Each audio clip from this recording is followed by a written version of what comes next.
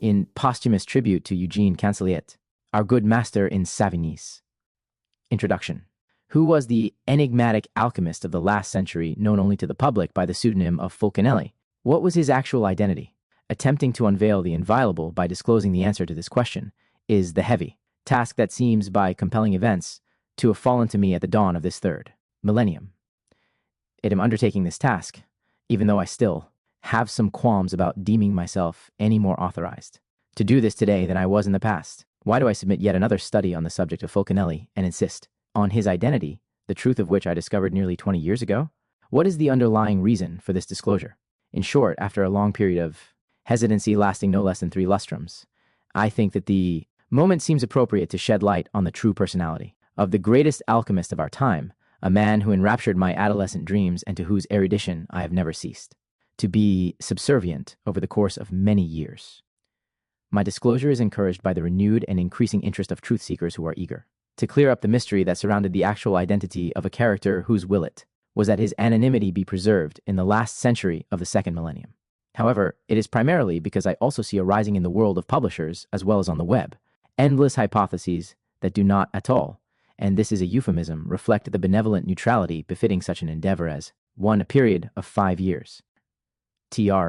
Divulging the identity of Fulcanelli, such a disclosure becomes particularly necessary when certain writers question the moral integrity and honesty of E.CANSELIET, the only disciple of the said Fulcanelli, in contempt of any historical objectivity and, even worse, I think, of the respect due to the memory of the man who, for his entire life, faithfully preserved the message bequeathed to him by his master as a sacred trust. For the present purposes, a meticulous and concise investigation is necessary, the thread of which I am going to try and confide to my readers in the lines that follow.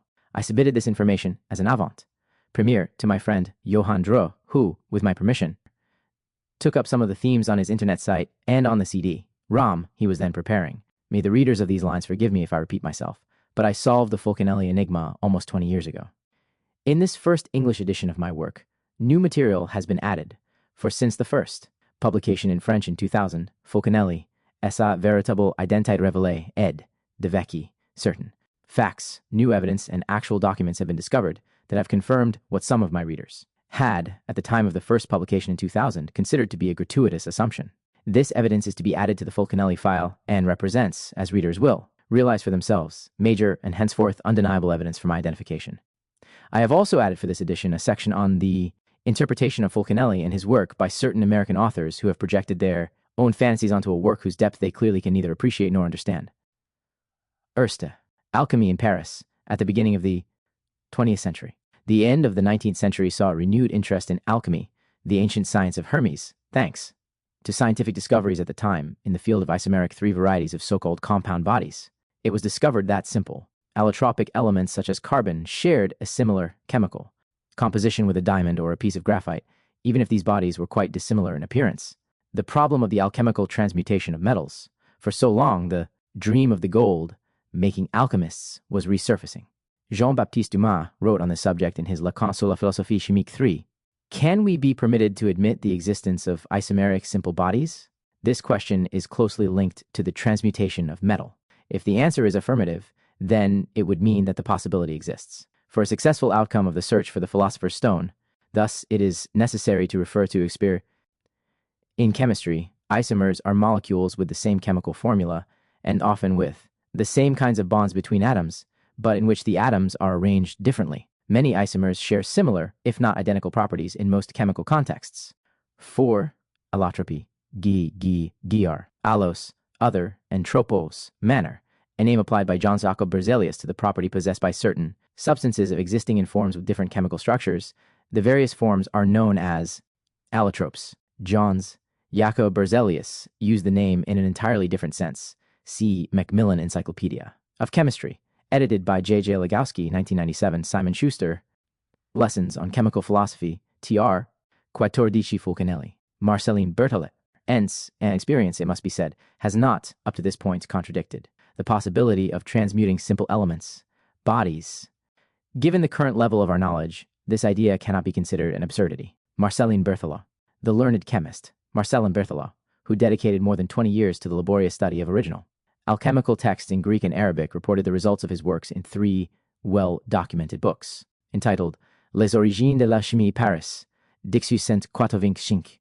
Introduction à l'étude de la chimie des anciens et du Moyen Âge Paris, 1889, and in collaboration with Ruel, collection des anciens alchimistes grecs Paris, 1887.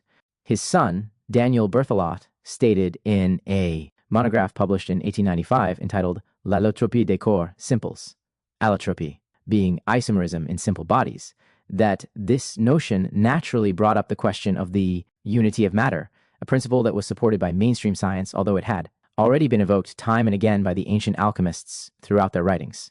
Like his eminent predecessors of old, Dom Pernety wrote, "Matter is one and everything, so say the philosophers, because it is the radical principle of every combined thing. It is in all things and similar to all things because it is likely to adopt any form, although it does so prior to its being specified into any individual species of the three realms of nature." Albert Poisson. In 1891, young Albert Poisson wrote in his very erudite book entitled Théorie éthique, Symboles d'Alchimistes, Editions Traditionnelles, Chacornac, Paris, 1891, "At the foundation of Hermetic theory, we find a great law, the unity of matter. Matter is one, but it can assume various forms, and in these novel forms, combine itself to itself and produce new bodies in indefinite numbers. This first matter was called seed, chaos, universal substance." The case of Albert Poisson is quite interesting. As an adolescent, he was already engrossed in alchemy. He haunted the shops along the banks of the River Seine in search of ancient Hermetic manuscripts and paid daily visits to the Bibliothèque Nationale and the Bibliothèque de l'Arsenal to peruse the alchemical treatises that were kept in their old stacks. He spent the rest of his time collecting the equipment Albert Poisson, 1865 to 1894, needed retorts, furnaces, crucibles, coal, etc. in the small laboratory he installed in his room on the Rue Saint-Denis. Although totally devoured by his passion, he had also undertaken the study of medicine. At the age of 23, the young student published 3 remarkable essays on the elaboration of the great work, Théorie et Symboles des Alchimistes, quoted above, the French translation of 5 alchemical treatises. From the pens of the greatest Hermetic philosophers, Aimé de Villeneuve, Raymond Lull, Albert Legrand, Roger Bacon, and Paracelsus, and also in the same year, an essay entitled Nicolas Flamel, et l'alchimie au chiffre siècle, Editions Traditionnelles, Chacomac. In addition to this, be published a number of articles in the magazine, Le Voie d'Isis, under the nom de plume of Philippols. His actual master in alchemy is assumed to have been Rémy Pierret, a shoemaker by trade and caretaker of the premises at 12 Nicolas Flamel and Alchemy. In the 14th century, tr. the fall of his Far 12, Passage Menil Montant, a mason with a passion for Hermetism. It is believed that he authored, among other texts, an alchemical compendium on processes involving dew and leading to potable gold, inspired by a manuscript written in 1744. Since the bookcases in his modest lodgings were richly stocked with alchemical documents, and he received visits there from Albert Poisson, Stanislas de Guaita, Mark Haven, Pepus, and Victor Émile Michelet, we must ask the question, did he labor in secret in the laboratory? The fact is that he discreetly disappeared once his pupil was on the right track. Sadly, not yet 20, 5 years of age, totally consumed by the alchemical fire and overwhelmed by inadequately treated physis, which was compounded by over-exhaustion and under-nourishment. The young and brilliant disciple of Hermes died on a Sunday morning in 1893, after a long bout of coughing and a violent fever, leaving to posterity the fruit of his published studies. Alchemical gold. The sad destiny of the lamented Albert Poisson should not make us oblivious to the other names linked to this renewed interest in the ancient science of Hermes. To begin with, there is François Jolivet-Castelot and his hyperchemical movement, created around 1895 with the association Alchimique France, of which L'Hyperchimie was the official journal. A Poisson has revealed the secrets of the ancient masters. The aim of the director of L'Hyperchimie was and still is to adapt them to contemporary theories. That should confirm the truths perceived by the Egyptian hierophants in their sanctuaries. Thus was defined the ambitious program of that more archemical than alchemical association that gave birth to a genuine school located in Douai. This was the context in consumption or pulmonary tuberculosis, TR, which old Tifero expressed himself. In 1889, he published L'or et la transmutation des métaux, a work in which he described the result of his first transmutation, obtained in 1842 while he was traveling in Mexico, Guadalajara. Here's the process as he recounted it. After having exposed some pure nitric acid to the action of the sun's rays for 2 days, I then added To it, some pure silver filings that were alloyed with copper in the same proportion as coin alloy. A strong reaction manifested, accompanied by a copious release of nitrous gas. The liquor, left to rest, revealed an abundant settling of intact, mass, agglomerated filings. I left the liquid unattended for 12 days, while a continuous nitrous to gas release took place, and I noticed that the agglomerated settling had significantly increased in volume. I then added a little water to the dissolution without any precipitate occurring, and I again left the liquor to rest for 5 days. Meanwhile, new vapors continued to be released. At the end of these 5 days, I heated the liquor to boiling point and kept it there until the release of nitrous vapors ceased, after which I let it dry off. The substance obtained by desiccation was dry, dull, and blackish green. There was no appearance of crystallization and no saline deposits. Then, having treated this substance with pure boiling nitric acid for 10 hours, I saw the substance become bright green, and it continued to aggregate in small masses. I added a new quantity of pure concentrated acid, and again brought it to a boil. It was at that moment that, at last, I saw the disaggregated substance acquire the brightness of natural gold. I collected this product and relinquished a large quantity of it to a series of tests in order to compare it to pure natural gold. I was unable to observe the slightest difference between natural gold and the artificial gold I-13. Gold and the transmutation of meta-TR had just obtained. Such is, gentlemen, in all truthfulness, the achievement obtained, the constant, results of which I was able to reproduce several times in Mexico. However, I was unable to reproduce this same achievement when in France, and when dealing with more significant quantities. Doubtlessly, I erroneously assessed the causes that act in the reactions, by virtue of which metals soluble in nitric acid become insoluble when constituting themselves in a particular molecular state, which results in properties entirely different from the ones those same metals possessed before having undergone those reactions. Should these changes, to which the action of the sunlight seems to contribute so potently, be attributed to a special electric or magnetic state, or to the part played by nitrogen under this influence, the above text became the subject of a memorandum, presented at the Académie des Sciences on May 8, 1854, a text that was studied intently by Eugene Chevreul and J.B. Dumas in particular. Potable gold. Even the great Swedish playwright August Strindberg showed some interest in the École hyperchimique of F. Jolivet-Castellot. In 1896, he sent Jolivet-Castellot reports of his personal discoveries regarding transmutation into gold. The two men became friends, both being convinced that they had succeeded in artificially obtaining the precious metal in infinitesimal quantities.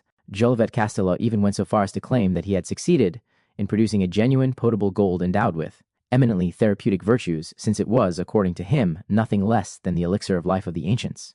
As for Dr. Alphonse Joubert, he feverishly sought contacts with François Jolivet-Castellot and reproached the latter for deviating from the Hermetic tradition in favor of alchemical manipulations of a purely chemical nature. He himself claimed to have obtained successful transmutations into gold and silver, and allegedly demonstrated this publicly in Paris in 1905. Joubert was vastly cultured and well-educated. He was a medical doctor, had received a master's degree from the École des Mines, and seemed to possess a certain knowledge of old alchemical texts. He wrote alchemical instructions in the form of notes that one of his pupils, René Schrebel, appropriated and published under his own name under the title Alchemy Simplifiée. Alphonse Joubert, alias Toussaint, even went so far as to provocatively claim that, on the condition of being provided an adequate laboratory, he would be able to supply the French state a mass of precious metal of no less than 30 billion gold francs. Of course, nothing came of it, and early one morning in 1913, Dr. Joubert left his lodgings on Rue Rosalia Marie Rose at Closerie des Lilas and was never seen again. Scientific discoveries. On the purely scientific plane, discoveries made by Henri Becquerel in 1896 regarding the radioactivity of uranium salts completely modified the status of physio-chemical knowledge of the time. In addition, Pierre and Marie Curie, via their own remarkable work in 1898, succeeded in isolating radium, which they had laboriously extracted from pitchblende. As uranium produces radium on its own through radioactive transformation, this opened up a horizon of new prospects for those interested in transmutory alchemy at the beginning of the 20th century. This was, in a certain fashion, scientific acknowledgement of the merits of the principle of the transmutation of matter. The old dream of alchemists throughout the ages, a chimerical art for many, had at last become a reality. The simple body allotropy explanation was relegated to the background, and the problematic now shifted. 16 Alchemy Simplified, TR, Librairie du Magnétisme, Paris, to the level of the atom, its nucleus, and its electron configuration. In this alchemic scientific context, a book was published at the start of the First World War that paradoxically renewed the links to the alchemical tradition of the ancients. It was the commentary of a certain Magaphon, who, in his Hypotypos, undertook to describe and clarify the various phases of the great work as evoked in the famous book of 1702, illustrated by J.J. Manguet, a book which was already known in its first edition, de La Rochelle, 1677, as the Alchemist's mute Bible, since it only contained illustrated plates. This book was indeed the famous Mutus Liber, signed by a certain Altus, whose real name was either Jacob Sulat, anagram of Altus, or, more likely, Tolle. The printing of the clarification of the picture book without words by the Library Nori, Paris 5, in 1914 was limited to 285, numbered copies. Who was the mysterious author of the comments who hid behind the pseudonym of Magaphon, literally, the voice of the Magus? It was a secret to no one. The author was a bookseller named Pierre Dujols, aged 52, whose first peculiarity was that he was a descendant of the Valois branch of the French royal family. This was a subject his elder brother, Antoine Dujols de Valois, had written on in an essay published in Marseille in 1879, an essay that had elicited reactions in the local press. The title was Valois contre Bourbon, and the sub-title Simples Éclaircissements, avec Plices Justificatives, was signed a scion of Valois stock, Pierre Dujols, alias Magaphon. Pierre Dujols had a bookshop in the 6th district of Paris called the Librairie du Merveilleur at 76 Rue de Rennes. It had quite a program, in addition to publishing a magazine, Vulva versus Bourbons, TC, simple explanations with supporting documents, TR, 19 Bookshop of Wonders, TR, created by René Guénon, called La Nose, Gnosis. All the occult groups of the time assiduously visited the famous bookshop run by Dujols and his assistant, a Thomas, a man as addicted to esotericism as his employer. Within the walls of the Librairie du Merveilleux, lovers of the occult rubbed elbows with magicians, Kabbalists, Hermetists, and, of course, more or less operative alchemists. The scholarly bookseller increasingly advocated the phonetic Kabbalah, which was, in his opinion, the green language of the birds, a form of word play that, with knowledge of ancient Greek, permitted one to decipher many an arcane document. In this undertaking, which at first glance seemed to be his own, he relied upon the works of the archaeologist and philologist Grasset d'Orsay, B. 1828, that were published in Revue Britannique. These works, to which we shall return later on, recommended a deciphering method used by the ancient trade, guilds that was based upon phonetic assonance, like a Hermetic Kabbalah. In addition, Pierre Dujols and his wife received numerous friends who were specialists in esotericism at their salon in the 5 district located on Rue Henri Barbus, formerly Rue d'Enfer, Rochereau. Among these was the Kabbalist Paul Vouillot, who shared Pierre Dujols' interest for this. Other Kabbalah, which, although merely phonetic, also contained undeniable esoteric teachings. Also attending these fruitful meetings was a discreet alchemist by the name of Louis Faugeron. Faugeron practiced the Hermetic art following the directives of his master, Pierre Dujols, and spent his whole life in quest of the philosopher's stone. Here is how Magaphon, alias Pierre Dujols, introduced his memorable alchemical hypotypos. By clipping these few pages of comments to the allegorical plates of the Mutus Liber, we undertook, without taking off the philosopher's cloak, i.e. in a veiled manner, note by PRI, to make their reading easier by way of a sincere interpretation, as true, patient, scientific researchers, laboring in the manner of industrious bees, and not as frivolous, idle amateurs who spend their lives uselessly. Pierre Dujols de Valois, fluttering about from book to book, without ever stopping at any one in order to extract from it the mellifluous substance. To the question once asked by his friend Paul Lecour, founder of the Atlantis Association, who considered alchemy as merely an inner and spiritual quest, he answered without hesitation that Lecour was entirely mistaken and that intellectual hermetism could not be understood without working on material bodies, and that hermetic terminology could not be related to scientific terminology. Kiliani, Hermes, unveiled in 1915 a very odd small work entitled Hermes de Voile, dedicated to posterity and written under the pseudonym Ciliani, referring to Mount Selene, dedicated to Mercury, was republished by editions Traditionnels. Chacamac, Saint Michel, which is located very close to Notre Dame. The first edition had been published in 1832. The author's poignant 20 Hermes unveiled. Tr. Tale, expressed in the romantic style of the time, is bestowed with a particularly moving quality. The foreword begins, "The heavens having allowed me to succeed in achieving the philosopher's stone, after 37 years spent in its quest, staying awake at least 1,500 nights, and passing through innumerable misfortunes and irreparable losses I believed I could offer to youth, the hope of its country, the heart, rending picture of my life to serve as a lesson, and to turn it away from an art that shows at first glance the most pleasant looking white and red roses that are actually prickly with thorns, and of which the path leading to the place where they can be culled is full of dangers. As the universal medicine is a boon more precious than the gift of riches, its knowledge is naturally imparted on studious men who think that they are happier than a multitude of persons. This is the reason that prompted me to transmit to posterity the operations to be carried out in the greatest detail, without omitting anything, and to also prevent the ruin of honest people, and be of service to a suffering mankind. Irene Hillel Erlanger, Voyages en Kaleidoscope. In the autumn of 1919, editions Georges Créz in Paris published a rather amazing book. It was amazing firstly due to its Dadaist style, Dada being an avant-garde movement founded by Tristan Tzara, a forerunner of surrealism. The setting of the book, all in a very modern style, was evocative of jazz, bands, cubism, and the obsolete charm of the bars in Saint-Germain, Des-Prés, and Montparnasse. Secondly, and mainly, it was amazing because of its content, which undeniably unveiled the operations of the alchemical great work, until then kept secret. The title was Voyages in Kaleidoscope, and it was penned by Irene Hillel Erlanger. Der Hele, Vera, Voyages, Alien, Calais, Dosco, Press Comics Gauche Schraut. A member of the entourage of the poet Louis Aragon, the author was a young woman already known in literary circles for a previous novel, stances, sonnets et chansons, published by Grasset under the meaningful pseudonym of Claude Lorry for Wyest. Sinenly, the title and the only illustration, a thermometer which was designed by Master Van Dongen himself, did not fail to astonish readers, and what an astounding tale it was.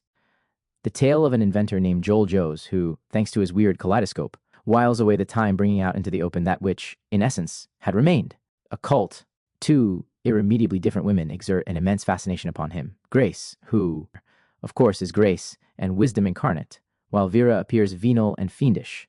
Gilly, the faithful assistant of the brilliant inventor, helps his master achieve the much hoped-for success. Here's how the author depicts the characters in her book. Joel Joes, superior mankind, so little, alternately seeing, and blind. Grace, naturally. Vera, voluptuousness, perfect form of ferocious pleasure. Seemingly opposites, Grace and Vera are essentially closely related, or better, the same person under two aspects. Vera relies on sensation, Grace relies on truth. When one or the other increases, it is to the detriment of the other and to the jeopardy of mankind. A double emanation of the unknowable, such as time and eternity, divine necessity and human freedom, this, undoubtedly, we shall understand a little better when on another plane. As for Gilly, for us, he is the salt of the earth. Exactly, the faithful servant. Further on in the text, we read the following paragraph, eloquent in its hermetic preoccupations. A palm grove in the middle of Paris. At the center of the palm grove, a fountain, head flowing in a white marble basin. The rejuvenating one? Joel Fosey remembers. In his youth, he had heard people talking about this quasi-miraculous fountain. It healed, so it was said, nerve and eye ailments. Too simple a remedy. A common name. Chemistry has changed that. But do some people treat themselves with the rejuvenating one? Still, when all passes and returns, why wonder?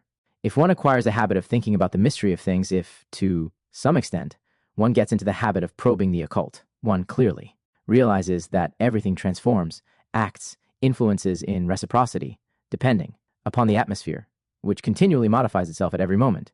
Furthermore, it is to be noted that if the extravagant Countess Vera, purely a product of the Belle Époque, lives on Avenue Montaigne, former Allée des Veuves, her sister Grace, always veiled, lives not very far from her.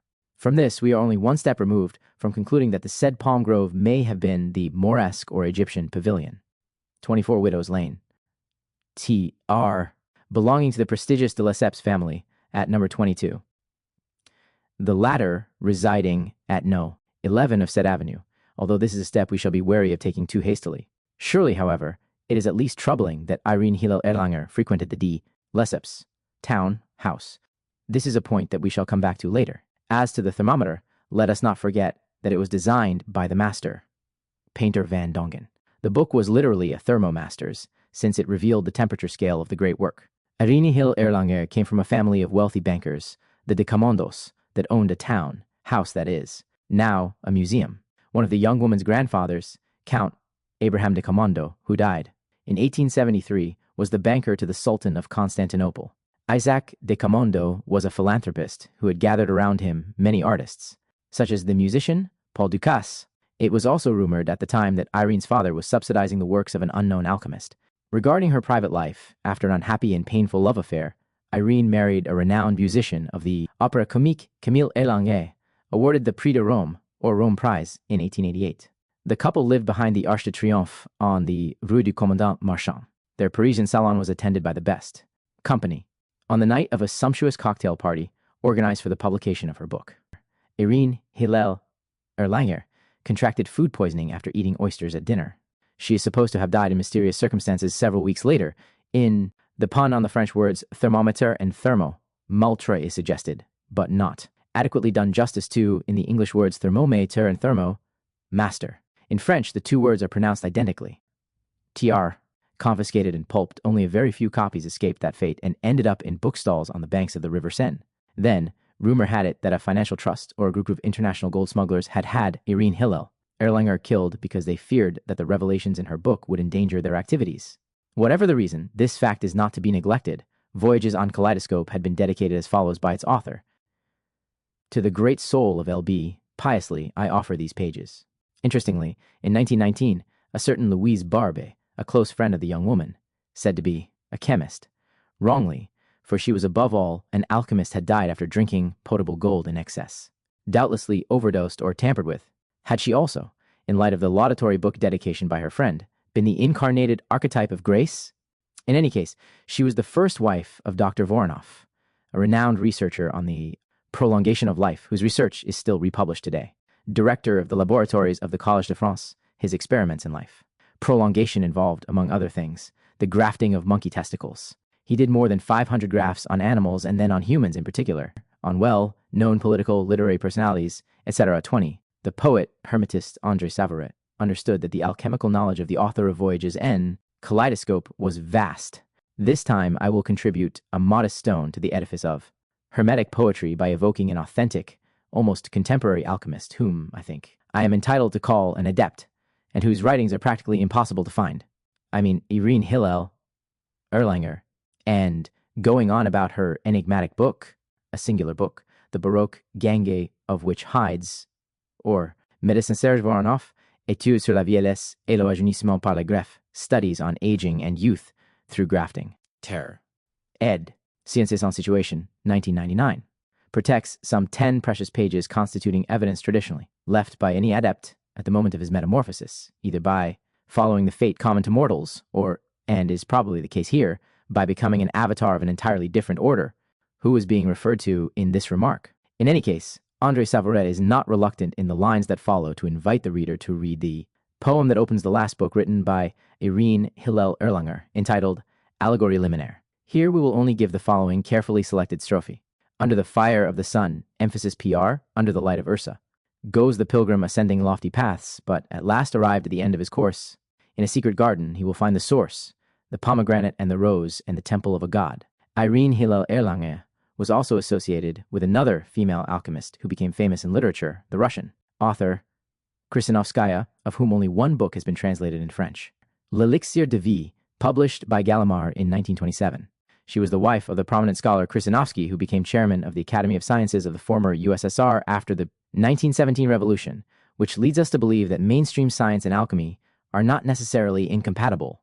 In the year 1926, editions Jean Schmitt in Paris published an enigmatic alchemical book entitled Le Mystère des Cathédrals, signed by one Fulcanelli. 2. Liminary Allegory. TR. The Elixir of Life. TR. The Mystery of the Cathedrals. TR. Football. Le Mystère des Cathédrals est une interprétation estrique des symboles hermétiques de grandeur. Spajra. Part. Jan Shesh. Lang. Title page of first edition of Le Mystère des Cathédrals. Zweit. The Alchemical Mystery of the Cathedrals. In the heyday of the Roaring Twenties, which enthusiastically acclaimed the arrival of the Charleston from across the ocean, 300 copies of a strange book were published to general indifference by publisher Jean Schmitt, residing at 52 Rue Lafitte. However, this was to subsequently become the much celebrated Le Mystère des Cathédrals, the Mystery of the Cathedrals. The book, signed under the nom de plume, Fulcanelli, became a favorite topic of the press and general conversation. In the preface, a young man, aged 26, JEAN-JULIEN, announced that the enigmatic author of the book had disappeared well before its publication. Fragments from the preface by E.CANSELIET. We read in the preface, dated October 1925, "The author of this book is no longer with us, and has not been for a long time. The man faded away, and only his memory remains. I cannot without sorrow recall the image of that industrious and wise master to whom I owe everything, and lament that he so soon departed. Thanks to him, the Gothic cathedral confides its secrets, and it is not without surprise or emotion that we learn how our ancestors cut the first stone of the foundations, that dazzling gem, more precious than gold itself, on which Jesus built his church. All truth, all philosophy, and all religion rest upon this unique and sacred stone. Many people, inflated with 30 emphasis mine, PR, presumption, believe themselves capable of fashioning it, yet how rare are the elect, those who are unpretentious, learned, and skillful enough to achieve it. But this matters little. It is enough for us to know that the wonders of our Middle Ages contain the same positive truth, the same scientific basis as the pyramids of Egypt, the temples of Greece, the catacombs of Rome, and the Byzantine basilicas. Such is the overall scope of Fulcanelli's book. Hermeticists, at least those who are worthy of that name, will discover something else in it: the mystery of the cathedrals. Let me immediately make it clear to the reader that it is impossible for me, within the narrow frame of this essay, to discuss the real hermetic sense of Fulcanelli's works, so I kindly invite him to refer to my previous books relating to the subject of alchemy. The book, whose full title was Le Mystère des Cathédrales et l'interprétation ésotérique des symboles hermétiques du grand oeuvre, lavishly interspersed with 36 illustrations, 2 of which are in color, and 1 that is the original title, page by the artist Jean-Julien Champagne, is curiously dedicated to the Frere de Heliopolis. This refers the reader to the mysteries of the ancient Egyptian religious city evoked on the book's frontispiece, where one observes the Sphinx of Gizeh contemplating a star-laden sky behind the legendary alchemical laboratory. We shall return to this enigmatic dedication submitted to the reader's sagacity later, the origins of Gothic art, before scrupulously studying, as far as Hermetic tradition is concerned, the truly alchemical symbolism emanating from the cathedrals of Notre Dame de Paris and Notre Dame d'Amiens, Jacques Coeur's Palace, and the L'Allemand townhouse in Bourges. Fulcanelli offers the reader in his introduction some particularly original concepts that deserve to be emphasized in more than one respect. First, he puzzles over the definition and origins of Gothic art. He expresses his emotion by reiterating something written by J.F. Colliffs in his Filiation généalogique. De toutes les écoles gothiques, Paris, Editions Baudry, 1884. The language of stone spoken in this new art, as stated with much truth by J.F. Colliffs, is at the same time clear and sublime. This is why it speaks equally to both the soul of the humblest and to that of the most scholarly. What an inspiring and stirring language, the Gothic language of stones. After reviewing a few hypotheses about the origins of Gothic art, initially those in which the classical school had linked it against all verisimilitude to the Goths or Germans, Fulcanelli comes round to linking the word Gothic to the word Goetic via the famous phonetic Kabbalah referred to previously, thus considering it a magical art. This hypothesis, however, does not satisfy him. He then decides to favor the perfect phonetic closeness to the word argotique, which relates to both slang, cant, and to the green language due to its aliveness and vitality, and the Greek myth of the Argonauts who are on a quest for the famous golden fleece. The Argotiers could only be the symbolic descendants who express themselves in a vivid language not understood by the uninitiated. He writes, on this point, people still say about a very intelligent, but rather cunning man, he knows everything. He understands argot, slang. All initiates express themselves in argot, the vagrants of the court of miracles, Cour des Miracles, headed by the poet Villon as well. As the Freemasons of the Middle Ages, members of the Lodge of God, who built the Argothic masterpieces we admire today, those builder, sailors, notes, also knew the route to the Garden of the Hesperides. Genealogical filiation of all Gothic schools. TR. Slang. TR. According to Fulcanelli, the minority of individuals using this secret and sacred language constitute the sons, or children of the sun, the Gothic art being indeed the art got, or cot, ten-o, the art of light, or of the spirit. And Fulcanelli elaborates on this universal language of the birds, the diplomatic language taught by the goddess Athena to the seer, Tiresias. From the start of the mystery of the cathedrals, the tune is set, the teachings delivered by the master will be most original, because the phonetic Kabbalah will give the key. His friend, the archaeologist Grasset d'Orsay, had already revealed the rules of it in his writings. Interpretation of the imagery.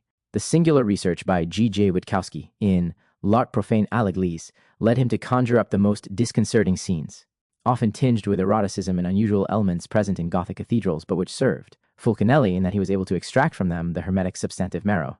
Let us mention that another book by the same author, also published by Jean Chemet, the future publisher of Fulcanelli, let us not forget, was entitled L'Art Chrétien, SS Licences Symboliques, Satiriques, Fantaisistes. The master quotes an eloquent excerpt from the first of these two books about the nave in Notre Dame de Strasbourg. The bas relief on one of the capitals of the great pillars represents a satirical procession in which a piglet may be seen bearing a holy stoop, followed by donkeys wearing priestly garments and monkeys bearing various religious attributes, as well as a fox enclosed in a shrine. It is the procession of the fox or the feast of the donkey. 37. Christian art, its symbolic, satirical, and fanciful liberties. Tr.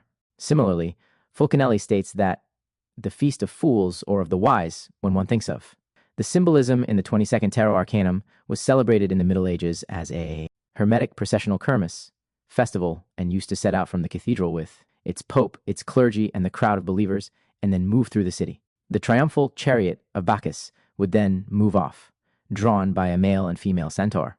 It was accompanied by the god Pan, goddesses Juno, Diana, Venus, and Leto, and an entourage of nymphs and naiads, all running around sparsely clad in an unbridled, enthusiastic, and festive carnival atmosphere. They would all converge on the cathedral, and Fulcanelli reveals that it is the Archbishop of Sens, Pierre de Corbeil himself, a Hermetic initiate who composed this mass, which, although seemingly a parody, was imbued with undisputed alchemical symbolism. The master adds, finally, there were some bizarre events in which a Hermetic meaning, often a very precise one, is discernible. These were held every year, with the Gothic Church as their theater.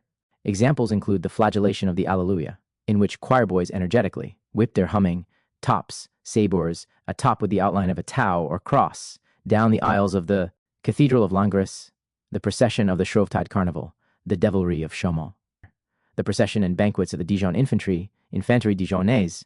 The latter was the last echo of the Feast of Fools, with its Mad Mother, its bawdy diplomas, its banner on which two brothers, lying head to foot, delighted in uncovering their buttocks.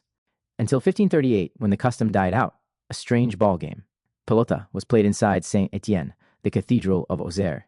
Victor Hugo masterfully recreated this atmosphere in his Notre Dame de Paris, largely inspired by an anonymous hermeticist using the pseudonym of Magistri, who pretended he was able to make gold.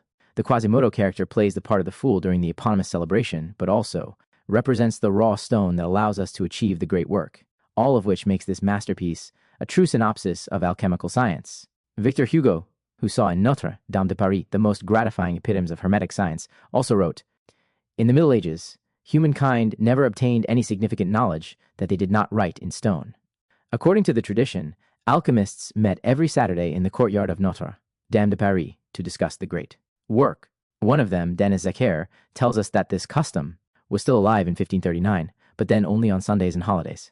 Fulcanelli states in passing that, during the Middle Ages, this cathedral was adorned with various colors there, amid a dazzling array of painted and gilded arches, of string, courses, and copings, of tympanum with multi-colored figures. Each philosopher would show the result of his labors and work out the next sequence of his researches.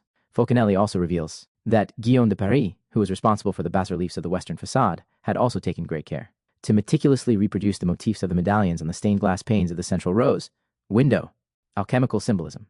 Deploring what he called Soufflot's vandalism, Fulcanelli extends his gratitude to the renovation work. In Notre Dame, undertaken by the distinguished architects Viollet-le-Duc, Lassus, and Geoffroy de Chaume, he then examines the ground plan of medieval religious buildings, where he sees the image of the Egyptian Ankh, crux ansata, that is, the ansated, or handled or looped cross, in the circular apse joined to the choir.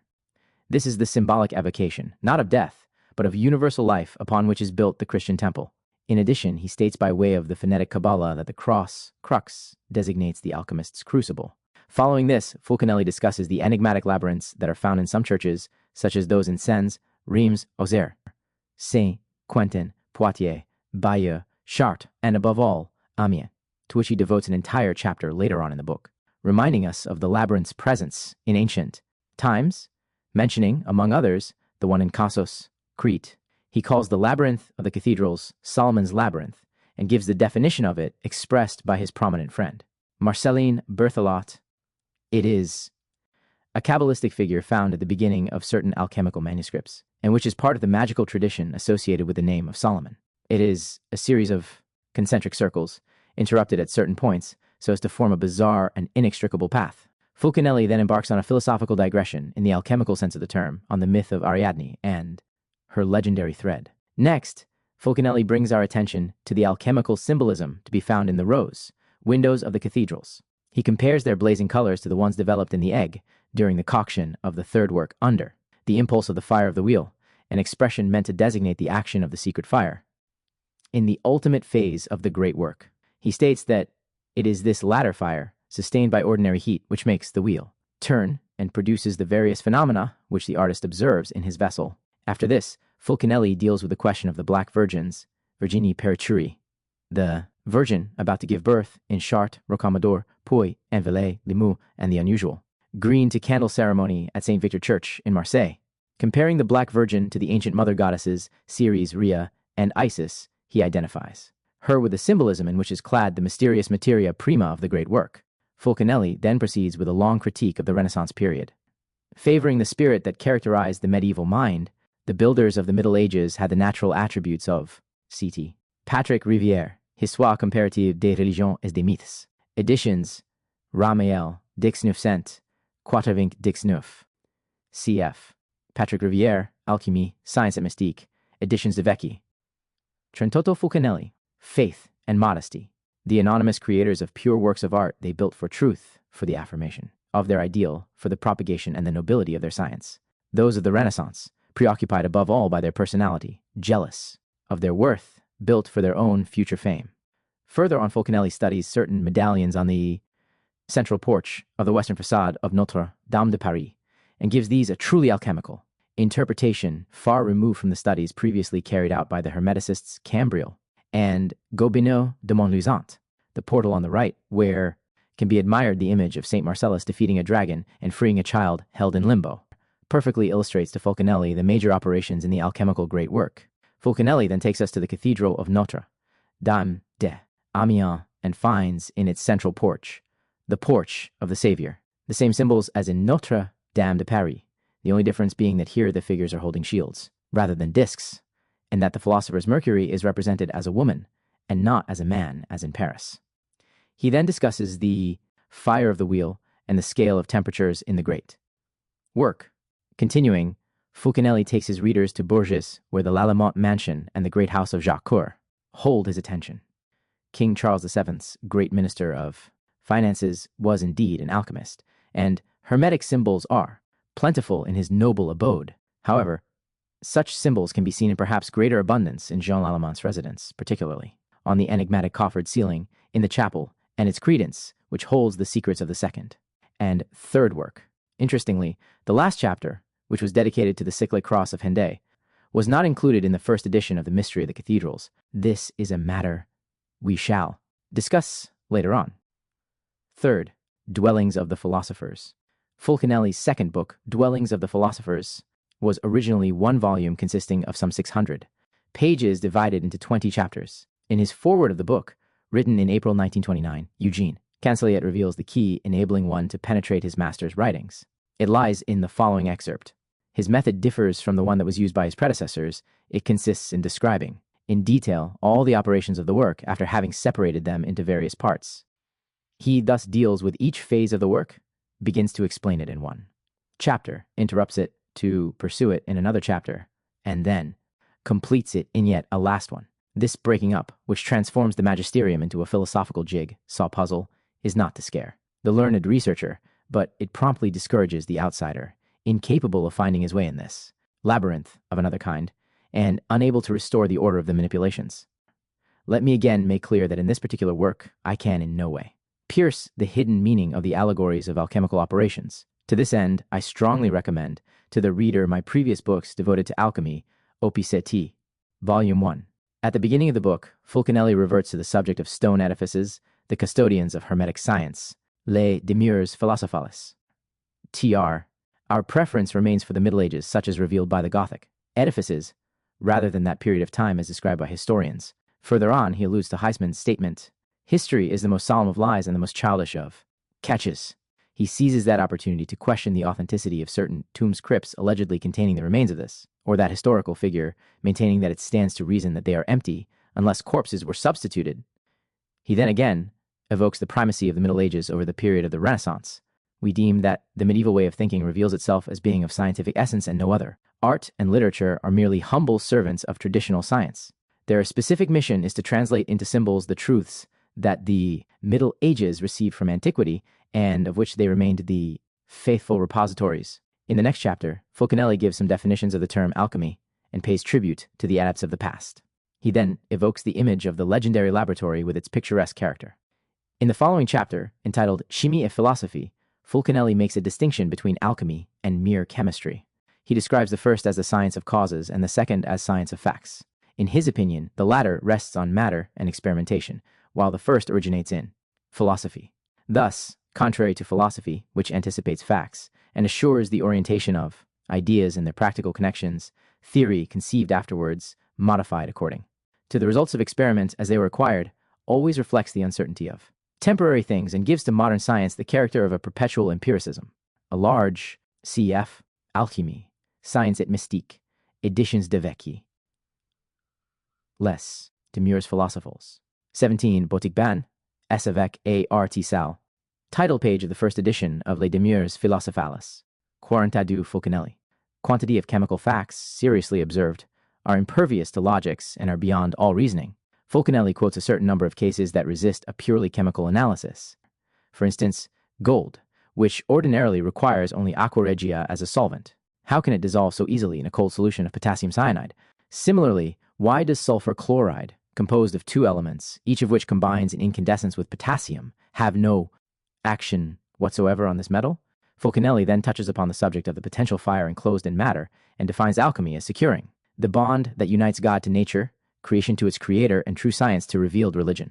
He then makes mention of numerous scientific treatises and deplores that an open mind, which should be the very nature of scientists, is indeed such a rare quality in them, leaving us with the understanding that he belongs to this circle with which he is so well acquainted. In the next chapter, Fulcanelli makes a point of explaining the Hermetic Kabbalah, which is based on phonetic assonance as well, as on certain rules resting on the study of ancient Greek, the language of the Hellenes, and before them, of the Pelasgians, perhaps of the very gods themselves.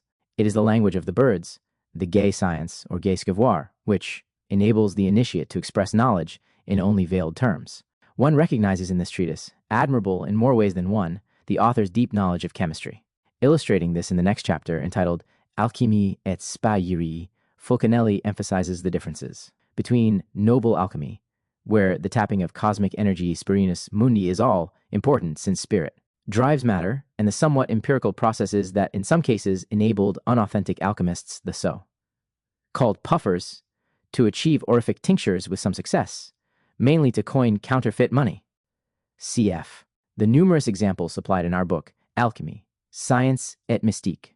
Here Fulcanelli describes very precisely the modus operandi that allows one to achieve the so-called orific tinctures that he names trivial matters, showing us even more clearly than before that there can be no doubt about his thorough scientific schooling.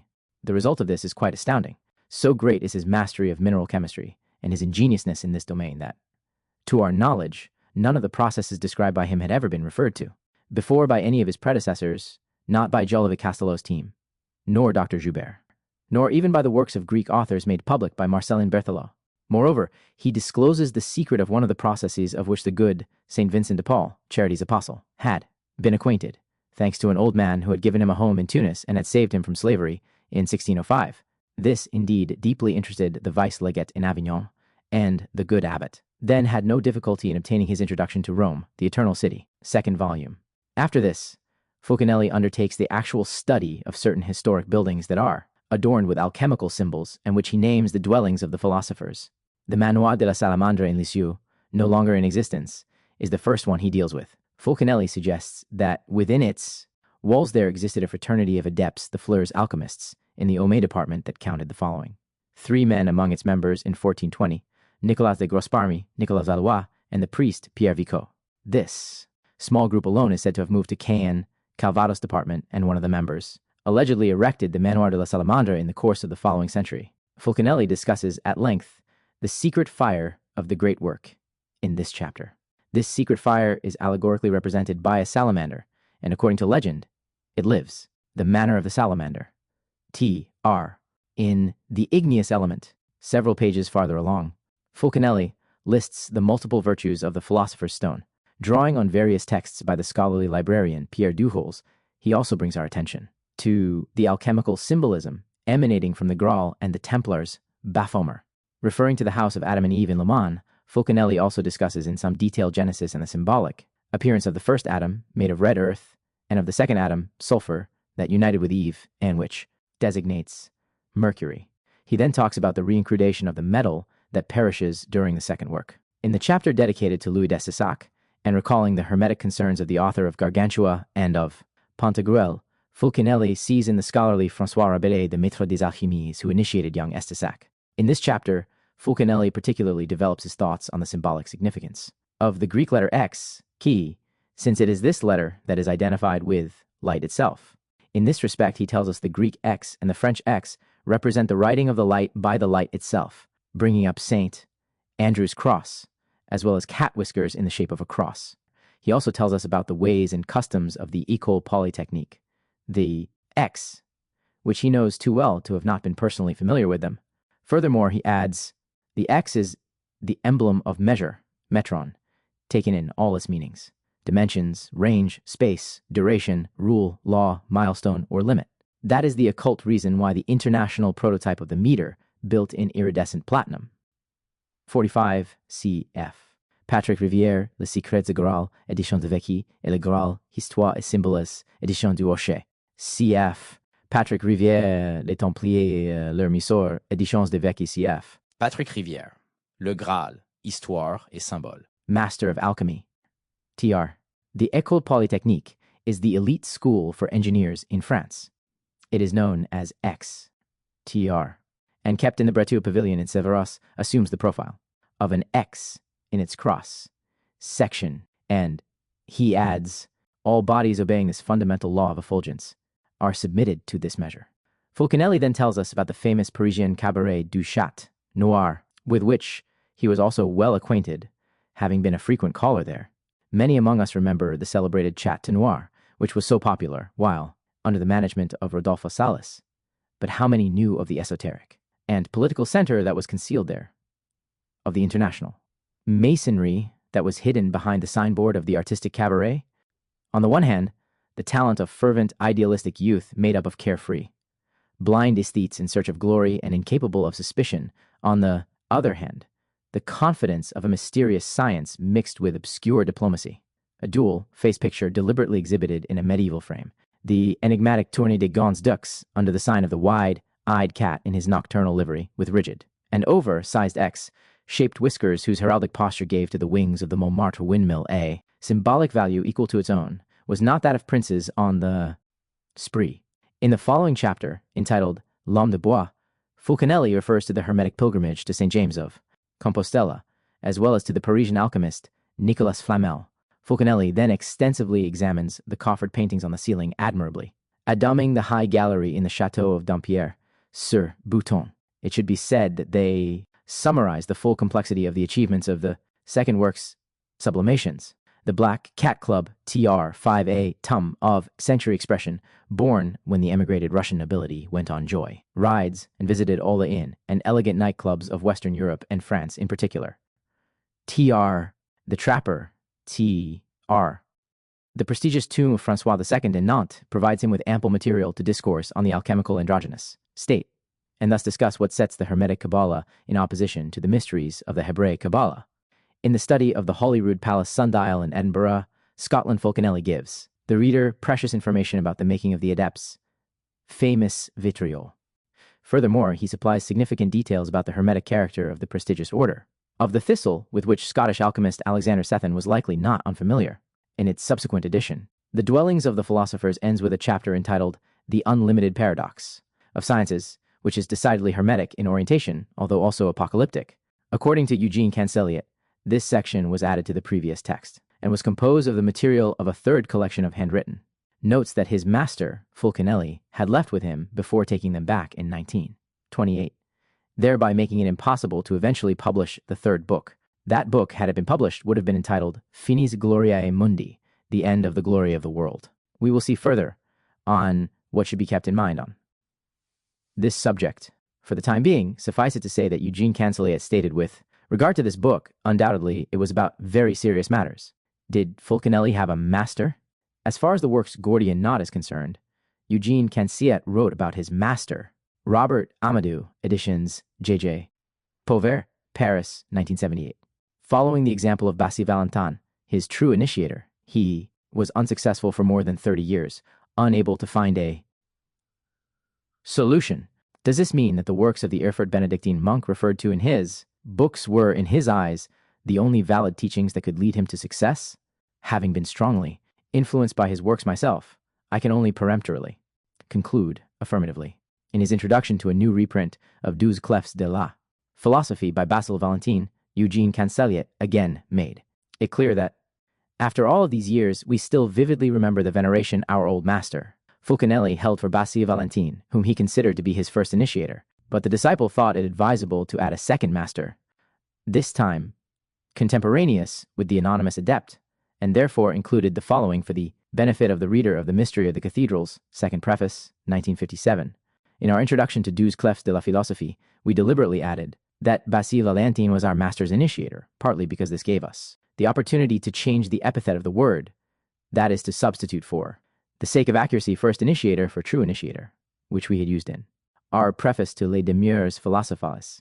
At that time, we were unaware of the deeply moving letter, which we shall quote a little later, and which owes its amazing beauty to the warm enthusiasm and fervent expression of the writer. Both the writer and recipient remain anonymous because the signature has been scratched out and there is no superscription. The recipient was undoubtedly Fulcanelli's master, and Fulcanelli left this revealing letter among his own papers. It bears 2 crossed brown lines at the folds, from having been kept for so long in his pocketbook, which did not, however, protect it from the fine, greasy dust of the enormous stove going all the time.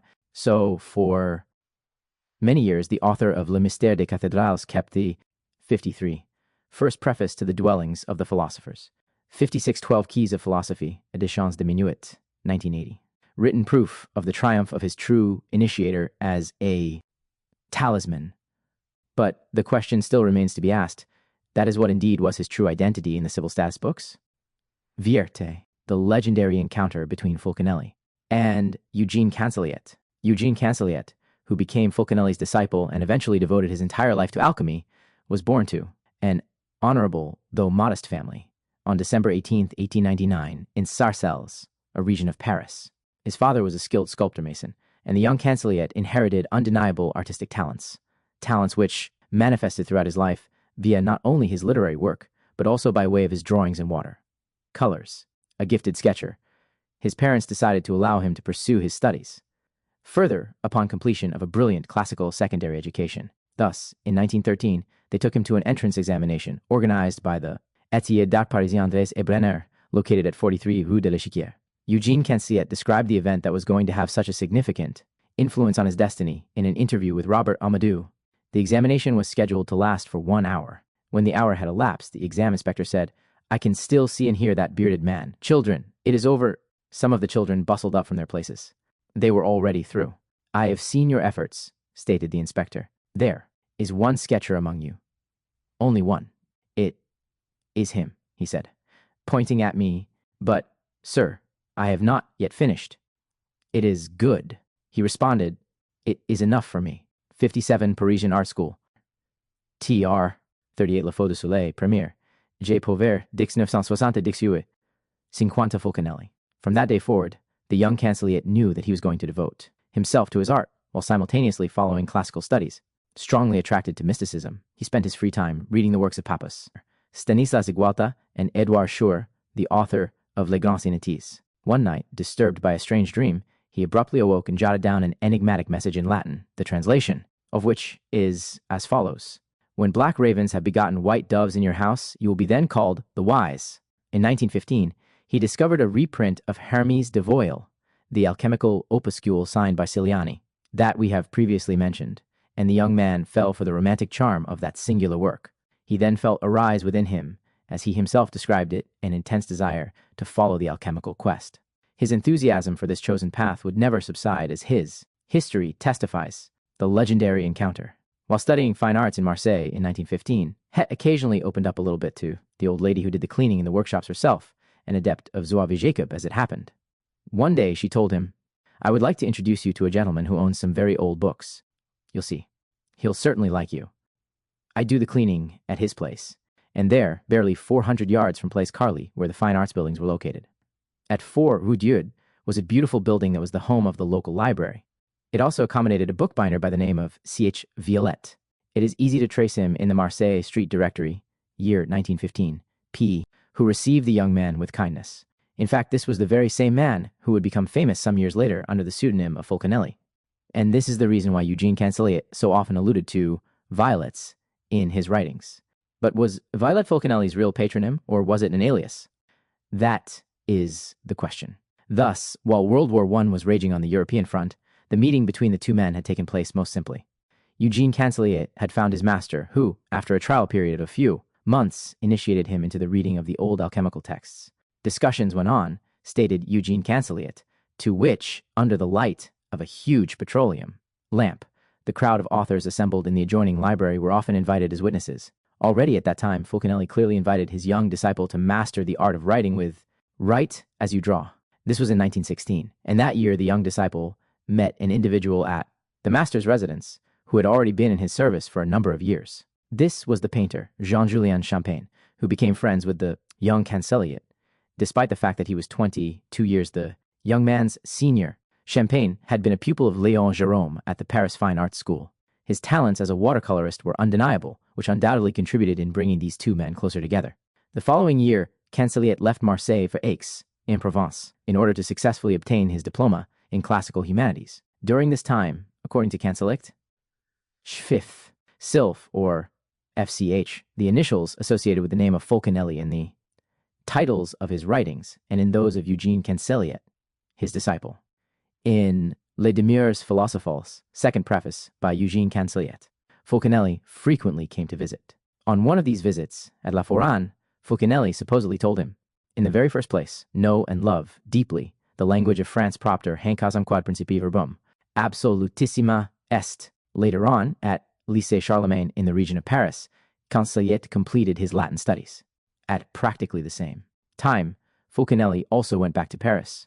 Jean-Julien Champagne, like Fulcanelli, also paid Eugene Canseliet visits, and their friendship grew ever stronger. Champagne was often a guest of the illustrious de Lesseps family that counted among its members Ferdinand, deceased in 1894, widely renowned for the construction of the Suez Canal, and his descendants, Bertrand and Paul Bertrand, for whom Champagne sometimes did work. One autumn day in 1919, when Jean-Julien Champagne and Eugene Canseliet were standing at the entrance to the Lesseps town house on Avenue Montaigne, they noticed Fulcanelli having a discussion in the yard with the former Prime Minister René Viviani, whose carriage was waiting in the avenue.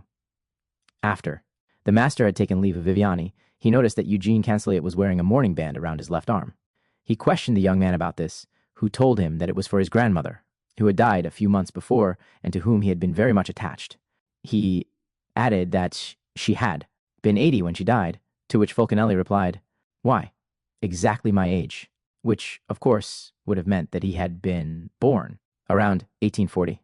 It would seem that at that time, Fulcanelli was residing in Paris, not far from the building of the Beaux School, near the gardens and close to the Temple de l'Amitié on Rue Jacob. The adjoining street Saint-Benoît does indeed suggest Fulcanelli's actual master, the Benedictine monk, alchemist, Basile Valentin Ferdinand de Lesseps. His house consisted of a basement, a raised ground floor, and a second floor. The 8 large rooms in the house were lighted by 12 windows. There was a narrow terrace at the top of the staircase, which was enclosed by a light balustrade, while the mysterious laboratory was located in the basement. It is there that Fulcanelli labored on the great work with the purpose of achieving the philosopher's stone. We can allow ourselves to inquire into the importance of the reconstruction of facts made, possible from the statements of Eugene Canseliet, which were collected throughout his life. What if the initial meeting had taken place in Paris rather than in Marseille? Indeed, when one is familiar with the Hermeticists' immoderate taste for their solar Kabbalah, it is permitted for us to imagine arriving at the center of the capital city, not far from Arts et Métiers, to find Rue Day, or better yet, the Rue Dieu and parallel to it Rue de Marseille, a diagonal line joining them up to Quai de Valmy, which goes up. The Arts and Trade School in Paris, TR, God Street, TR, to cite Jacob, as by lucky chance, the Rue, Beaurepaire, the one belonging to the master, of course, as if being pointed at by God's own finger. As to Fulcanelli's last home, close to the Temple de l'Amitié on Rue Jacob, let U.S. wager that one could have discovered it in view of the frequent alluding to the love the latter had for cats, see further on in Rue de l'Echaude, referring to the well-known proverb, a scalded cat fears cold water. And here we are consumed with the desire to get closer to the true personality of the adept temporarily identified as a certain bookbinder by the nickname of Violette. We shall see what conclusions we come to, particularly in light of the fact that Eugene-Canseliet frequently alluded to this name, either by numerous references to Viollet-le-Duc, who, in passing, might have been one of Fulcanelli's friends, or by the recurring reference to a Renaissance alchemist, one Joseph Duchesne, who was better known under the pseudonym of our Mr. de Violette, Esquire, close to the Athanor. Young Eugene-Canseliet met his master quite often. He was, one might say, in his proximity, though not in his intimacy.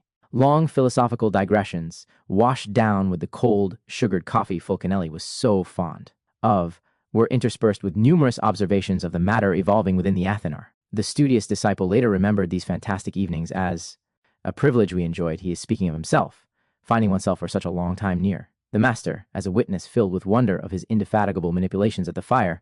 Whole, beautiful den, TR, Temple of Friendship, TR, Scalded Street, TR, of the furnace. And then Fulcanelli turned the discussion again to the original matter of the great work.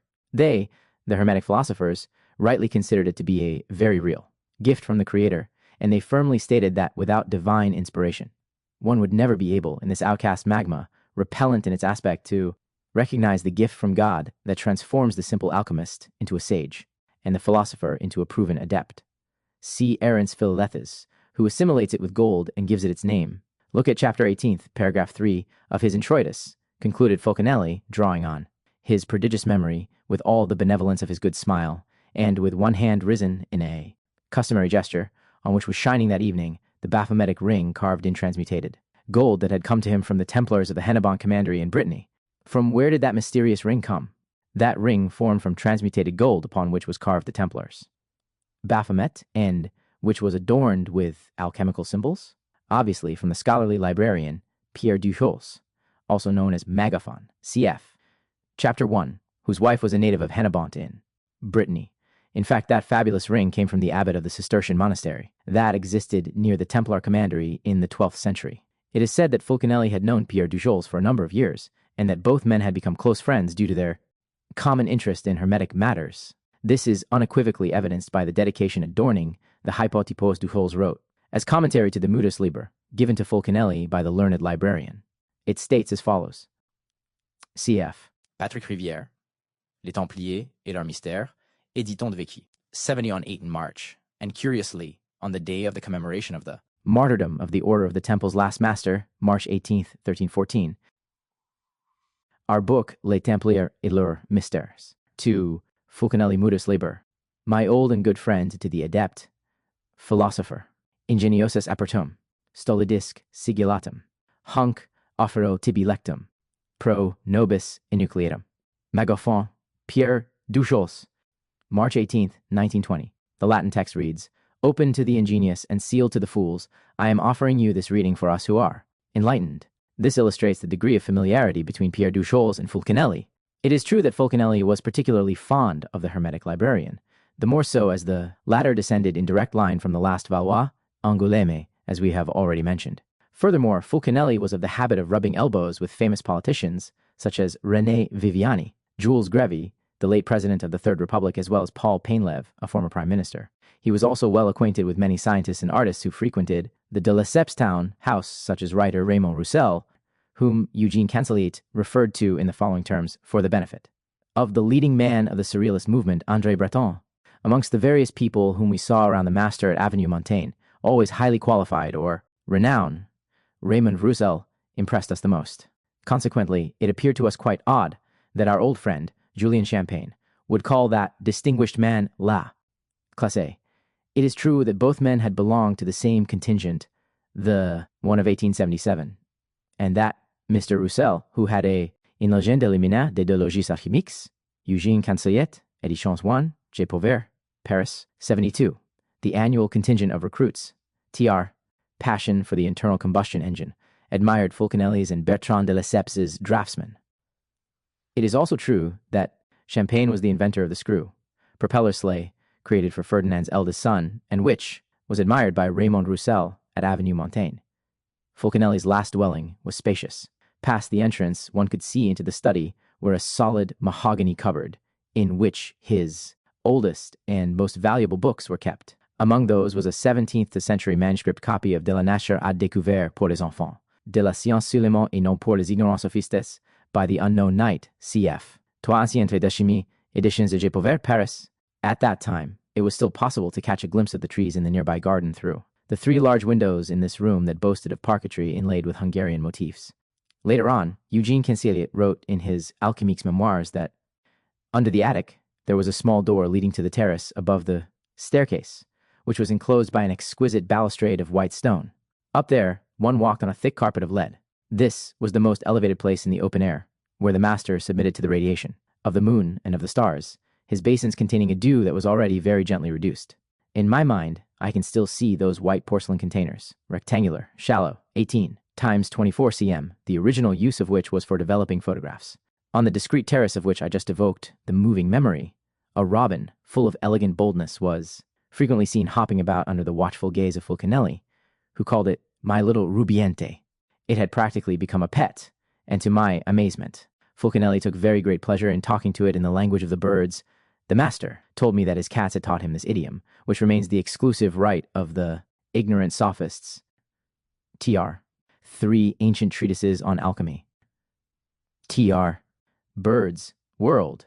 In the year 1920, Fulcanelli similarly remarked to his disciple, as recorded in his diary, "My young friend, you will find alchemy in every noble domain. Within what is most humble, as within what is most high, you will need to seek it tirelessly in order to reach the triumphal." Conclusion. In that same year, 1920, E.CANSELIET became an employee in the accounting department of the Sarcelles gasworks. The Georgi company gave him a small room upstairs into which he moved, and there he installed a modest laboratory where he could carry out all sorts of alchemical operations. It was there that he achieved on the master's recommendations, obviously the resolution of a more alchemical than alchemical process, a process envisaged by the ancient author of the trait, Dufault et Dussel, Blaise de Vigenère, and based on the fusion of common lead. He carried out this little particular and ended up with a real success that exalted and thrilled Fulcanelli. Prior to carrying out the experiment, wrote the young disciple, "It is impossible to conceive of the deep changes in the composition of, apparently, simple bodies that are brought about by slow processing and prolonged fusion. Although their inner structure and outer aspects seem to be little affected, one realizes quite quickly in the subsequent operations how thoroughly they are actually modified chemically. It is a quite simple method, although in compliance with both the example given by nature and the rules of the great art, and which makes the extraction of Saturn's specific mercury particularly easy." Meanwhile, with love's help, the young Canseliet married Raymonde Keillard, a 19-year-old Parisian girl who presented him with a son that very same year, 1 month after the death of his father. A divorce took place later on, and unfortunately, 76, Treatise on Fire and Salt. TR. 77, Alchemy, E.CANSELIET, Editions J. Pauvert, Paris. His son, Henri, died tragically 7 years later from meningitis. In the meantime, Fulcanelli, who up to that point had still not succeeded in obtaining the philosopher, Stone was laboring towards achieving the great work in the utmost secrecy in his Parisian retreat.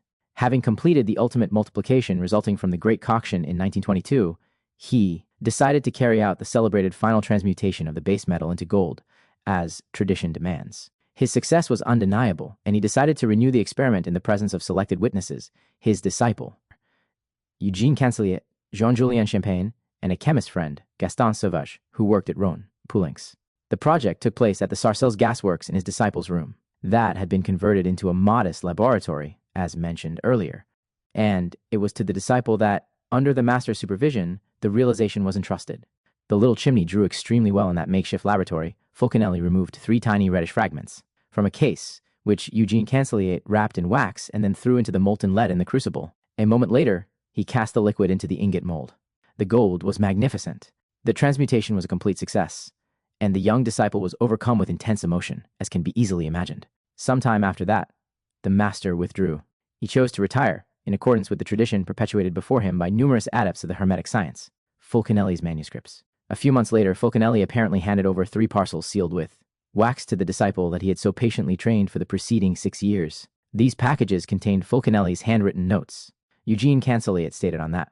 Subject, much later, 60 Fulcanelli. Those were exquisite notes on sheets of paper in various formats. They were not written books. However, in actuality, those notes indeed represented the substance of 3 books, by the master, the respective titles of which were written on each parcel concerned. These were Le Mystère des Cathédrales, Les Demeures Philosophales, and De Fini Gloria Mundi. The disciple was given the task of formatting those notes and then editing them in literary form, in order to produce the first book signed by Fulcanelli, Le Mystère des Cathédrales. Furthermore, he was instructed to write the introduction, sign it with his own name, and then add to his signature the 3 initials FCH for Frère Chevalier de Heliopolis, a designation which CANSELIET was entitled to, even though he had not yet personally achieved the great work. Given the enormity of the task before him, CANSELIET was obliged to resign from his position at the Sarcelles gasworks. The conscientious disciple undertook to write on blank, unlined paper, and upon completion of his work, he submitted it via Jean-Julien Champagne to the master, who expressed his approval and congratulated him. This was in 1922 to 1923, and the book appeared 3 years later, in 1926. Eugene CANSELIET then undertook to start work again, this time with Les Demeures Philosophales, which was an even more voluminous task since the text of it was twice as long as that of the Mystère des Cathédrales. In the meantime, and again, through the agency of Jean-Julien Champagne the master, whom CANSELIET no longer met, instructed his disciple to return the text of De Finis Gloriae Mundi to him. Judging from his request, it is likely that the book contained certain revelations which Fulcanelli, after having thought them through in greater depth, realized the fullness of their gravity, and decided against publishing. Tout le feu du soleil. 79. The end of the glory of the world. Tr. Brother Knight of Heliopolis. Tr. Further, we wish to wham the reader of these lines against any attempt, be it in the present or the future, to publish that text. It would be nothing more than a forgery, for almost all traces of the book in question have completely disappeared. Only a few notes allowing one to determine the outline of the book remain. They reappeared some 60 years later, shortly after the death of Fulcanelli's disciple. We can personally verify this statement. For further details, see Finis Gloriae Mundi, The End of the Glory of the World in Chapter 11. Indeed, never in his life did Eugene CANSELIET ever leave room for doubt on this matter. It is only for Finis Gloriae Mundi that a few notes were actually written, and they were not included in the parcel with the other notes. I don't know why. I have used those texts since they were outside in order to get an idea of what that third book might have been like, what it would have been in actuality. I have no idea. But Fulcanelli wanted the parcel back, and he took it from me. Perhaps there were very serious matters in there. The 2 texts that were published from these notes appeared in the second edition of Le Mystère des Cathédrales and in Les Demeures Philosophales. They are the chapters dealing respectively with the cyclic cross of Henday and the paradox of the unlimited progress of sciences, including Le Grenier de l'Homme, Le Déluge, L'Atlantide, L'Embrassement, and L'Âge d'Or. Let us go back to the period immediately preceding the publication of Le Mystère des Cathédrales. At the beginning of the year 1925, the disciple and the master's illustrator, Jean-Julien Champagne, moved into 2 garret rooms on the 6th floor at 59 bis Rue de Rochouari. CANSELIET had again Le Feu du Soleil, Op. Sits, the reign of man. Tr. The flood. Tr. Atlantis. Tr. The conflagration. Tr. The golden age. Tr. Installed a small laboratory in his own room, which was, for the record, adjacent to the one occupied by the father of the famous violinist Stéphane Grappelli.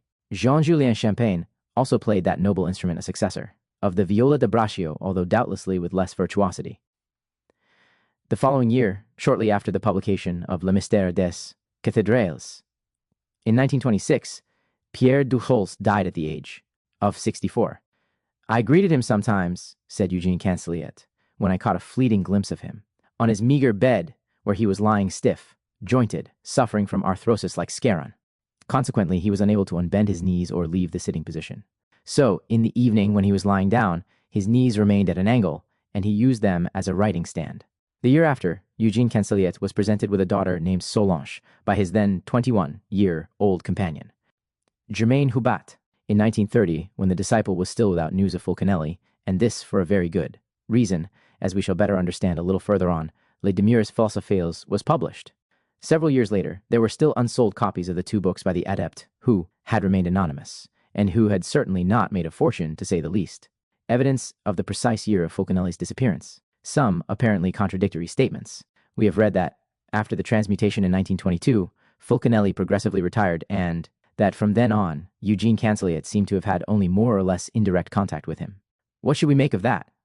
Eugene Canseliet tells us in his Alchemique's Memoirs, just a few days had passed after the death of Julien Champagne in his garret room at 59 Bis, Rue de Rochechouart, a room which was quite identical to mine, although on the opposite side of the staircase that led to the corridor, when a coincidence that remains astounding occurred. This was the coming of the Sufi clergyman, diplomat, and soldier Mohtar Pasha, which transformed my modest life, a life that was already upset 2 years previously, by the master's accession to the absolute of adeptship. As Julien Champagne died in 1932, this means that 2 years previously was 1930. However, we are left wondering at the above statement, given that Eugene Canseliet had alluded without doubt in his preface to the first edition of Le Mystère des Cathédrales, dated October 1925, to the fact that the master had already disappeared a long time before that. The author of this book is no longer with us and has not been for a long time. The man faded away. Only his memory remains. I cannot without sorrow recall the image of that industrious and wise master to whom I owe everything, and lament that he so soon departed. His numerous friends, those unknown brothers who hoped to obtain from him the solution to the mysterious verbum dismissum missing word, will join me in lamenting his loss. Could he, having reached the pinnacle of knowledge, refuse to obey the commands of destiny? No man is a prophet in his own country. Perhaps this old saying gives the occult reason for the upheaval produced in the solitary and studious life of a philosopher by the flash of revelation. Under the influence of that divine flame, the former man is entirely consumed.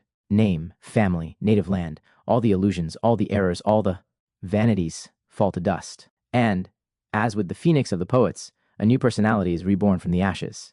At least, that is how the philosophic tradition would have it. My master knew this. He disappeared when the fatal hour struck, when the sign was accomplished. Who, then, would dare to set himself above the law? Fulcanelli is no more. However, we have at least this consolation, that his thought remains, warm and vital, enshrined forever in these pages. Quatre vincept la turbe philosophie notre, 64 Fulcanelli, evidence for the actual year of Fulcanelli's departure. Furthermore, decisive and irrefutable evidence of the departure year was given to us when, thanks to a friend, we found an extremely important document. It goes without saying that no biography devoted to Fulcanelli or to his disciple has revealed this evidence up until now. This enabled us to definitely settle, and we are weighing our words carefully at fundamental question. In fact, this documentary evidence is an interview given by Eugene Canseliet to the French newspaper Le Figaro, dated June 12 to January 13, 1965. The article's title read, Alchemists in the Atomic Era. In his laboratory near Paris, an old man is obstinately pursuing the quest of the great work, and was written by Bernard Lesueur. We are reproducing here a copy certified, of course, of a facsimile of this article. What do we read in this article but the following quite unequivocally stated spiritual heir to the very mysterious Fulcanelli, that other 20th century alchemist who died in 1923, officially dead, although for the adepts, Fulcanelli, having achieved the great work, goes on living at our sides but in a parallel universe. Still, though, how can we reconcile this with the contradictory assertion made by Eugene Canseliet regarding the year 1930? Let our reader be assured that we shall deal with this question very simply when the time comes in subsequent chapters. The answer, it turns out, is self-explanatory. It then only remains to provide evidence that any hypothesis formulated by any author regarding Fulcanelli's identity is incorrect. If it does not concern an individual whose official death certificate recorded in the civil status books mentions the year 1923, 17 Figaro, 13.1, 3, June, des alchimistes et l'air atomique, dans son laboratoire près de Paris, un vieil homme poursuit obstinement. La quête du grand œuvre, pour Bernard Lesueur. Le mystère Fulcanelli, Jean-Julien Champagne. Who was Jean-Julien Champagne? What was the part actually played by this character who was brooding in the shadow of what can be called the Fulcanelli affair? Let us attempt to answer this question by analyzing the available biographical elements. Jean-Julien Champagne was born in Levallois, Perret, on January 23, 1877. Even as a child, it was already clear that he had a creative mind. Incredibly gifted at drawing, he matriculated at the age of 17 at the Paris School of Fine Arts, where he was a student of the painter Léon Gérôme. According to an article written by Robert Ambelain and published in the periodical Électeur Saint Jacques, it would seem that Champagne already had a passion for alchemy in his adolescence. Again, according to Robert Ambelain, Champagne's sister, Renée Deveau, who lived in the Somme department, possessed photographs of a period in which we could admire the young Champagne surrounded by laboratory instruments of all sorts, retorts, a furnace, crucibles, etc. The young man was multi-talented, and in addition to drawing, he was also skilled in painting, music, he played the violin, and woodcarving. During this period of his life, he made a splendid clock representing a neo-Gothic church. He also had a skillful hand for all things practical. Les Cahiers de la Tour Saint Jacques 9, 1962, the Tower of Saint Jacques. T. 68, Fulcanelli. Soon after graduating from the Beaux Arts in 1900, he began to pay frequent visits to the Librairie du Merveilleux bookshop, where Pierre Dujols and his wife immediately took a liking to this young man, who was well read in hermetism and symbolic art. The erudite librarian opened his precious card-index cabinet for him, where he could draw at will. There Champagne also met a number of esotericists, Oswald Wirth, René Guénon, whose periodical L'Agneau was being published by Pierre Dujols. One will recall that the learned librarian was also a fervent supporter of Grasset, d'Orsay's Kabbalistic theories, and a well-versed Hellenist who linked the origin of the French language to that of the Parisien, all of which deeply interested the young painter, artist. Memorable meetings. E.CANSELIET assured his readers in 1964, in his preface to Le Mystère des Cathédrals, that Jean-Julien Champagne had met Fulcanelli in 1905, although the circumstances remain a mystery. In 1907, Champagne became acquainted with the illustrious Ferdinand de Lesseps family, whose residence, a sumptuous house, was located on Montaigne Avenue in Paris. One of the sons, Bertrand, was well versed in alchemy, and a short while after meeting Champagne, he invited the young painter to work in a little laboratory installed in a house on Rue Vernier, which was owned by his brother, Ferdinand Jules. This was very close to Rue Belidor, where, if we are to believe the Voyages and Kaleidoscope, the young hero, inventor Joel Joseph lived. Officially, Champagne was employed by Bertrand de Lesseps to do industrial drawing and design a turbo propeller. Unofficially, however, according to Robert Ambelain, he was working on discovering the secret of the alchemical great Jean-Julien Champagne with his turbo propeller work in order to attempt to achieve it. It seems that Jean-Julien Champagne was entirely free to organize his work as he wished, until the year 1917. He occasionally escaped for shorter or longer periods of time in order to do work for friends of Pierre Dujols, the booksellers, publishers Chacomac, who he had been recommended to by Dujols. Champagne's task here consisted of tracking old and rare books which specialized in occultism and were found in local libraries. This occasionally required him to travel in order to see and evaluate the books and then make the appropriate selections. Furthermore, in 1910, Fulcanelli employed him to carry out miscellaneous tasks and as a courier. This gave E.CANSELIET an opportunity to meet them in Marseille, surrounded by old alchemical writings penned by hands of the best authors. They were certainly not unknown to Pierre Dujols, who had spent his youth in Marseille and after completing his studies in a Jesuit college in Aix and Provence had become a professional journalist. In fact, Jean-Julien Champagne was commuting between Paris and Marseille since, as we recall, he was then working for the de Lesseps on a project developing a propeller for a screw-propelled sleigh, which we shall discuss in further detail later on. All of this was taking place on the background of the First World War, which had erupted a few months before. As mentioned above, upon Bertrand de Lesseps' invitation, Jean-Julien Champagne was residing on Montaigne Avenue in order to work on his screw-propeller sleigh, where he received a regular remuneration in the form of rent. Champagne introduced young E.CANSELIET to the de Lesseps family, who were acquainted with many people belonging to the worlds of politics, business, art, and literature. The connections of the famed Ferdinand's descendants were very eclectic, to say the least. Politicians of various orientations could thus be seen in the sumptuous abode on Montaigne Avenue, as could Anatole France and the founder of the Surrealist movement, André Breton. Of course, it must be said that they were certainly not all invited to the same types of social evenings. It is at one such evening that the author of Arcane 17 and Nadia made the acquaintance of E.CANSELIET. This was the beginning of a long friendship that led to the sponsorship, much later, of the latter by the former at the Société Jean de Lettres de France. The author of the famous novel Voyages in Kaleidoscope, Irene Hillel Erlanger, the novel with real characters, using fictitious names, which we discussed in Chapter 1, was also a regular visitor at the de Lesseps home.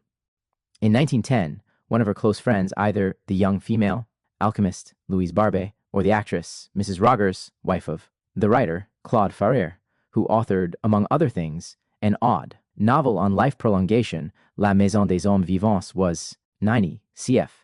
Our preface entitled André Breton, Soleil Noir et Monde de Feu, of the excellent book by Richard Danier, El Hermétisme Alchimiques.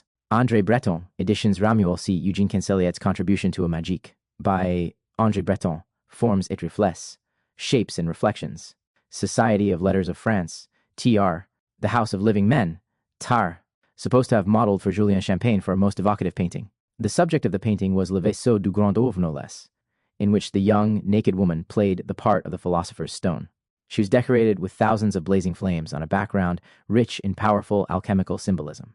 However, although Grace's diamonds sparkled and glittered on her forehead, she still evoked the same erotic fascination as Countess Vera by her disturbing nakedness. Later on, André Breton was to confess to Eugene Canseliet that Paul Éluard, the poet of surrealism, was not indifferent to the charms and graces of Jean-Julien Champagne's model. Furthermore, Champagne, who could occasionally be facetious, had found it amusing to play a prank on Louise Barbet's husband, Dr. Voronoff. He once tampered with his father's identity card, assured Dr. Voronoff that it was his own and that he was born in 1854, but that he possessed the elixir of eternal youth which prevented him from aging. We should add that Serge Voronoff was easily fooled by this, the more so since his research in the Collège de France laboratories was actually focused on rejuvenescence. Jean-Julien Champagne was thus rather whimsical and loved playing pranks. Another example of this side of Champagne is found in a recollection by Eugene Canseliet at the end of his life in his article, Alchemique's Memoirs, about René Viviani, who had formed a great friendship with the man he called his very dear Fulcanelli. Having kept an incurable student painter's mind, Julien Champagne had a little dog he had named Jugi, whose hair was white and curled in large loops. He sometimes came accompanied by that friendly and funny animal, her facetious master had her sitting very upright, and he ordered her to stand. The vessel of the great work. TR. A representation of this painting is used as a frontispiece in the reprint of Eugene Canseliet's D'Horloges Alchimiques, 96 Alchemical Memories. TR. 72 Fulcanelli. Up, adding gravely, we are going to deliver our speech for Mr. Viviani. Immediately the little animal, a true busker, started giving grunts and growls that she modulated, and emphasized with gestures of her forelegs, which she was in turn extending and flexing. Certainly, this was not distasteful, but having heard of that little number, Fulcanelli requested his illustrator not to have it played before the young de Lesseps, that is, before the great grandchildren of Ferdinand, the one who had contributed to the cutting of the Suez Canal under Napoleon III. In a quite different context, let us remind the reader that Eugene Canseliet confided to André Breton that, of the various persons, all of a high standing, whom we saw around the master at Montaigne Avenue, Raymond Roussel impressed us the most. And so much so that it appeared to us quite out of place that our old Julien Champagne could call that distinguished man La Classe. It is true that both men had belonged to the same contingent, the one of 1877, and that Mr. Roussel, who had a passion for the internal combustion engine, had an admiration for the illustrator of Fulcanelli and Bertrand de Lesseps. It is also true that Champagne was the inventor of the screw, propeller sleigh for Ferdinand's eldest son that Raymond Roussel admired at Montaigne Avenue, and which he had photographs taken of. Eugene Canseliet and Jean-Julien Champagne often paid visits to the latter's mother, who lived at Amoville, Les Gonesse, on Viollet-le-Duc Avenue, a street whose name is interestingly quite similar to Fulcanelli's own patronym. There they spent their time at their favorite artistic pursuit, painting, and during the summer of 1921, Eugene Canseliet painted a striking portrait of the friend he considered to be his master. An air of mystery exudes from the proud expression on the face framed by long gray hair with hues of violet. Later on, Eugene Canseliet published a copy of his portrait in his Alchemy, Expliqué sur ses textes classiques. La Turba des Philosophers, 1982. The annual contingent of recruits. TR. Alchemy explained by its classic texts. T. Editions JJ. Pauvert, 1972. During the same year, Jean-Julien Champagne left Paris for Berry. Upon invitation from the de Lesseps, he took up residence at their Château de l'Air, an estate which, although it was in Berry, was some ways from Bourges. There he was assigned the tasks of creating blueprints for a refrigerator and teaching drawing to young Paul.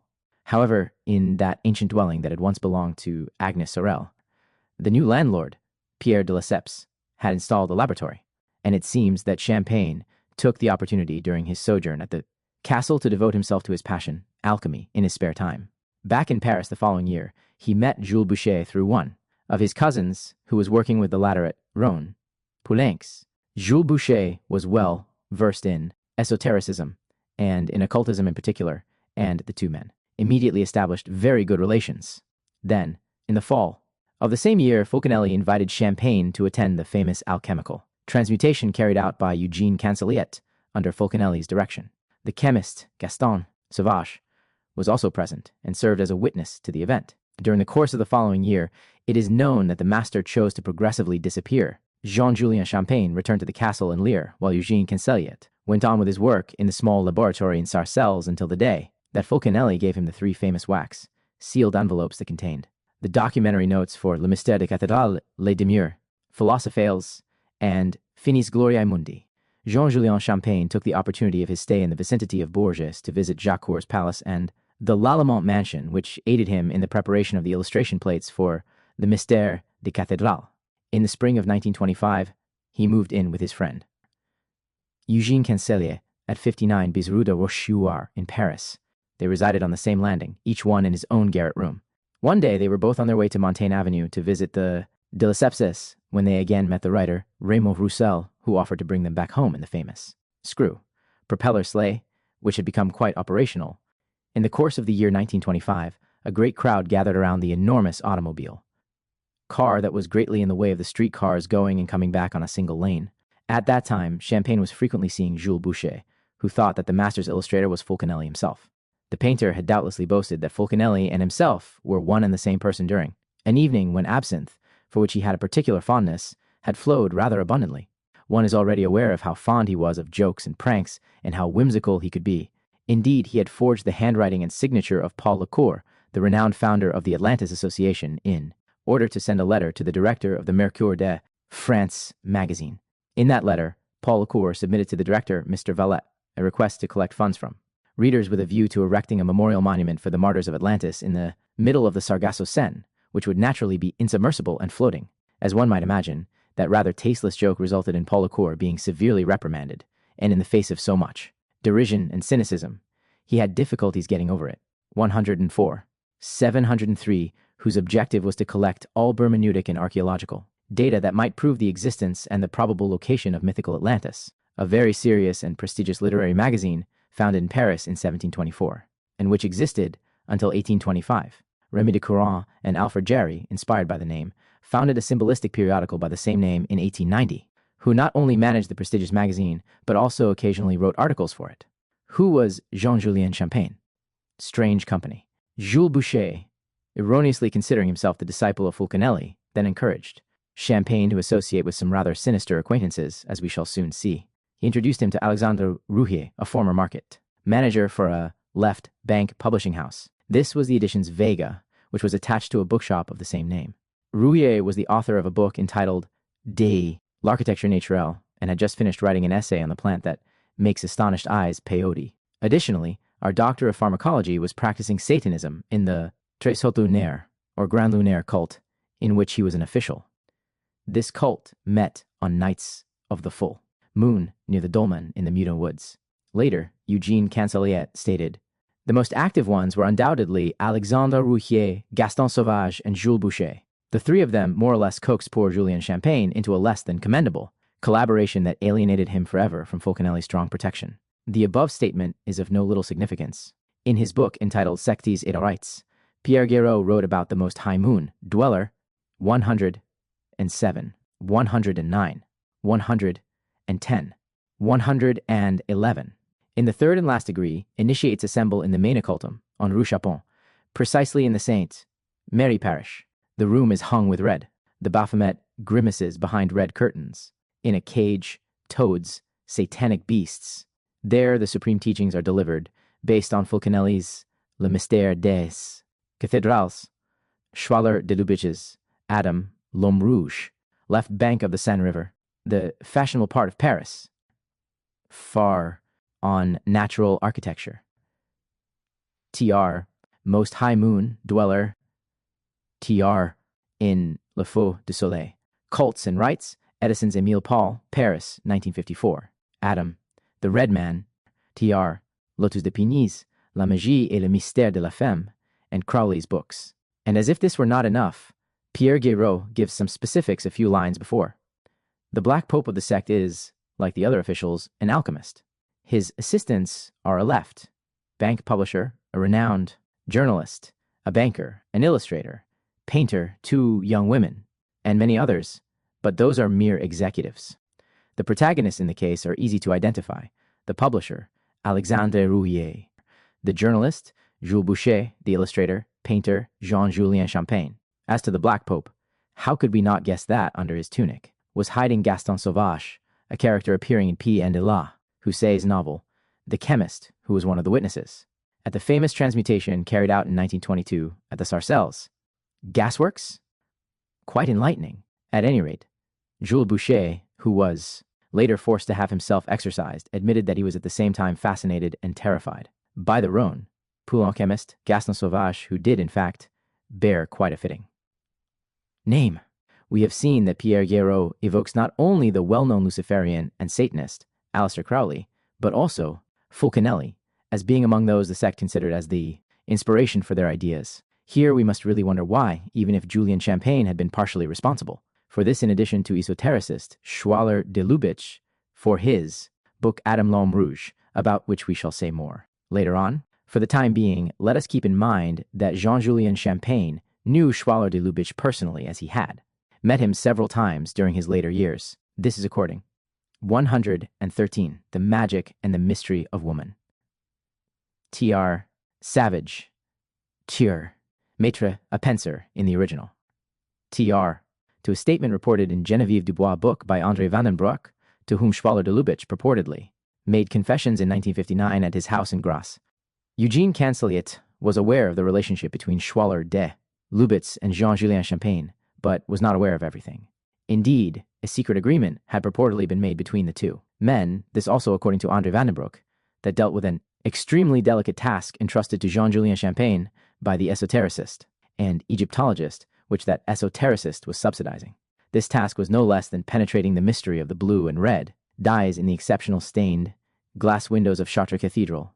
That the 2 men were successful in that task would be saying enough. However, Geneviève Dubois claims that the successful result of that experiment was reported by Eugene Canseliet himself in his second preface to Le Mystère des Cathédrals. This is entirely incorrect, and the error is easily demonstrated.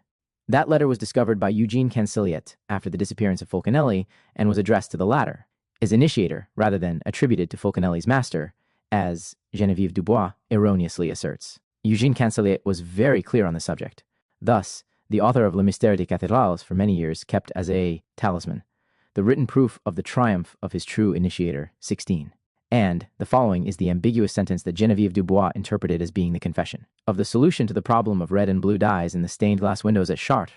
What comforts me in certainty is that the fire only dies out when the work is achieved, and the whole tinctorial mass impregnates the glass, which, from decantation to decantation, Geneviève Dubois, Fulcanelli de Voile, Editions d'Ervy, Paris, 1992, 116, Le Mystère des Cathédrals, p. 17, Mystery of the Cathedrals, p. 10, Fulcanelli, remains absolutely saturated and becomes luminous like the sun 17. The above, in fact, most certainly does not refer to an alchemical process of dyeing glass, even if it is extraordinary in and of itself. It does, however, refer to the pure and sheer application of the penetration power. Ingres, of the Philosopher's Stone, such as was described accurately by Fulcanelli himself in his Demures Philosophales. Apparently, this was entirely missed by Geneviève Dubois. Further, she should have carried out her alchemical research more in depth prior to meditating on the following unequivocal lines. Above all, it is all important is to remember that the Philosopher's Stone appears to us in the shape of a crystalline body, diaphanous, red in the mass, yellow after pulverization, dense and quite fusible although fixed at any temperature, and which its inner qualities render incisive, fiery, penetrating, irreducible, and uncalcinable. In addition, it is soluble in molten glass. This is the undeniable evidence that the alchemist has obtained the stone and that transmutation can be achieved successfully. It is quite obvious that the letter involved is not from the pen of Schwaller de Lubitsch, as Geneviève Dubois would like us to believe, since it was not addressed to Champagne, but, let us repeat it, to Fulcanelli's initiator. In order to remove any doubt, the reader is referred to the text of this letter, which is given in the appendix. Julien Champagne poses as Fulcanelli. Let us come back to the Fulcanellian pretensions of Jean-Julien Champagne, the stand, in who indeed persisted in 118 TB, P18, FAR, P11, ING, OP, SIT, TI, P 262.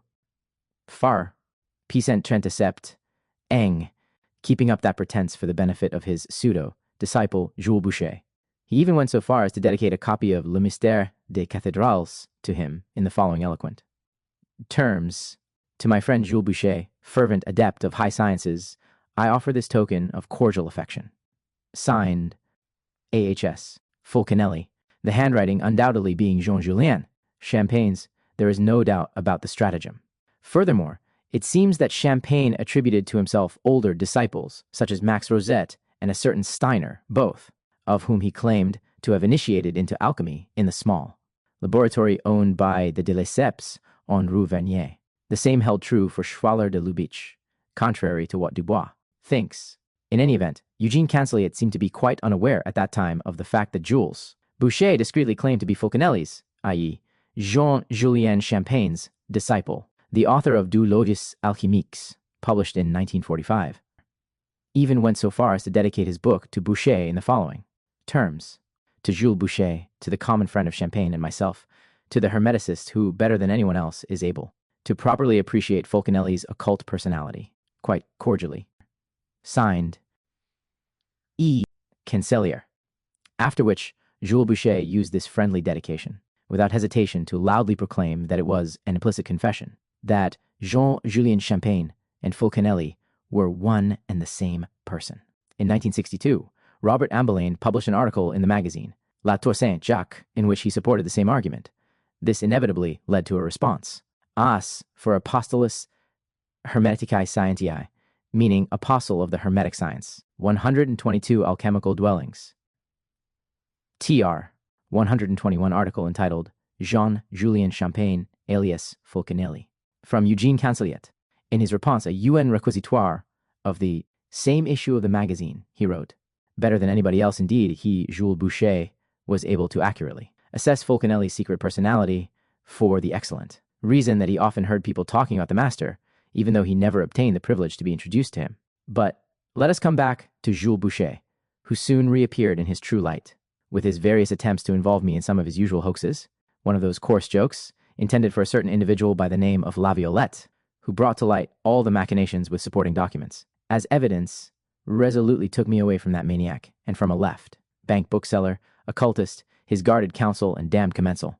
But it was, in fact, in a letter dated May 7th, 1963, and addressed to one Charles Art, published in L.M. Otero's book, See Bibliography, that Robert Ambelain revealed his true thoughts. The letter is quite enlightening, and removes any ambiguity about Jules Boucher, as can be understood from the following passages. My dear Charles, no, I never received a Fulcanelli file from Boucher. Mine was started before the war, as I have written. I have information, not all of it published, that Boucher never mentioned. I own photographs he never saw. The reason? He would have been cross with me for that investigation, and for what I had gleaned from it, about the others, and about him. Fulcanelli existed under another name. He incorporated himself in Champagne for the time necessary to write his two books. The latter was the likely unconscious medium. That is why he was working at night. This is why the drafts of these nocturnal works, in a handwriting other than his own, were never found after his death. Without a doubt destroyed as the work progressed. Reply to an indictment, TR. That said, after Pierre Duhal's death in April 1926, Champagne no longer hesitated in posing as Fulcanelli, even with Schwaller de Lubitsch, with whom his ties had become closer and closer, until the successful experiment in 1930 that resulted in the famous discovery of the blue and red dyes that constituted the mystery of the stained glass windows in Chartres Cathedral. After his return from the Plan de Grace property belonging to Schwaller de Lubitsch, Jean-Julien, Champagne did not appear to be quite the same to his faithful friend, Eugene Canseliet. He immersed himself in long philosophical meditations and undertook to renew some spagyric experiments on the small, round stove in his sparse and squalid attic on Rue de Rochouart. With Eugene Canseliet's assistance, he busied himself, developing an ointment and a plaster that they both wished to submit for clinical trials in hospitals. Was poor Jean-Julien, Champagne already suspecting that an illness awaited him that would soon bring him down? At the end of 1931, his left leg became horribly sore. He dragged it painfully until he was eventually forced to keep to his bed a few months later. In his bedroom, which was lit by a petroleum lamp whose beam he had adjusted with an attached lens, he sniffed galbanum from a metal box he always kept at hand, and slowly sipped absinthe to soothe the pain. Eugene Canseliet tried to give him as much relief as he could by changing his bandages, but to no avail. The inflamed arterial blockage developed into gangrene, growing worse daily. At the break of dawn on August 26, 1932, JEAN-JULIEN, Champagne passed away in great poverty. He was 55 years old. His sister, Renée Deveau, took the few papers he had left. Eugene Canseliet remained on excellent terms with her as well. 123, a bitter aromatic gum resin extracted from an Asiatic plant, Ferula galbaniflua, or any of several related plants and used in incense and medicinally as a counter-irritant, TR. As with her husband, who had acted as a go-between for his brother, in law for a long time. Jean-Julien Champagne was buried 3 days later in the cemetery Amouville-les-Gonesse. A few months later, a marble slab was placed on his grave. It had been ordered by his sister, but had been paid for by Schwaller de Lubitsch, who was also behind the composition of the epitaph. Here lies Jean-Julien Champagne, Apostolus Hermeticae Scientiae, 1877 to 1932. A year and a half later, Eugene Canseliet happened upon Schwaller de Lubitsch's book entitled Adam l'Homme Rouge. After having read it carefully, he decided to write the author a letter, dated December 4th, 1933, from which the following are excerpts. Sir, it may be that my name, written on the back cover, is not completely unknown to you since, having been very close to Mr. Champagne in the last years of his life, you may have heard him talk about me sometimes. Since his death, I have been pursuing on my own the aim of our collaboration that started 17 years ago and which led us to rent 2 neighboring attic rooms at 59 bis Rue de Rochechouart in January of 1925. It so happens that I was lucky enough to have been lent a very interesting book a few days ago. Adam l'Homme Rouge, which taught me something that our mutual friend had neglected to tell me, i.e., that you are the author of that curious and scholarly book. In it, you demonstrate very deep knowledge and highly philosophical ideas about the primeval androgynous state, the same ones that were embraced by Mr. Champagne after his retum from Plan de Grasse, and which seemed to have overturned the notions he held before. As we both followed this new orientation, we went back to the study of the caput mortuum of the first work, which we had previously always. Who was Jean-Julien Champagne, rejected as useless and valueless scoria? Isn't it possible that Mr. Champagne also showed an incomprehensible and surprising lack of memory towards this material part of your work, unless this was due to untimely discretion and excessive reserve? Whatever the reason, I feel unable to rid myself of the painful impressions left in me by some unexpected events, some unsuspected facts that took place at the end of his life and after his death, which gave rise to atrocious scenes of which I cannot say whether they were more loathsome or disturbing. It should be said that for a long time he was progressively under the deplorable influence of a woman. Alas, narrow-minded persons too often exert such influence on superior minds. But all of that is of no significance and has no other interest apart from the negligible one of the artificial things of this world. Quite different is the value I will give to the reply you will deem adequate to address me in order to provide me with clarification, in the proportion you deem useful, about the primary point of the great work, Eugene Canseliet. It seems that Eugene Canseliet had already foreseen what was going to happen. More than half a century later, with the publication of André van den Broek, his book, Alchemy, a memoir, hermetic, occult, political, and private, aspects of Schwaller de Lubitsch, once again, Geneviève Dubois, erroneously wrote that the author claimed in this book that Julien Champagne was Fulcanelli. Jean Laplace exclaimed that it was Jocelyn Godwin who, 1 year later, in his English critique of the book published in the review, Aries, Noate, decided on his own accord to put to death the Fulcanelli myth by the following extrapolation. Van den Broek, not finding this point important, did not dwell on that miserable man's identity. Eors, Schwaller de Lubitsch, nickname. Anecdotes, however, leave no room for doubt about his identity. Jean-Julien Champagne, which, for many, will not. 134 Inner Traditions, 1987. 84. Be a surprise. How could Geneviève Dubois endorse this, in contempt of any objectivity, when André van den Broek had only written? The information about what Fulcanelli was doing was obtained from the Frère de Hieropolis, in particular from Canseliet, Champagne. I felt, and I assured him of this, that to get a clear idea of the situation, history was in no need of an identification. Swore to keep his name secret. I shall keep my promise. The much debated identity of Fulcanelli. Eugene Canseliet had, in a veiled manner, attempted throughout his life to put the reader on the trail of Fulcanelli's identity. He did this by leaving behind many clues that would permit one to discern the true personality that dwells in the shadows of the master's pseudonym. This naturally left the door open to several hypotheses, not all of which, alas, were without a certain degree of subjectivity or partial after thought, to say the least. These shall be refuted further on. For the time being, let us simply make mention of them. Erroneous hypotheses. To whom in Eugene Canseliet's entourage has Fulcanelli's true identity not been attributed? When Canseliet maintained, as he did from the start, that he was himself the disciple, and was thought to be so as well by Paul Lecour, the founder of the Atlantis Association, authors Jules Boucher, Robert Ambelain, Robert Amadou, and more recently, Geneviève Dubois, loudly proclaimed without hesitation that Fulcanelli could be none other than the painter Julien Champagne, unless the latter had conned René Schwaller de Lubitz or Pierre Dugols. Shortly after Eugene Canseliet's death, Robert Amadou published the results of a so-called investigation into Fulcanelli's identity in the columns of the magazine L'Autre. Monde, a piece pejoratively entitled The Fulcanelli Affair. We will attempt to briefly summarize it in the following points.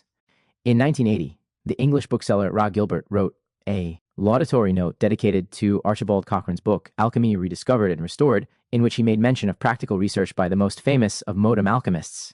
Of course, this referred to Fulcanelli, about whom Ra Gilbert confidently wrote, "His real existence, contrary to the ones of mythical French adepts, is beyond any doubt."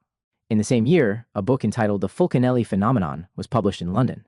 Its author, Kenneth Rayner Johnson, maintained, among other things that we shall refer to later on, that Fulcanelli had succeeded in achieving a metal transmutation at the Château de l'Air near Bourges, in the presence of Pierre de Lesseps, two physicists, one chemist, and one geologist.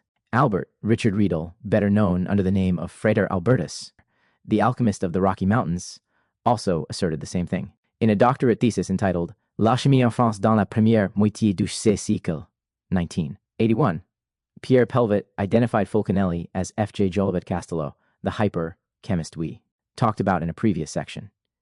He did this, however, without formally rejecting the hypothesis by which Fulcanelli and his disciple, Eugene Canseliet, would have been one and the same person. We note that a certain Robert Jolivet had been the abbot of Mont Saint-Michel in the ex-5th century. His crest presented coat of arms of Robert Jolivet on the wall at Mont Saint-Michel, and as used as the end-piece of the first edition of Les Demures, Philosophales. On the ramparts, figured at the end of the first edition of Dwellings of the Philosophers.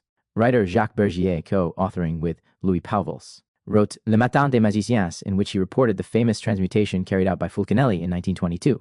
He maintained that he had met with Fulcanelli in 1937, and shortly prior to his death is said to have confessed to Robert Amadou that Fulcanelli was indeed Schwaller de Lubitsch. The alleged meeting with Fulcanelli was said to have taken place in June of that year on the gasworks premises at Place Saint-Georges in Paris. At that time, Jacques Bergier was close to Prof. André Hellbronner, who had founded a nuclear research laboratory. The man with whom Bergier met purportedly then declared, "Mr. Hellbronner, to whom you are, I think, the assistant, is in search of nuclear energy." Mr. Hellbronner was so kind as to keep the morning of the magician Tr. me informed about some of the results obtained, among others, the presence of radioactivity corresponding to polonium when a bismuth thread is blown by an electric discharge in high-pressure deuterium. This is followed by a cautionary sentence regarding the many dangers of radioactivity. He then added, "I know what you are going to say, but that is irrelevant.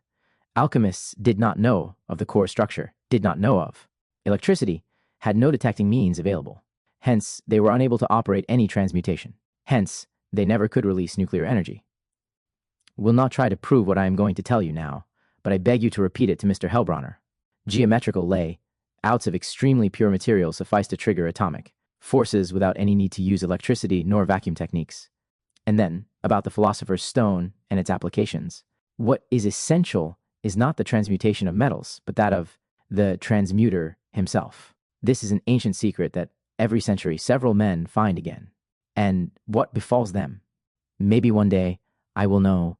This is what Jacques Bergier confessed, and Bergier should have understood, from the words themselves of the man with whom he spoke, that he had not reached adeptship.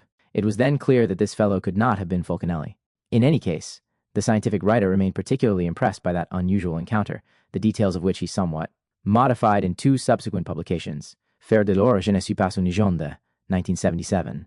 Writer Robert Ambelain, author of Fulcanelli file, deposited with the Bibliothèque Nationale, as well as of an article published in the periodical La Tour Sainte. Jacques claimed that Fulcanelli was none other than Julien Champagne. He based his claim on the following three facts. 110 making gold, tr. 1311. Not a legend, tr. 13th, The Tower of Saint-Jacques. In 1926, bookseller, publisher Jean Skemet purportedly found very precise comments in the manuscript of the first edition of Le Mystère des Cathédrales about which Julien Champagne had previously talked to him. Fulcanelli was supposed to have dedicated this book to Jules Boucher, preceding his pseudonym with the initials AHS, an abbreviation, for Apostolatus Hermetica Scientiae, Apostle of the Hermetic Science. This same title is engraved on the epitaph of Julien Champagne's tomb in the Arnouvillelis, Gonesse churchyard. Hence, according to Ambelain, Julien Champagne and the person who wrote Le Mystère des Cathédrals could only be one and the same person. The motto on the shield at the end of Le Mystère des Cathedrals is Uber Campa Agna, where Campa Agna may phonetically designate Champagne, and Uber was, according to him, one of Champagne's first names, Hubert, although he had always called himself Julien. According to Robert Amadou, E.CANSELIET and Fulcanelli could well be one and the same. I believe, although I am not convinced nor certain, I repeat it, that Fulcanelli is E.CANSELIET'S pseudonym, he wrote. He was hazing his assumption on Paul Lecour's opinion and on the fact that Pierre Noël de la Houssaye, who knew E.CANSELIET well, and considered him to be a genuine adept and brother, Knight of Heliopolis, referred to him in his novel L'Apparition. D'Arsino, this is an excellent initiatory novel, evidencing some alchemical knowledge in which Houssaye alluded to CANSELIET'S long manipulations near the fire of the Athanor from which was extracted the philosophers, gold. Above all, E.CANSELIET had admitted to him, during the course of an interview published under the title Le Faux du Soleil, ed. J.J. Pauvert, 1978, that he himself had written the text of Le Mystère des Cathédrales and of Les Demures Philosophies on the basis of notes given to him by Fulcanelli. How could Robert Amadou not see in Pierre Noël de la Houssaye's novel that the chemist with a university degree, the occultist and black magician described Gaston Sauvage rather than E.CANSELIET? Then, Robert Amadou strangely denied the hypothesis about the criticisms attributed to Fulcanelli written in the margins of Stanislas de Gualta's book La Clef de la Magie Noire, owned by Jules Boucher. After comparing that handwriting with handwriting of Julien Champagne, he observed their exact similarity and thus concluded that Champagne equal to Fulcanelli. More recently, Richard Katzin, in his book Fulcanelli et le Cabaret du Chat Noir, claims, after many a demonstration, that Fulcanelli was none other than Dr. Alphonse Joubert, to whom we have already alluded. He argues that the presence of a silver hippocampus in the coat of arms at the end of Le Mystère des Cathédrales is all important. He thinks he can make it out in the sign of the Montmartre Chat Noir Cabaret, referred to by Fulcanelli, and, above all, he sees in it, in the manner of a rebus, the letter J, to which only Aubert has to be added the argotic word for silver to obtain Joubert. Furthermore, he reads the motto accompanying the shield not as Uber, Campan Agna, but as Ober. Even more recently, he claimed Joubert was the mysterious master. Written about by Raymond Roussel, whom the latter nicknamed Little Volcano, Geneviève Dubois, regrettable misconception. If we use the word misconception, it is quite on purpose, for that word refers to getting it wrong, which, on the whole, is not dishonorable. Nevertheless, within this particular misconception is also the deep and scarcely veiled contempt in which the author holds Fulcanelli and alchemy. The authors listed above had undoubtedly shown respect for Fulcanelli and 133. The Key to Black Magie, Tr. Fulcanelli and the Black Car Café. T. Ramuel, 1997, had considered him an adept of Hermetic philosophy, which he masterfully discussed in both of his published books. However, Geneviève Dubois not only appears to hold contempt for Fulcanelli and alchemy, but for Fulcanelli himself, who is also disparaged, run down and betrayed in such a manner that her book would have been more appropriately entitled Fulcanelli de Voix rather than Fulcanelli de Voile. L'Affaire Fulcanelli, another work by said author, is a fallacious and partial book full of glaring errors of logic, transcription, and date. It is, as far as I know, a book that few noticed, with the exception of Jean Laplace, and one which ridicules, and describes a hoax cunningly orchestrated by the duplicity of two document looters, Pierre Dufols and René Schwaller, and the ingenious ideas of E.CANSELIET and his mentor Julien Champagne, in the manner of a novel by Flaubert, the Bouvard and Pécuchet of the Belle Époque. However, under the pretense of making amends, Geneviève Dubois wished to make it clear at the end of the Perfidious book that she thinks that young Canseliet had been the sport of Champagne, who thoroughly manipulated him. Jean Laplace therefore justly expressed his indignation in the diatribe he published in La Tourbe des Philosophers, Indeg S. 36-37. I was still very naive to think that those questers had only in mind to put a name on a pseudonym, I realized after some time that some of them were only trying, under the cover of that so-called quest, to destroy the hated image of Eugene CANSELIET, whom they so detested. The malevolence and intentional prejudice warned against by Eugene CANSELIET again produced a heap of nauseous nonsense entitled Fulcanelli de Voile. Still, in his Alchemy Expliquée and on that same page 12, the philosopher foresaw that 4 centuries would not elapse, as in the case of Flamel, before his own life would be meticulously sifted through without any benevolence by yet another villain.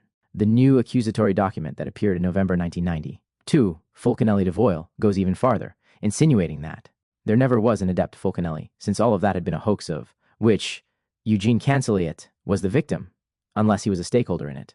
The hatred for Eugene CANSELIET that emanates from that distasteful book is all the more. CANSELIET, released as the only one able to give answers, has been dead for about 10 years. Now, still, when one realizes that the author is not even able to correctly read the original copy of the philosopher's published letter, so enormous are the mistakes one is allowed to seriously doubt her insight.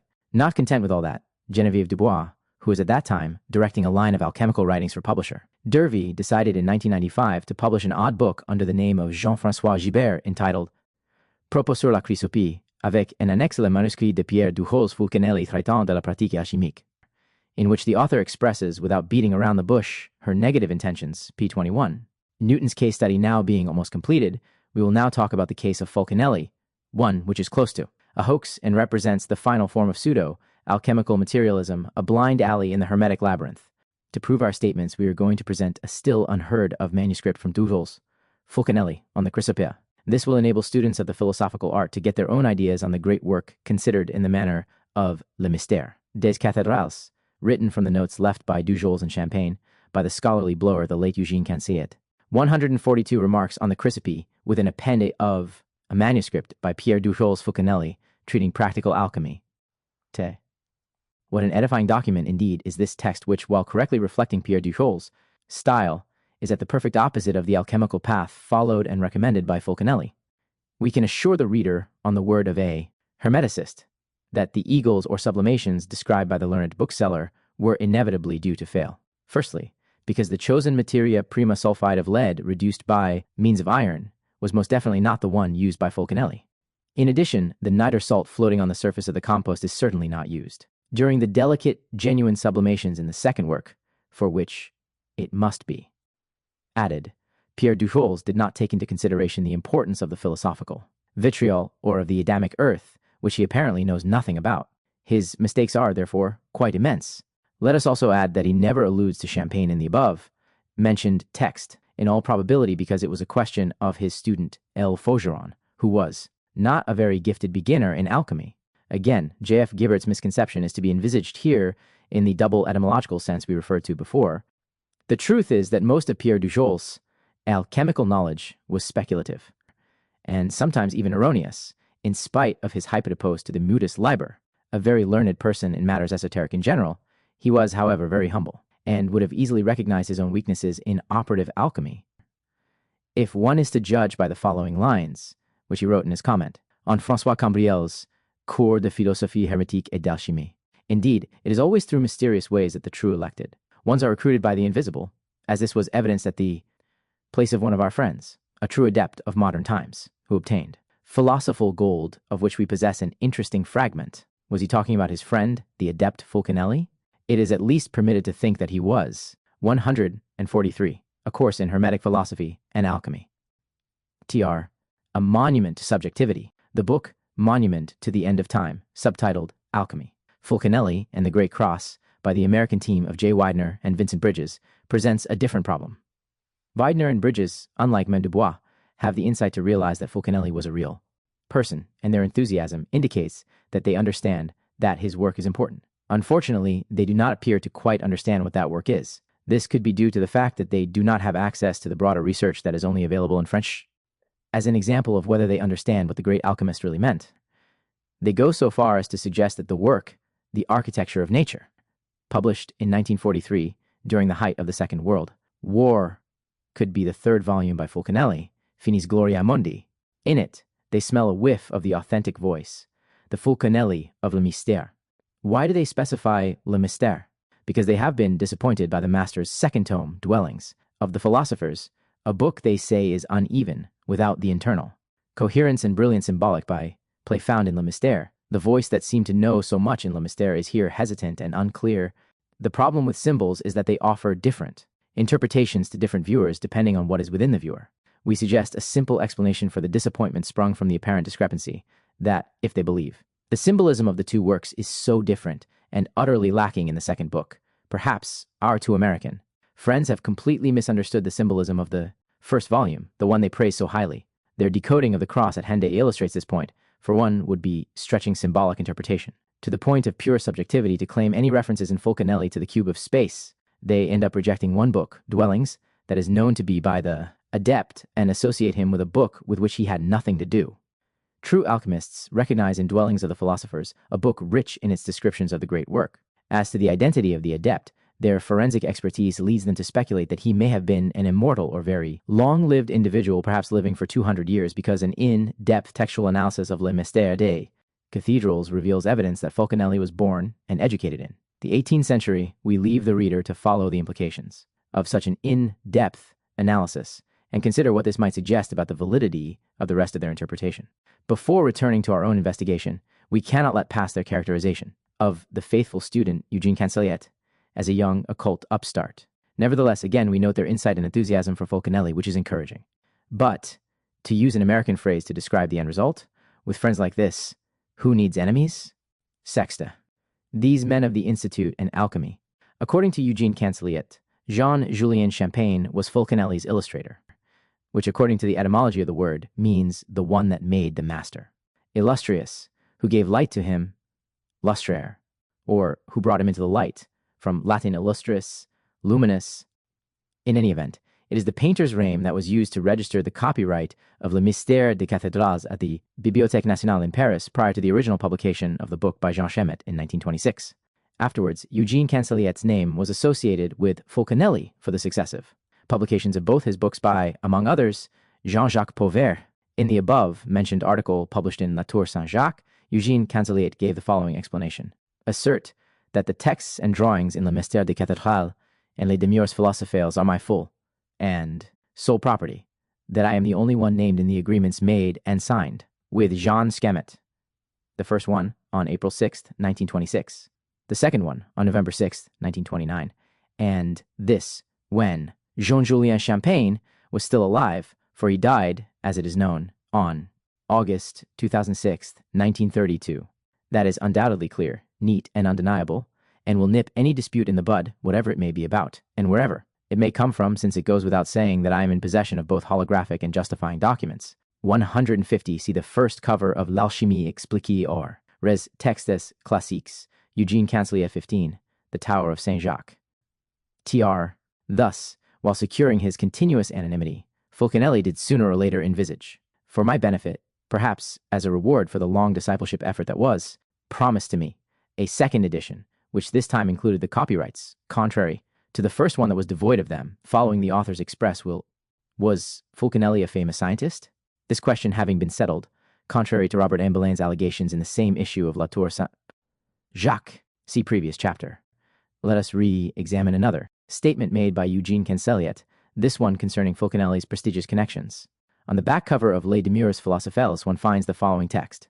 If, in Heliopolis, I personally always feel, and quite intensely so, pledged by my oath to the ancestral discipline of the secret, how many free, high, ranking, and powerful persons exist, who might have been able to talk, even in confidentiality, but kept silent as if bound by some tacit agreement. It is important in particular to be aware that, in his youth, Fulcanelli was received by Chevreul, de Lesseps, and Grasset. D'Orsay, that he was Berthelot's friend, and that he knew Curie very well, who was his junior by 20 years.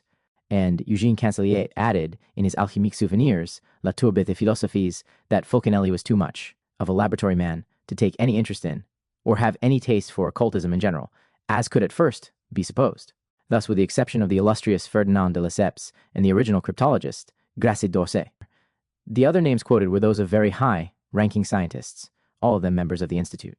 If Fulcanelli did indeed somehow associate with them, would this then not leave one with the understanding that he was a high, ranking scientist himself, and even perhaps a member of the Academy of Sciences?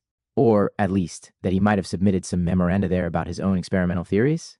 If one questions the validity of this statement, given how daring it may appear, one should refer to the second book by the master. Here, Fulcanelli bravely declared in what can be considered a confession that he did indeed belong to the scientific community. François Vincent Raspail was a confirmed alchemist, and the works of classical philosophers were numerous among his other books. Ernest Bose said that Auguste Cauers, a member of the Academy of Sciences, had told him that his revered master, Chevreul, professed the greatest esteem for our old alchemists. As a consequence, his library contained practically all of the significant writings of the Hermetic philosophers. One of the most celebrated in chemical science, Marcelin Berthelot, did not merely adopt the school's opinions.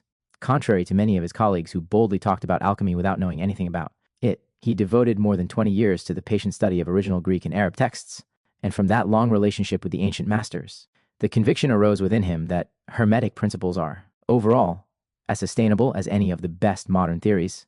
Were we not committed by the pledge we made toward them, we might add to the list of those scholars the names of certain leading scientific personalities who are entirely converted to the Hermetic art, but whose very position obliges them to practice only secretly 52.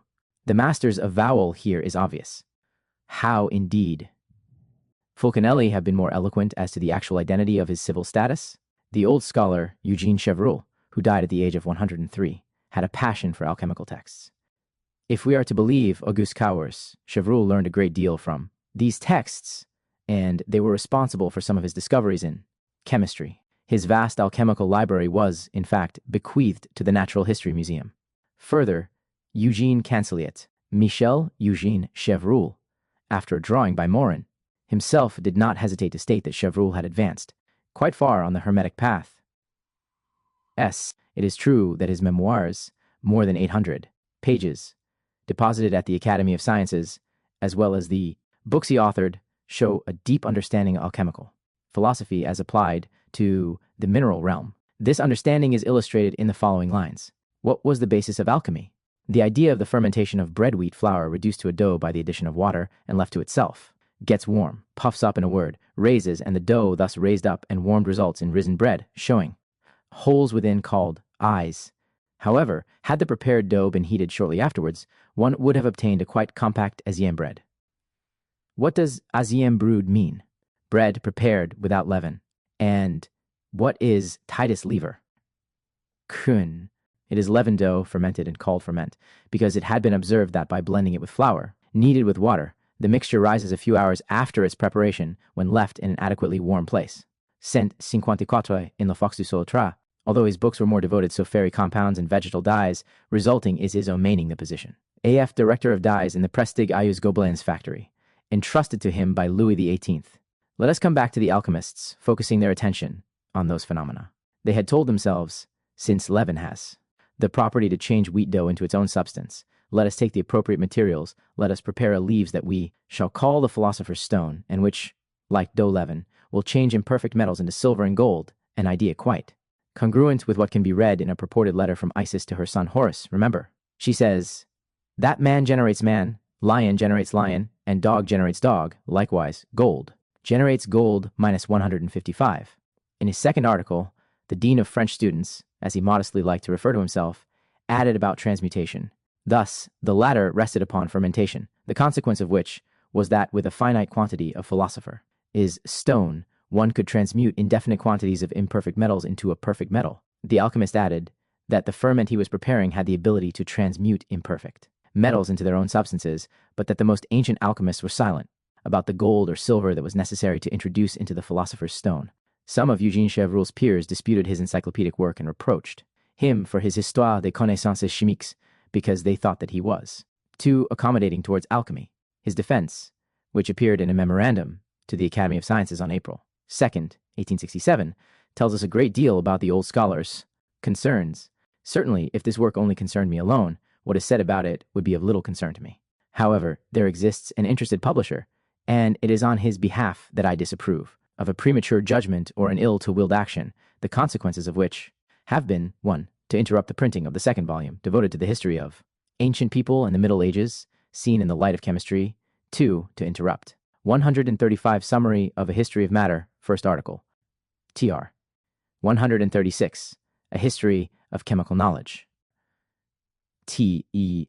The printing of a third volume devoted to an overview of occult sciences, including alchemy.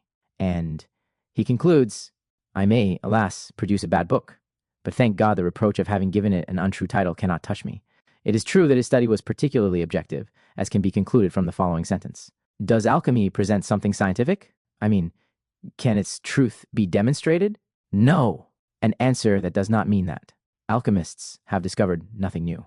Fulcanelli reiterated Chevreul's views on this particular point when he wrote, "Can we show evidence of atomic transformations affecting some molecules of a substance?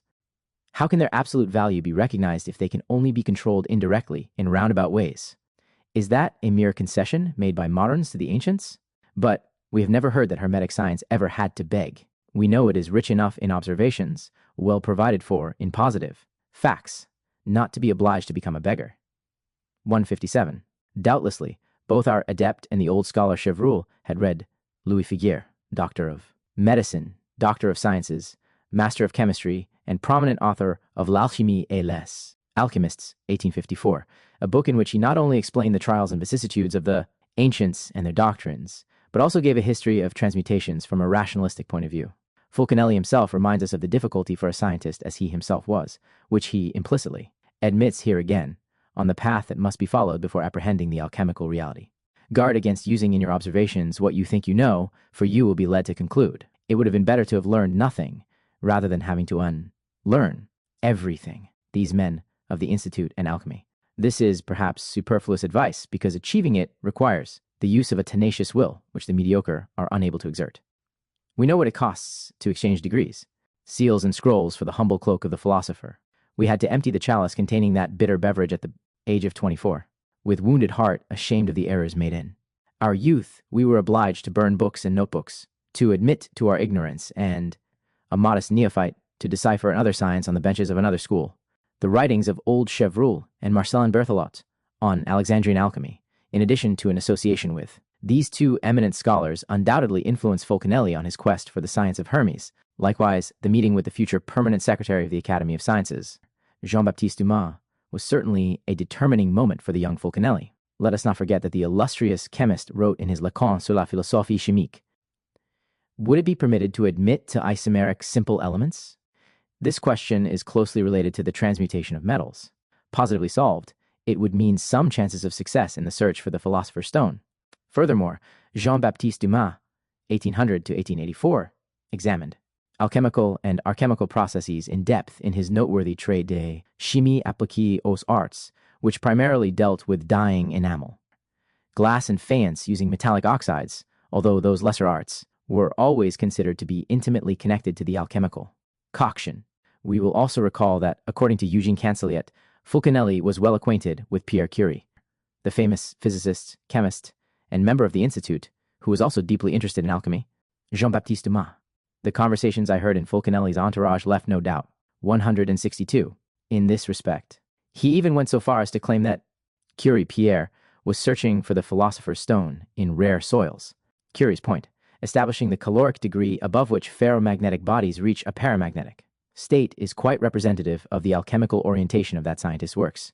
Moreover, E.CANSELIET said that Fulcanelli possessed laboratory equipment that had been owned by his friend Pierre Curie. In 1975, the little exhibition at the Librairie du Merveilleux on Rue Condorcet, for which I supplied exhibits, included utensils that had belonged to Pierre Curie, which had passed on to Fulcanelli, and that the latter had offered to Wynette. 164. Le Feu du Soleil. These men of the Institute and Alchemy. The mysterious Mr. Violet. In light of the above, we may justifiably ask, is it possible to try and place Fulcanelli among the members of the prestigious Academy of Sciences, or at least among those scientists whose memoranda submitted to the Institut de France were retained, hence published? At the same time, considering these many significant clues left like pebbles in the forest for the serious seeker, it would not be out of place to seek him among the eminent chemists, or perhaps physicists, of his time. One will remember the repeated references made by E.CANSELIET to a certain Violet, among others, in his preface to the Mutus Liber, in which he associated the patronym with Fulcanelli's real identity. Among all those assumed names and titles, those of Joseph Duchesne, Mr. de la Violette, Esquire, seem to be close to the philosophico-humanistic identity of our author, Fulcanelli, even if his personality proved to be very different, and was, in great part, that of a spagyarist. There was, indeed, a chemist by that name who lived during the period in question. Charles Violet was a professor of chemistry at the Faculty of Sciences in Lille. He would later become the dean. He submitted several memoranda to the Academy of Sciences, where they were crowned with success. The same held true for his work demonstrating the existence of selenium in commercial copper, imported from Chile, and the cause for water acidity in organic analyses, his work on resins that acquire new properties under the double influence of heat and pressure, on mercury distillation by overheated water vapor, documented by the design of an appliance permitting to distill 1 ton of silver amalgam per day, on potassium chloride sucrate, on androgynous gas purification, on the causes of oversaturated saline solutions crystallization, as well as on the normal presence and dissemination of sulfate of soda in the air, on the quantitative analysis of organic nitrogen through the Kjeldahl method, on determining the ratio between real ashes and sulfated ashes in sugar, industry products, etc. Before retiring, he showed a particular interest in the analysis of vegetal and animal fats, and notably butters. His pupil, who became his associate and then successor to T. the professorship in industrial chemistry at the Faculty of Sciences in Lille, wrote about him, "How many happy hours I spent in his laboratory on Rue des Fleurs. Violette knew how to make work pleasant. He was famous for his good mood. He was good, benevolent, even fatherly with his students. And he had a talent for making one fond of chemistry. His were unique lessons for their clarity and the elegance of their form. This is how he trained a whole generation of chemists. How many young people there are who, after having worked in his laboratory, owe to him a brilliant position in teaching or in industry. It would be tempting, to say the least, in view of the eminent chemist's personality and work, to associate him with the pseudonym of Fulcanelli. However, Violette was born on June 14, 1823, and was therefore more than 15 years older than our enigmatic adept. For the same reasons, it was necessary to exclude other Fulcanelizable homonyms such as J.H.M. Violette, a professor of chemistry at the Conservatoire National des Arts et Métiers, who was in charge of powders and saltpeters, and the author of A. renowned Dictionnaire des Analyses Chimiques published in 1850. 1. Fulcanelli was then about 10 years old, as well as Jules Violette, author of For nos fumivores, an essay published in 1860, and which our adept would not have been able to write at the age of 20. 163 speech by Mr. Bouzin. 166. The National Conversatory of Arts and Trades, Tr. Smokeless Fumaces, Tr. These Men of the Institute and Alchemy, 105. There is another track currently circulating on the internet. It is the hypothesis put forward by Frédéric Courgeot in a thrilling book where the author tries to demonstrate that Fulcanelli was the scientist, astronomer, Camille Flammarion. In fact, the author of L'Astronomie Populaire was born in 1842, and thus corresponds to the age prerequisite. The eminent scientist and astronomer by trade also had a passion for occultism since his adolescence, interested in the medium phenomena linked to spiritism, quite in fashion at that time. He authored a short essay in 1865 on the subject under the nom de Plume Effulgence, Marion, which he also used to sign several books on various subjects, from balloon traveling to the marvels of vegetation. According to Frédéric Courgeot, since fulgence suggests fire or flames, one could read in the fulgence, Marion alias, the patronym of Flammarion. This was then only one step away from using the phonetic Kabbalah to associate the name of the famous astronomer with that of Fulcanelli, and the author doesn't hesitate to take that plunge. He suggested that Flamme d'Orion was connected to Flammarion and Fulcanelli, since that constellation is surrounded by a gigantic incandescent nebula resembling a flame. He then divided Fulcanelli into Vulcan, Helios, the sun's fire, and Flammarion into Flamme, Arion, or Orion, thus designating the flame of Orion, under the pretext that Orion could be assimilated to the sun. Then, a long list of Kabbalistic proofs was given to support this assumption, even going so far as seeing in the initials FCH, Flammarion Camille Hermes, in view of the famous astronomer's very first nom de plume. A truly attractive theory, but then the name Violette disappears from the horizon. We should also not forget that Frédéric Courgeot, Fulcanelli, Une identité révélée, Fulcanelli, an identity revealed, Editions Clairvine, Paris, 1986, 170, Popular Astronomy. Tr. 171 Orion's Flame, Tr. Camille Flammarion died in 1925, the very year when E.CANSELIET wrote the first preface to Le Mystère des Cathédrals, which opened with the following lines that should be remembered here. For a long time now, the author of this book has not been among us. The man has disappeared. Fulcanelli is no more, but we have at least this consolation, that his thought remains, warm and vital, enshrined forever in these pages. So, what are we to think of all that, other than that we must base our investigation on something else? 7th, the Master's Coat of Arms. In a previous book, we already analyzed the closing crest at the end of Le Mystère des Cathédrals, the anagram of which, except for one letter, designates F, U-L-C-A-N-E-L. Le JEAN-JULIEN gives the following heraldic interpretation. Campa. Sur champ de gueule, cette céréale a un épi de blé surmontant l'hippocampe, tous deux d'or et issuant de champagne. De même. On a field of gules, this cereal, an ear of wheat, tops A. Cf. Patrick Rivie. Alchemy Science of Mystique de Champagne is known in heraldry as the bottom third of the coat of arms. Have left the original French, as well as maluded translation, because the Kabbalistic. Analysis below is based upon the sounds of the French words TR, hippocampus, both of gold and issuing from the champagne, lower third of the coat of arms. Let us briefly examine the symbolic wealth of elements on this curious coat of arms. In the first place, we notice that the hippocampus is etymologically related to the Greek kos campe, and to the Latin campe, meaning by ways out, according to the Gaffia dictionary. The C, horse, hippos, campos in Greek, logically designates a mare, cavale in French, the Hermetic Kabbalah, traveling through the philosopher's sea in French, la mer des philosophes. Their Mercury. Doesn't Victor An Alchemist describe the scene in Canto of the Odyssey thusly? There was the land horse leading the living, and the seahorse leading the dead, when, under the guidance of the psychopomp, Mercury, holding his golden staff, they must cross the currents of the celestial ocean, the great spiritual waters mentioned in Genesis and in all other cosmogonies as well. Moreover, as written by Louis Charbonneau-Lassalle in his Bestiaire du Christ, the ancient East considered the sea horse to be a symbol for medical genius. Dioscorides, Gallieni, and Pliny assured us that the hippocampus had the power to discard or heal all human diseases. Gallieni and Aetius considered it to be the symbol of divine light. In addition, the hippocampus has the following peculiarity. It is the male that bears the impregnated eggs, which require absolute darkness in order to hatch. The young sea horses, having reached their time, are then set free and swim up towards the surface of the water. We then recall Fulcanelli's peremptory references to the necessity for absolute darkness is the nostoc, which is related to noctis, night, for the elaboration of the work and, more precisely, for the bringing to life of the dolphin or mineral embryo on the surface of the mercurial bath upon completion of the delicate sublimations. The Master's Coat of Arms 109 of the second work.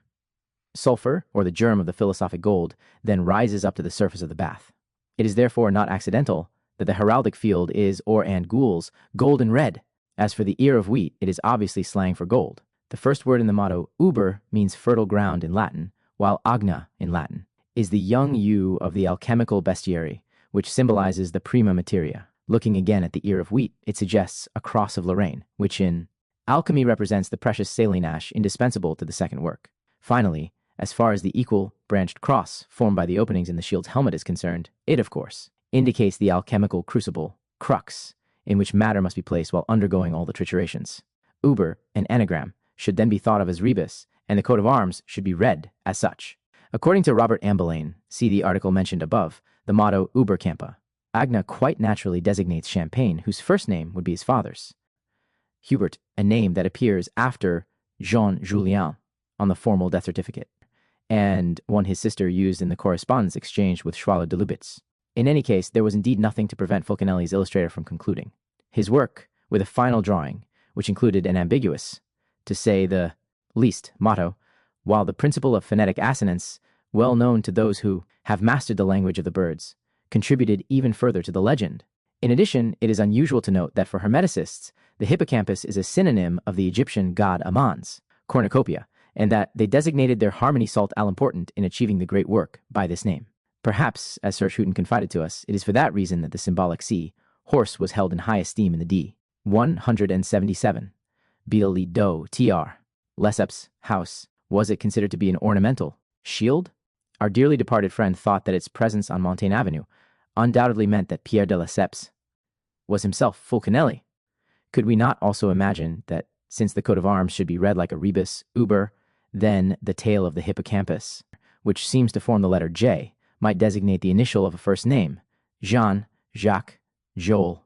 Furthermore, as the J penetrates the heraldic champagne, it seems to violate it, phonetically, violet. In addition, as the orteris in base, champagne d'or, forms a letter. 5. One could find there the first initial of the aforementioned word. One last hypothesis. If one is aware that the totem or archaic emblem of the country of armor, Armorica was a hippocampus, might there possibly be a reference there to the Breton city of Hennebon, which was the city where Pierre, Duhal's wife, came from, and hence, perhaps, Duhal's would have been Fulcanelli. But in that case, why did he use the pseudonym Megaphon, literally the voice of Magus, for his hypotypos o mutus liber, rather than Fulcanelli? Such incoherence is indeed difficult to explain. However, a very powerful Kabbalistic element draws our attention, the more so as it brings us back again and again thanks to the scholarly bookseller to our previous hypothesis. The reader will recall that Eugène Canseliet always kept in mind that Jean-Julien Champagne was Pierre Dujol's close friend, and that Fulcanelli was also fond of Dujol's, at least partly due to the fact that he was a descendant of the Master's coat of arms 111, prestigious Valois family. As a matter of fact, the name Valois, qui vaut l'oeil, produces the anagram. Violus, the Latin plural accusative of the noun viola, which designates the violet. This fact remains one that is decidedly impossible to overlook. Vei, where the master's identity finds the light of day, while Eugène Canseliet mentioned the name of Viole, Leduc, no less than 12 times, in his literary writings, never missing an opportunity to allude to the similarity between that name and the master's surname. He likewise did not fail to allude to the Féodou, Soleil, Vulcan, Helios, which designates the master's nom de plume, Fulcanelli. The reader will also recall his reference to Raymond Roussel, the distinguished author of Poussière de Soleil, and whom Jean-Julien Champagne had nicknamed La Classe. This is certainly not irrelevant. Indeed, Eugène Canseliet wrote about that odd, hermetic interpretation given by the poet of the sealed star, surprisingly gifted with alchemical perception, André Breton mailed to us, in the summer of 1948, the Vélin, per field copy of the Cahiers de la Pléiade, in which Fronton Virage provides a convincing overview of an unsuspected exegesis. In Fronton Virage, André Breton indeed poses questions regarding a deep secret hidden by the one he considers the greatest magnetizer of modern times, the works of whom are interspersed with Kabbalistic processes drawing on the language of the birds that veils enigmatic truths. He wrote, "Is it indeed conceivable that a man, foreign to any initiatory tradition, may consider himself bound to carry with him to the grave a secret of another order that would, after all, be only his, while supplying details that seem to be proof of a strong desire to see it unveiled? That secret was, of course, unless it was that of unlocking the great work, which we find dubious, that of the identity of Fulcanelli, with whom Raymond Roussel was perfectly acquainted, since he had met him more than once at the de Lesseps town house on Montaigne Avenue. The author of La Doublure also occasionally met Jean-Julien Champagne there, whom, we will recall, he held in high esteem. If references to the color violet are numerous in the above-mentioned book by Raymond Roussel, The Golden Lily on the Violet Flag, pp. 122, 124, 125, it is, however, the title itself Poussière de Soleil that caught Eugène Canseliet's attention. Obviously, that expression was alluding to the sun's radiance. Did Eugène Canseliet thus refer to the scientific research carried out by the prominent scientist whose pseudonym Fulcanelli, the sun's fire, would have served to illustrate both his capacity as an alchemist as well as his true identity? Keeping in mind the idea that the master's coat of arms, analyzed in the previous chapter, should be regarded as a rebus, one should note that a letter J, formed by the hippocampus tail, can be seen penetrating, if not violating, the terracin base, champagne of the shield. Does not the latter also represent the letter V? Therefore, the initials of Fulcanelli's surname may well be JV, Iolet. If one carefully reads the Legende liminaire, added by Eugène Canseliet, as well as the epilogue codicilleaire in the Manner of a Will, to the last edition of De Logis Alchemiques, 1979, which preceded his disappearance by 3 years, one can see the famous vessel of the great work painted by Jean-Julien Champagne in 1910. The clue is not without significance when we read what Fulcanelli's disciple wrote in that respect. Assuredly, that work of art and thinking was the beneficiary of a positive miracle if one realizes that in 1940 it stayed, under the eyes of looters who only ill treated the woman blessed among all others, benedicta in mulieribus, in the pubis. The wound, although serious, healed perfectly under the hands of our dear friends Michel and Catherine. Binda, master, surgeons for all damaged works of art, without them having left here and there a few other bruises inherent in the violation, vial, whatever it could be. In that case, it was no doubt a rape vial, a fact that Eugène Canseliet had not failed to underline. Some 18 years previously, in his aforementioned article in the magazine La Tour Saint-Jacques, the article was in fact about the identity of the adept Fulcanelli, to whom he had pledged not to commit the double violation of the sworn secret and faith, the fire of the sun and solar radiation. This is how, very cunningly, Eugène Canseliet has led us from the violet to violet le duc.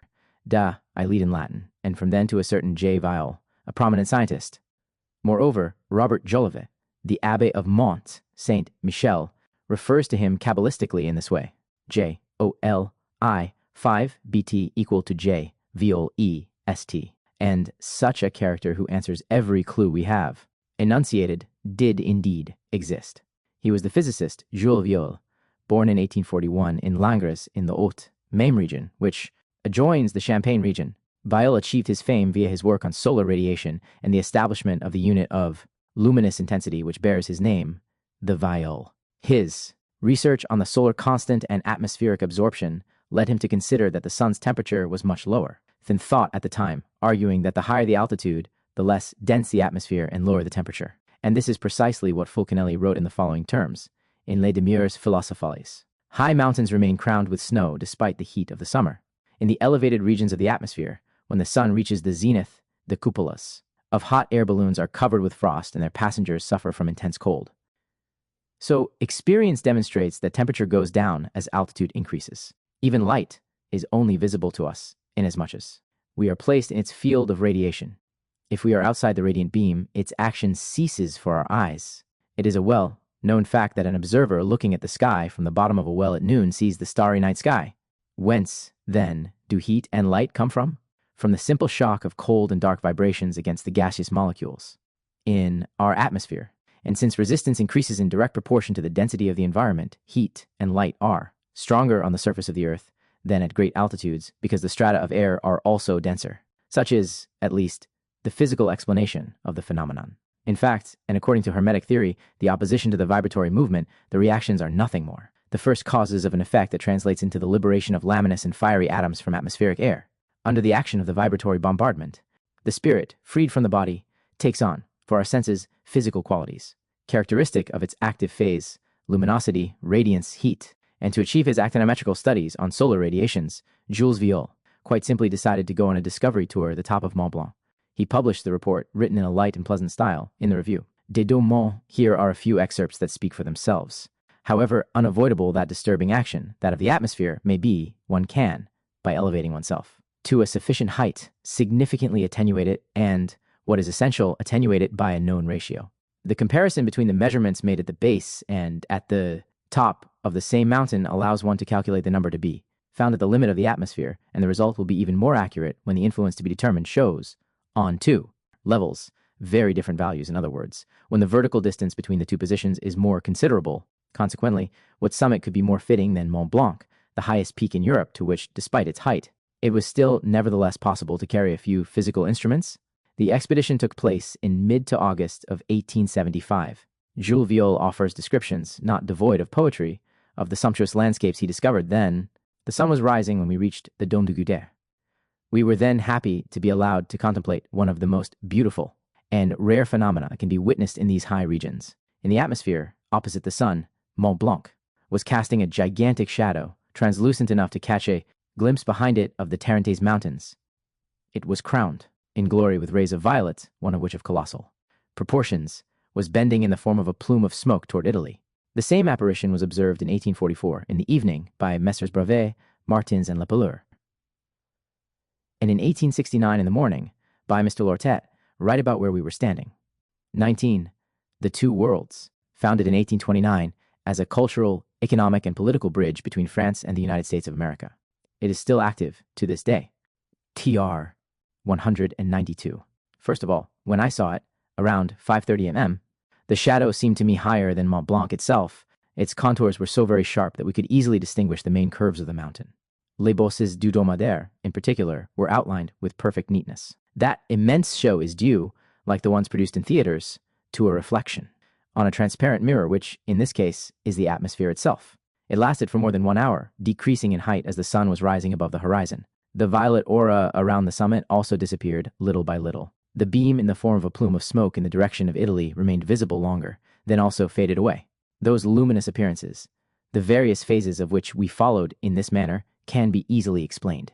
As a matter of fact, in the projection of Mont Blanc on the atmosphere, any gaseous column of a density other than the general mass of air must become visible on the air screen onto which it is projected, the difference in density necessarily resulting in a refrigerant power difference. Furthermore, this column exhibited a special coloring, similar to the first shades of dawn, which should also be attributed to the nature of the absorption exerted by the gas on the sun's light. The sky is perfectly serene. The air absolutely calm. The thermometer in the shade indicates 1 degree above zero. Circumstances are therefore particularly favorable to the experiments I intend to carry out. Mr. Margotet stands at his station, at the very foot of the Boston's Glacier, 4,000 meters below me. 2 series of simultaneous observations, one carried out at the summit, the other at the base of the mountain, shall provide the elements required for the accurate measurement of the quantity of heat sent by the sun to the earth. For the comparison of the 2 series will permit to assess, at any moment, the absorption due to the atmosphere. One understands that careful assessment is indispensable. As a matter of fact, the amount of absorbed radiation depends not only on the thickness, but also on the physical condition of the layer crossed at the moment considered. It is also very curious to note that in this respect, on days when the air seems to us most limpid, when heavenly bodies shine particularly brightly, absorption is indeed greatest. It is now a well-established fact, the dromedary humps, TR, that some substances, perfectly transparent to light and to luminous heat, are in fact opaque to dark heat. Thus, the glass windows of a hot house freely let through the whole portion of solar radiance that is simultaneously luminous and hot, but block the obscure caloric radiations issued from the soil or the plants. But our atmosphere always contains, and sometimes in significant quantities, a gas that is even less permeable to heat. Than glass, we mean water vapor. We are not talking here about visible vapor condensed in the form of cloud or mist. We are talking about vapor that remains invisible, admirably transparent, and that is blended with air without altering its limpidity. Thanks to this substance, particularly abundant in the layers nearest to the ground, the atmosphere of the Earth is simultaneously a light garment able to temper summer heat, and a warm coat protecting it from the severe colds of winter. But the presence of that vapor represents a real difficulty as soon as one undertakes to assess solar heat. The only means to solve the question consists in making measurements simultaneously at 2 positions located, practically on the same vertical line, that are on levels that are as far apart from each other as possible. This way, one can determine with all desirable accuracy the effect produced by an air column several kilometers high, while on the other hand, the physical condition of that long gaseous column is accurately determined through the meteorological observations carefully made at each position. Such is the principle of the research I have been carrying out for more than 2 years, and in the prospect of which, before ascending Mont Blanc, I had already undertaken many ascents in the Dauphine Alps. The experimental process I have adopted is quite simple. The bulb of a mercury thermometer stands in the center of a spherical vase and is kept at a temperature of 0 degrees by means of ice piled up between that first vase and a second one, external and concentric. A tubular aperture is made in this double envelope system, which is oriented so that the solar rays fall freely on the bulb of the thermometer. The mercury immediately rises, and after about 1 hour it indicates a steady temperature that is used to measure the radiation intensity. Furthermore, one understands that the excess temperature shown on the thermometer in these circumstances permits one to assess the very temperature of the calorific source, that is, the sun, while taking into account the special circumstances, and in particular pressure that may, to some extent, displace those very limits. One could not logically admit the billions of degrees that several physicists still recently thought possible to suggest for the temperature of the sun. Last year, at the Alevard Forge, I made comparative experiments on solar radiance and the radiation of a steel bath in full fusion at 1,500 degrees, which completely confirmed the idea of a sun only a few thousands degrees hot. The parallel between these experiments and others that I am carrying out, with the measurements made directly at the top of Mont Blanc, seems to lead even farther, and to allow to numerically assess the real temperature at the sun's surface. One can easily see from the above lines that the expression fire of the sun cannot find a better match than with the French physicist Jules Vieille. Let us briefly recall the life of the prominent scholar who satisfies, in every respect, the clues leading to the identity of Fulcanelli. He was born in Langres on November 16, 1841, and, as a matter of fact, several references to Langres and its outskirts appear as if by chance in Le Mystère des Cathédrals. The first Gothic cathedral seen by Jules Vieille was undoubtedly the one in Langres. Furthermore, on the date of his communion privy in 1851, a Cours d'Archéologie sacrée was published, written by the Abbé Godard of the Grand Seminaire in Langres and approved by that diocese's bishop. This work seems not to have left the young boy indifferent, given his symbolic interests in sacred architecture. It includes a pertinent study of Egyptian monuments and some very eloquent passages, such as the following. Certain traditions in our Masonic lodges link the body of Masons of the Middle to ages, to Solomon and Hiram's troops of religious ceremony where a Catholic child receives for the first time the Holy Communion around the age of 7 tr. First Communion, 190-195. Course in Sacred Archaeology, tr. Training College for the Priesthood, tr. Seminary, tr. The Master's Identity. Workers, the thread that links them is too tenuous, too ignored by history to be credible. However, who would refuse to recognize in the latter the type, in several respects, of God's image, carvers and lodgers' brotherhoods, such as the 13th century shows us, who were sometimes nomads and going where religion called them to erect basilicas, working without the help of beasts of burden and without making, at least in words, more noise than the shadows. The analogy is obvious, cf. pp. 34-35 of this book. One sees flourish here the mind of the cathedral builders and those artists who remained anonymous, as Fulcanelli described. Furthermore, Fulcanelli alluded to the first emotions felt in his boyhood in the face of those gigantic masterpieces looming up from the Middle to Ages in Le Mystère des Cathédrales, pg. 35-36. The strongest impression of my early childhood, I was 7 years old, an impression of which I still retain a vivid memory, was the emotion aroused in my young heart by the sight of a Gothic cathedral. I was immediately enraptured by it. I was in ecstasy, struck with wonder, unable to tear myself away from the attraction of the marvelous, from the magic of such splendor, such immensity, such intoxication expressed by this more divine than human work. Since then, the vision has been transformed, but the original impression remains. And if custom has modified the spontaneous and moving character of my first contact, I have never acquired a defense against a sort of rapture when faced with those beautiful picture books erected on our parvises and that raised to heaven their pages of sculptured stone. In what language, through what means could we express to them our admiration, make witness to them of our thankfulness, all the feelings of gratitude that filled our heart for all that they taught us to taste, to recognize, to discover these masterpieces, these masters without word and voice? It strikes us as very significant to discover that Jules Viole's grandfather, a surveyor, in Dijon, authored a famous trait complet des carrés magiques, the ancient vocation of 196 comprehensive treatise on magical squares, tr., which, according to the esoteric tradition, dealt with pentagrams and talismans of all sorts. This influence in his early environment undoubtedly must have aroused a curiosity in the child and awakened in him a strong interest in mathematics, a subject his father was in fact teaching at Langres College, in succession of his other grandfather. Born into such a family, and after brilliant secondary studies, the young Jules Viol could only envisage a scientific career. In 1861, he was simultaneously accepted at the École Polytechnique and École Normale Supérieure. He opted for the latter, where he came out first at the entrance examination in physical sciences. In 1864, he was appointed professor at the Lycée de Besançon High School, and the following year in Dijon, where he felt quite at home since his grandfather was living in Fixin. In 1867, Pasteur called him to the École Normale Supérieure to become a natural sciences laboratory assistant in Lacaze, Douthier's laboratory, as stated by Mr. Aboutarik in his erudite biographical note about Viol, published under the auspices of the Dijon Academy of Sciences, des Arts et des Belles Lettres.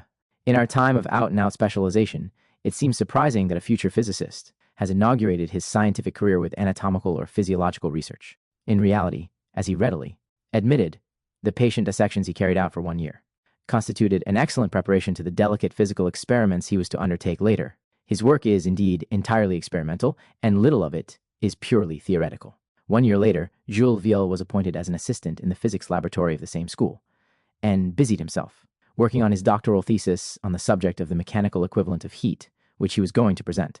At the Sorbonne in 1870, his testing equipment consisted of a metal disc rotating steadily between the poles of an electromagnet.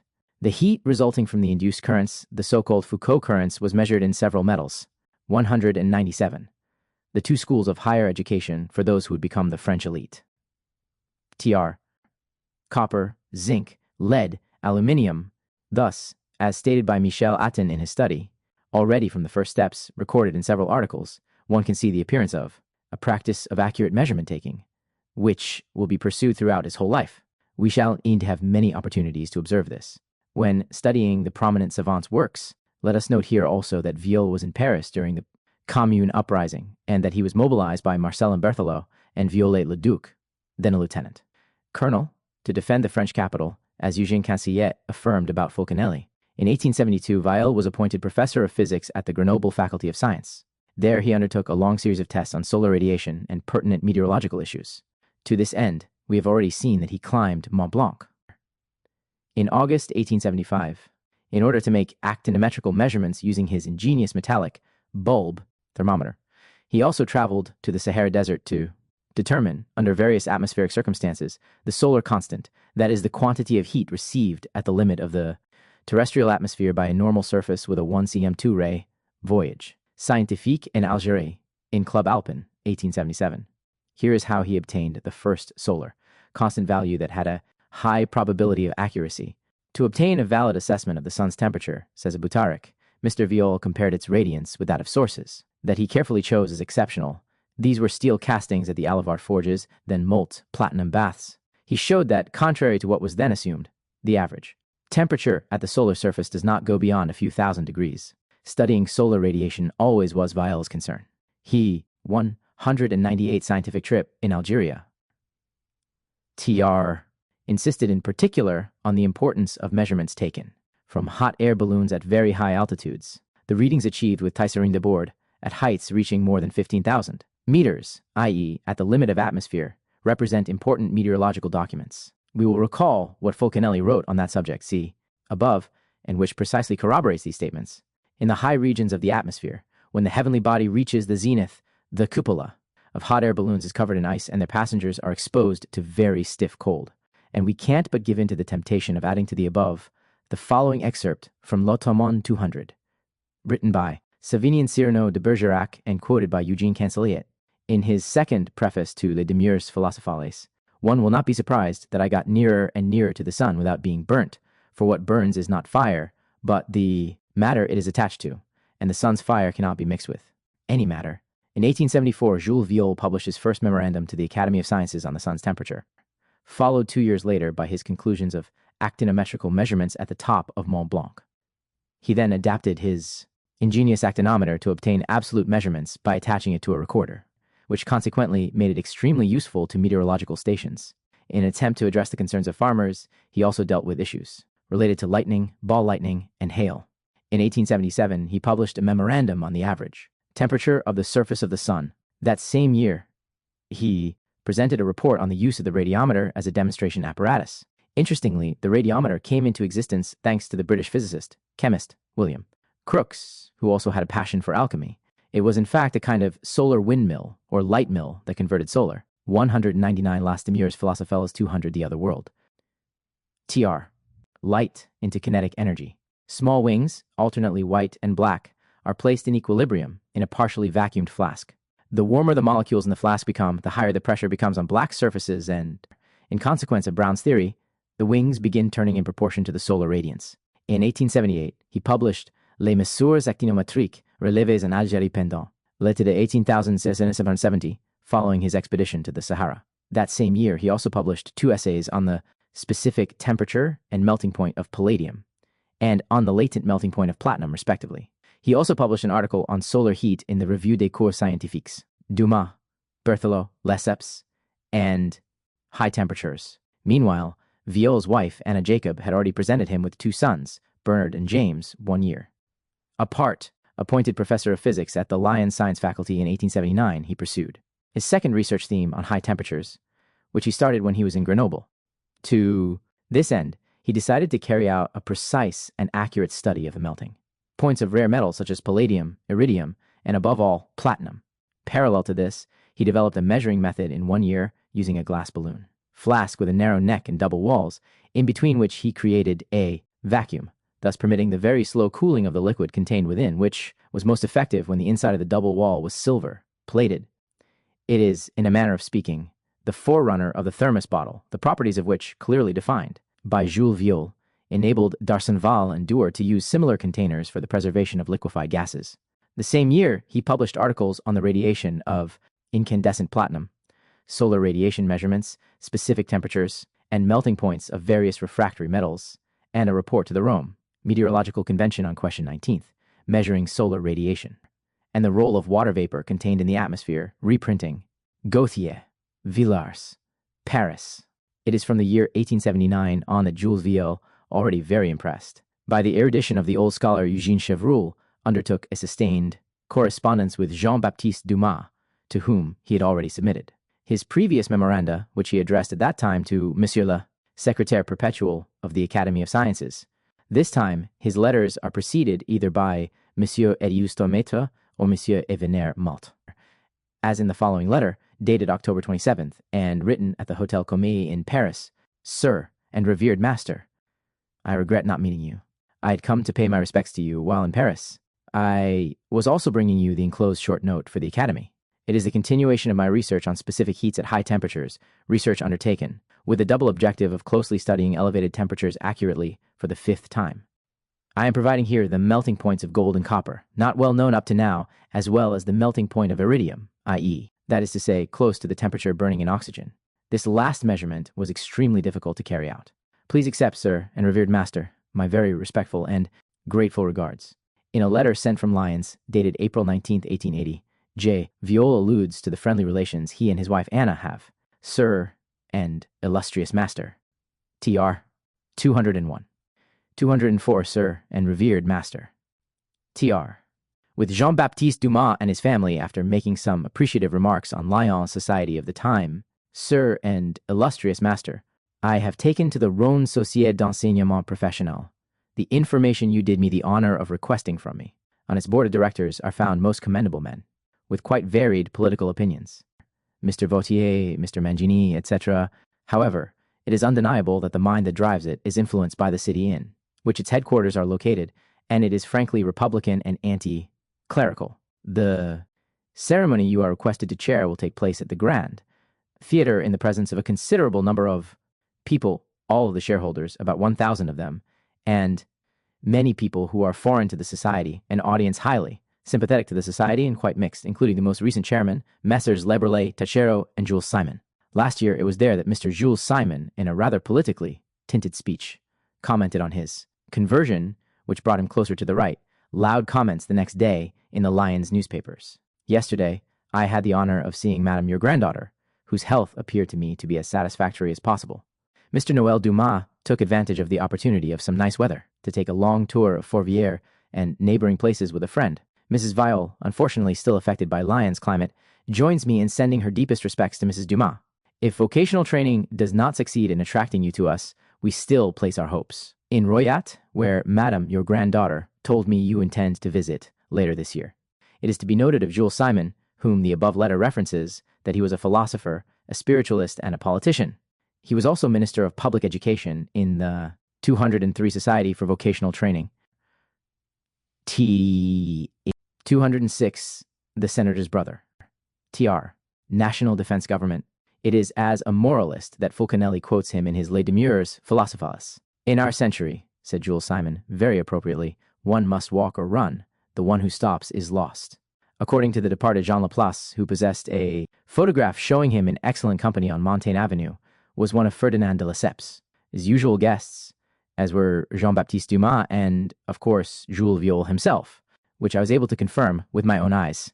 In the following letter, dated September 3rd, 1881, Jules Viol informs Jean-Baptiste Dumas of his renewed wish to be allowed to practice in the capital city in view of his competency and his wife's health. Thus, I will not be bold enough, illustrious master, to commend myself to the indulgent benevolence you deign impart on me. However, I owe that benevolence an explanation of the reasons that brought about my application. The first reason is health. Related, the moist climate in Lyons is very bad for Mrs. Viol. The second reason, dear master, which I'm not afraid to tell you, is a deep distaste for my current position after the promises made to me upon entering the École Normale, whereas after being accepted at the École Polytechnique and the École Normale, I was pressed to join the latter after a successful examination. That Mr. Pasteur was kind enough to consider brilliant. After 20 years of service and work that I am not entitled to judge, I am here a third class professor at the level of the most recent deputy, lecturer, nominated titular professor 6 months ago. It is true that I have here collections in ruins, a laboratory that you know, and no money to compensate for all this. I have the certainty that when there is a vacant position in physics in Paris, I will see anybody, and perhaps not even a physicist, preferred to me. But I have said too much. Please excuse me, dear and illustrious master, and if, at all possible, deign to help me. 207th Dwellings, P. 503. In the next letter, dated September 9th, 1881, Jules Viol refers to the previous one and alludes to his friend, Marcel and Berthelot. So I dare beseech you not to show my previous letter to anyone, not even to Mr. Berthelot, even though I have always viewed him as someone benevolent and well disposed toward me. However, he has the sorrows of authority and the responsibility not to empty the province. I shall not reiterate the reasons for my strong desire to go back to Paris. Your powerful influence alone can bring me back there and help me overcome this critical point in my career. Let us add for the record that Jean-Baptiste Dumas was, indeed, a very well-known personality at that time, more than just the permanent secretary of the Academy of Sciences, which was already a great deal in itself. He had also been admitted to the Académie Française in 1876 and was fully at home in the political world since. He had been, in turn, Minister of Agriculture, Senator, and Deputy. Further, he had associated with Ferdinand de Lesseps and had been fervently welcomed at the town house on Montaigne Avenue more than once. In 1878, he chaired the International Metric Commission and managed to get the principle of the French meter and kilogram accepted by 19 out of 20 states. In 1881, he chaired the International Monetary Conference and the Convention of Electricians in Paris, which Jules Viol himself had actually participated in as well. From high temperatures to thermo-master, pursuing his work on palladium and platinum's high melting temperatures, Jules Viol managed to overcome the difficulties by using quite remarkable means. It was with electrical arcs consuming more than 100 horsepowers that he measured 208 member of Parliament, TR, MP, the temperature of the positive crater, and hence could assess that, even higher, of the flames springing up from that crater. The International Convention of Electricians had asked the question and had raised the issue of the impossibility of defining the source of light constituted by flames. Jules Viol, who had been struck during the course of his experiments by the beauty and fixity of the light issuing from a bath of liquid platinum, his own terms, proposed to the Assembly the audacious idea of setting up a new light standard, using the surface unit of molten platinum at his solidification temperature as the basis. His proposal, while ingenious, was too innovative and did not obtain a consensus. It was, however, held for the future, and Jean-Baptiste Dumas approved it, without reservation. From then on, Jules Viol oriented his research in that direction and established a variety of temperature measurements around that of melting platinum at 775 degrees Celsius. And here, although it may seem out of place at first glance, is where we should recall Les Voyages en Kaleidoscope by Irene Hillel Erlanger, as well as her famous thermometer designed by the well-known painter Van Dongen. If one recalls that the book not only veiled the process of the great alchemical work, but also the personality of a certain adept, one will then better understand the reference, since the thermometer then becomes, thanks to the language of the birds, the thermo-master. Fulcanelli, indeed, a standard thermometer presides over our salutary destinies. The thermo-master guards us against ourselves, ideal revealer, center of gravity, incomparable precision and decision instrument. The whole book is in the Dada Surrealist style, which somehow evokes the sea, horse, the hippocampus, or else the sire horse, the stallion, etalon in French, from Lower Latin. The master's identity 131, stalto, onus, also phonetically designating a unit of measurement. The light standard and accumulated evidence. Let's go back to the year 1878, when the master of Jules Viol presided over the International Metric Commission that succeeded in getting the meter accepted as the unit of measurement. We discover that Fulcanelli writes about this very thing in his Les Demures Philosophales. The X, Greek kil, is the emblem of measure, Pasuvi. Metron, taken in all its meanings, dimension, area, space, duration, rule, law, boundary, or fimit. For this occult reason, the international standard of the meter, made of platino, iridium, and kept at the pavilion of Berthoul in Sèvres, has the shape of an X in its profile. All bodies of nature, all beings, either in their structure or their appearance, abide by this fundamental law of radiation. All are subjected to this measure. And in a footnote at the bottom of the same page, Fulcanelli writes, "We are not speaking here of copy number 8, registered with the Conservatoire des Arts et Métiers in Paris that is used as a legal standard, but about the international prototype." The adept was well informed, and this for the very excellent reason that he had worked on the project at the International Bureau of Weights and Measures at the Berthoul Pavilion. He had obviously wished to imprint the X-occult sign into the metric standard and thereby immortalize it. We should keep in mind that sometime earlier he wrote the following few lines. The Greek X and the French X represent the writing of light through light itself, the trace of its passing, the manifestation of its movement, the affirmation of its reality. It is its true. 20 liters etalon has the meaning in French of being a unit of measure. TR, signature. Devanact. Following that is a veritable panegyric to the X, in which he states that it is the complete number of the great work since the unity, the two natures, the three principles, and the four elements merge as the double quintessence, the two verses, two fives, joined in the Roman digit X, that is the number 10. The basis of Pythagoras' Kabbalah can be found in this numeral, or the basis of the universal language. An odd paradigm of which can be seen on the last leaf of a little book on alchemy entitled La clavicule de la science hermétique, written by a denizen of the North during his leisure time. 1732. Amsterdam. Indeed, if one goes to the leaf in question, here is what can be read. 1, 1, 1. These units together give the number X perfect, which anatomically dissected through the middle. The left horn being erected perpendicularly results in the letter L, but the two horns being put together give the letter V, and, as a whole, the letter 10th resulting in LVX, light, which is only one word through which it pleased God to leave to man some idea about him. Perhaps just a mere coincidence, or perhaps an additional clue, who knows? The coat of arms of the city of Langres, where Jules Viel was born, in fact bears a saint, Andrew's cross, X, on fleurs de lis, adorned field of azure. Later, an eminent colleague, P. Villard, said about him, the great questions that come first in. General physics retained Mr. Viol's attention, and particularly the capital problem of the TB P 198, 213, the clavicule of hermetic science.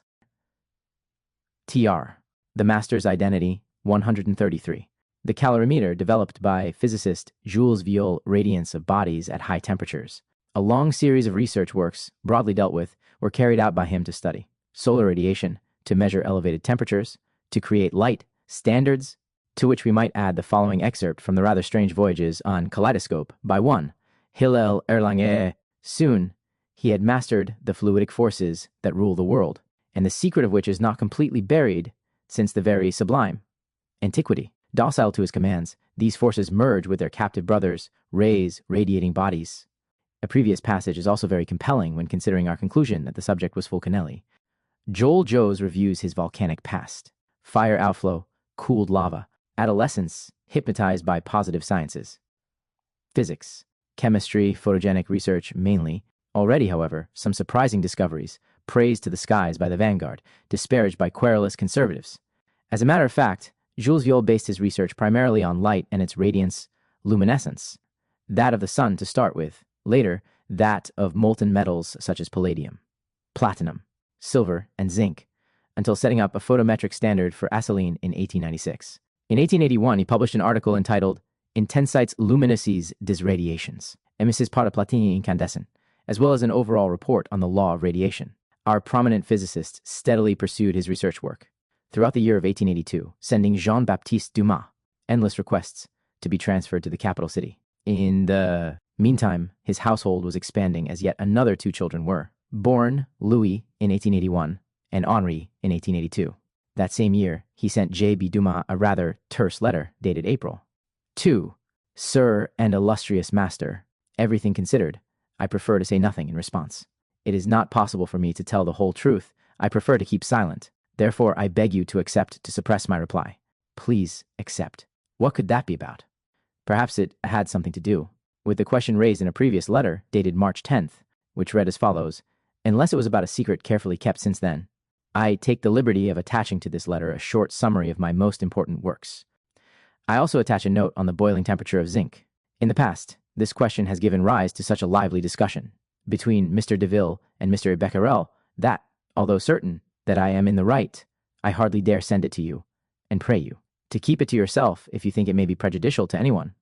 That controversy was again alluded to in the next letter, dated March 31st, in which the unceasing integrity and modesty that do credit to our prominent physicist corroborate the preceding statement. 21. Luminous intensities of the radiations emitted by incandescent platinum, TR, which does not prevent Mr. Troost from stating that it was a number published long ago which he only obtained through faulty calculations. The worst in all of that is that being quite committed as far as Mr. Deville is concerned, and preferring 1,000 times to lose the result of a work rather than affecting his glory in any way, I may not say what I thus dare confide to you. On September 22nd of the same year, the following letter reached J.B. Dumas. I am impatient indeed to start this work on the light standard. Already 1 month has passed, and no time is to be lost to get to the desired epoch. There certainly will be practical difficulties, and the genuine solution will not be found without trouble. Consequently, I beg you to insist so that my situation can be wound up and I can come and work with you as soon as possible. The next year, in 1883, thanks to Jean-Baptiste Dumas, his mediation in his favor, Jules Viol finally received a 5,000 franc grant from the Ministry of Post and Telegraph in order to enable him to pursue his research on the light standard. A similar amount of money was also decided in his favor by the Ministry of Trade, but he waited for it in vain. During that year, Jules Viol traveled frequently to Paris, where he resided at 15 Rue de l'Estrapade, near the Pantheon. It is from there that he addressed the following letter, dated October 31st, to J.B. Dumas. I am not neglecting the standard for light. I already have a fairly practical means to indefinitely maintain the platinum close to its melting temperature. I hope to be requested soon to deliver a lecture at École Normale, and then be able to complete the research relating to the quality of the light emitted under various incidences by silver and platinum at their melting temperatures at the physics laboratory. And in the letter below, dated December 1 of the same year, Jules Viol expresses his dearest wishes. What is still lacking, alas, is a laboratory. However, it would be very easy to provide me with one. It would be enough to appoint me as a lecturer at École Normale. Mr. Dumort and Mr. Berthelot fully agree on the usefulness of such a thing. It is cruel to be deprived of a laboratory that would currently be so useful. I do not mention a salary, for it could be but very modest. However, simply lecturing at l'École would not prevent me from teaching elsewhere. The other day, I actually met Mr. Jamin, who told me in confidence that creating positions for new lecturers at the Sorbonne was being considered, and that he would be pleased to see me on their lists. After having published an article on the boiling temperature of Zine the year before, he wrote, an article published in 1883 on the radiation of solidifying silver. In this respect, we will recall Blaise de Vigenère's particulier trait, du feu et du sel, which had deeply interested both Fulcanelli and his disciple Eugene-Canseliet, for the whole problem of superfusion, be it of lead or silver, is emphasized there. Obviously, our scholar was mastering its process perfectly. Jules Viol continued commuting between Lyons and Paris, until the next year, 1884, when he finally obtained his appointment as a lecturer at École Normale Supérieure. Augustin Boutaric explains the circumstances in which our ingenious physicist finally managed to define the unit of light. Intensity. Viol had suggested taking 1 square centimeter of platinum at its melting point. This proposal having been accepted, he undertook a long series of research works that set up the constancy of the new standard and the ratio between its intensity, and that of the Carcel lamp that was used before as the photometric unit. 1. Carcel is 481 1/1000ths of the new standard, by its constancy no less than by its whiteness and its intrinsic brightness, which is about 11 times that of the Carcel platinum at its melting. Temperature meets all the requisites that can be expected from a prototype standard, which must represent an invariable comparison term for ordinary standards. The name of Viol will forever remain attached to the new light unit. Particulier treatise on fire and salt TR. Liquid silver at solidifying temperature offers, in conditions easy to achieve, an incandescent surface of perfect neatness and in a rigorously determined state. Viol used it to study various questions pertaining to the emission phenomenon, variations in radiation intensity with incidence, polarization of the emitted light, etc. There was great interest in the choice of such a light source, and the International Conference then unanimously adopted the new light standard, equivalent to 20 decimal candle power units, to which the name of Jules Viol has remained attached ever since, as it owed to him its official designation, the Viol Standard. Physicist Jules Viol, in his garb as member of the Academy of Sciences. 9th, the Parisian career of the savant. In the same year, 1884, that he achieved his fame, Jules Viol published a memorandum to the Academy of Sciences on the talent absolu de lumière, cr. 1/8, as well as a book containing the sum of his works on that subject, Expériences faites en vue de déterminer l'unité absolue de lumière, Editions Gautier, Viars. Parallel to that, the first volume of his Cours de Physique, dedicated to molecular physics, was Seeing the Light. The second one was in 3 parts: Acoustics, 1888, Geometrical Optics, 1892, and Physical Optics, 1892. On April 11th of that year, his dear and illustrious master, Jean-Baptiste Dumas, passed away, the very one who had always been so considerate to him, whose friendship had been unfailing, and who had entrusted to him as a last task the checking of kilogram standards, for which Jules Viol had already made preliminary measurements at Sèvres in the Breteul Pavilion for weights and measures. Decidedly, work with high precision measurements seemed to naturally devolve to him. So it was that our eminent physicist was also led to show interest in determining the speed of sound wave propagation. Although numerous measurements had been taken in the Experiments carried out with a view to determining the absolute light unit, TR 218, a course in physics. TR 19th century, the results obtained were not satisfying as they left room for a margin of uncertainty that is between 330.6 and 332.3 meters per second. In 1885, Jules Viol, in collaboration with Vautier, implemented a wide span device, a 70 centimeters diameter U-shaped pipe, some 13 kilometers long. Finding inspiration in the detection apparati developed by Regnault and then by Mary, he found a slightly higher speed, 331 meters per second, and determined the shape of the acoustic wave as well as the way in which it evolves during the propagation. He went back to these experiments in 1888, then again in 1890. 5 at Argenteuil, this time with a shorter pipe, but a wider diameter, 3 meters. This enabled him to confirm the results obtained and to accurately determine the range of sound, which depends on frequency. In 1888, Viol was presented with a fifth son, Gabriel, and successfully completed. The comparaison des énergies totales émises par le platine et l'argent fondance, CRACSET7. Les arts et métiers. In 1897, after the death of E. Becquerel, the Improvement Council of the Conservatoire National des Arts et Métiers decided, on Mr. Mascart's urging, to elect our provincial physicist as a professor. Viol is an initiator, exclaimed the latter in the midst of the debates. The appointment became effective in December. Despite the decrepitude of the laboratory equipment that went with the CNAM physics professorship, Jules Viol expressed his enthusiasm for having been accepted in the capital city by fully dedicating himself to his lectures, which were given on mechanics, gravity and elasticity, acoustics, optics, electricity, and magnetism. Jules Viol, teaching his course at Art et Métiers, the Vertbois fountain in the yard at the entrance of the Conservatoire National des Arts et Métiers, which showed a very symbolic low relief, obviously had not escaped the eye of the scientist, who was now well into his 50s. We note that Fulcanelli dedicated no less than 10 pages in his Les Demures Philosophales to the copious description of this motif. Built in 1633 by Benedictine monks of Saint Martin des Champs, this fountain was originally erected inside the priory, leaning against the surrounding wall. In 1712, the monks offered it to the city of Paris for public use, along with the grounds needed to rebuild it, provided that the site would be established in one of their convent's old towers, and that an outer door would be placed there. The fountain was thus placed against the so-called Tower of Verbois, located on Rue Saint Martin, and took the name of Saint Martin's Fontaine, which it kept for more than a century. The small structure, restored at the expense of the government in 1832, is made up of a shallow rectangular niche flanked by 2 Doric pilasters with vermiculated embossments, which support an architravated cornice. On the cornice is built a kind of small helmet crowned by a winged cartouche. A sea conch tops the cartouche. The upper part of the niche is occupied by a frame in the center of which a vessel is sculpted. 138. In fact, many who do not pay great attention to detail see in this subject the heraldic ship of the city of Paris, without considering that it offers to the curious mind an enigma of an entirely different truth and of a less mundane order. Surely the relevance of our observation may be questioned, and where we recognize an enormous stone attached to the edifice of which it forms an integral part, some may see only an ordinary parcel of goods. But in this case, one would be quite embarrassed to find a reason for the set sail, not completely brailed up, on the yard of the main mast, a peculiarity that highlights the sole and bulky parcel, thus purposely unveiled. The purpose of the creator of the sculpture is therefore obvious. It is about an occult load, normally safe from prying eyes, and not about a parcel traveling on a deck.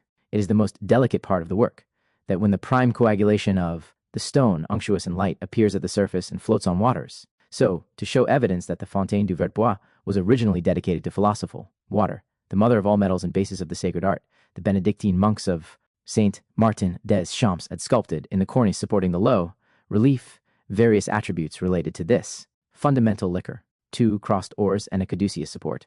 Hermes's petasis, represented under the modern aspect of a winged armet on which a little dog is watching, a few ropes issuing from the visor uncoil onto the oars, and the god of the work's wing staff. Indeed, it is the most delicate phase of the great work that is referred to by our adept, since it is about the reincrudation of the elected metal, consisting in making it raw, the famous 220 dwellings, pp. 309 to 310. 22. Jaime, tr. 222 les Demures Philosophales. The Parisian, Career of the Savant, 143rd. Sublimations that release the cubic stone or ice cube, the celebrated remor, the obtaining process of which forever separates alchemy from commerce, chemistry.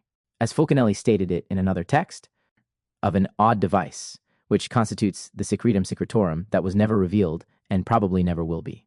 And a little farther on, before proceeding, let us say about that unknown expedientat from the chemical point of view should be considered absurd, preposterous, or paradoxical, that it marks the crossing where alchemical science splits from chemical science. Applied to other bodies, it results, in the same circumstances, in as many unforeseen results in substances with surprising properties. Hence, this unique and powerful means allows a development with an unsuspected scope through the multiple new simple elements and the compounds derived from the said elements, but the genesis of which remains an enigma to the chemical reasoning.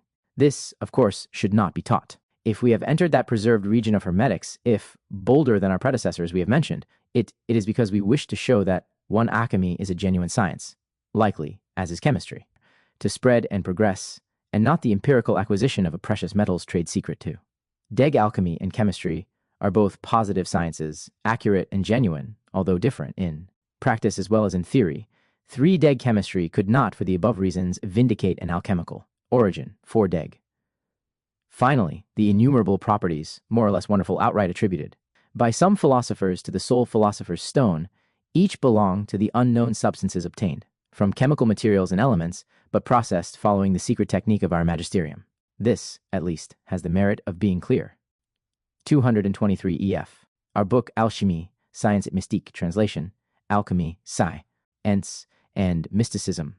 24th Les Demures Philosophales, 1, p. 383. 225 ibid. In 1892, Jules Viol published sur le rayonnement des corps. Incandescence est la mesure optique des hautes températures sur le rayonnement des corps. Incandescent and sur la température de l'air. Electrique.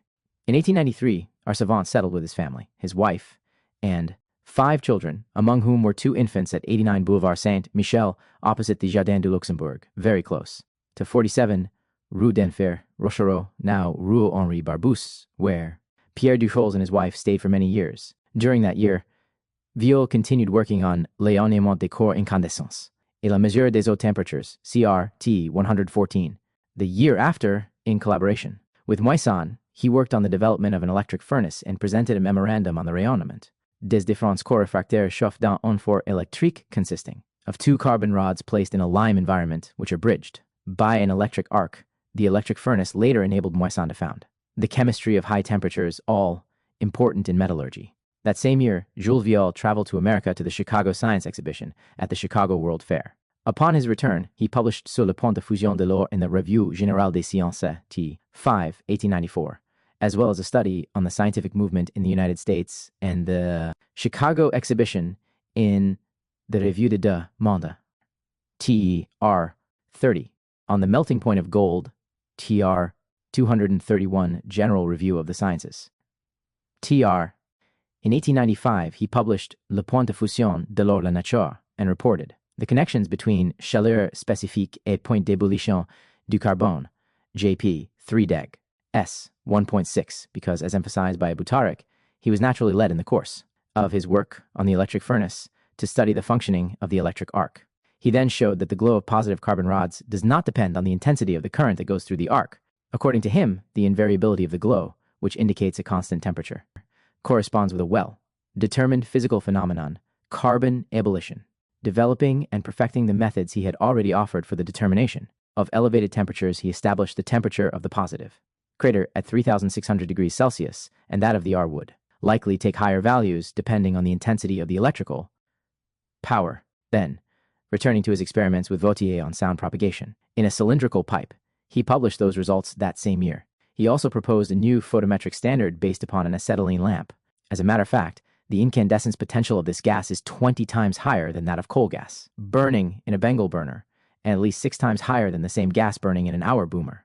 The acetylene flame has an actinic intensity that will be precious in the domain of photography. Such was the conclusion in Revue des Académies et Sociétés Savantes, January 13, 1896. The latter reported that during its session held on 7 February of that year, Mr. Viol indicates how he was able to obtain photographs by exciting fluorescence in an incandescence bulb by using Tesla current. The cathode circles the base of the lamp. The anode is a tin foil strip stuck on the ampoule's equator. All those discoveries and multiple works of which the list given here is by no means exhaustive crown the savants. 232. the melting point of gold, TR, specific heat and boiling point of carbon, TR, 234 Review of the Academies and Learned Societies, TR, work with success by finally opening the doors of formal recognition to him. In fact, in 1897, he was elected to the French Academy of Sciences, where he succeeded the great physicist, Fizeau. 2 years later in England, he was appointed member of the Royal Institution of Great Britain. It was on that occasion that Fulcanelli went to Edinburgh, Scotland, to discover the fabulous sundial of Holyrood Palace. Again, and again, we find that every clue connects. Jules Vieul also had among his friends the great astronomer, Camille Flammarion, whom Fulcanelli mentions in Le Mystère des Cathédrales in reference to black virgins.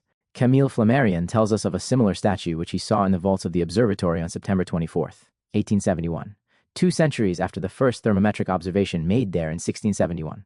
On June 3rd, 1903, the savant mourned the loss of his son, Bertrand, who died on the family property in Fixin. In 1907, Jules Vieul became a member of the Commission d'Examen des Inventions, Inter Sainte l'Armée de Terre et de Mer, which he chaired in 1911. During the course of 1908, he presented memoranda on hailstorms and on the action of lines, as well as a rapport sur la nécessité de l'application exacte du système métrique et décimal et toutes nos monnaies, March 16, 1908, addressed to Mr. Mazerolle. His works on agricultural meteorology resulted in him becoming a member of the Académie d'Agriculture the following year. Incidentally, we would like to tell an anecdote that deserves mentioning. In the autumn of 1911, Jules Vieul submitted a memorandum entitled Sur un retour momentan des fleurs. All our currencies, TR, doubles d'un rosier à forme, simple to the Academy of Sciences. During that vacation period, I had an opportunity to observe a fact that to me seems to deserve mentioning.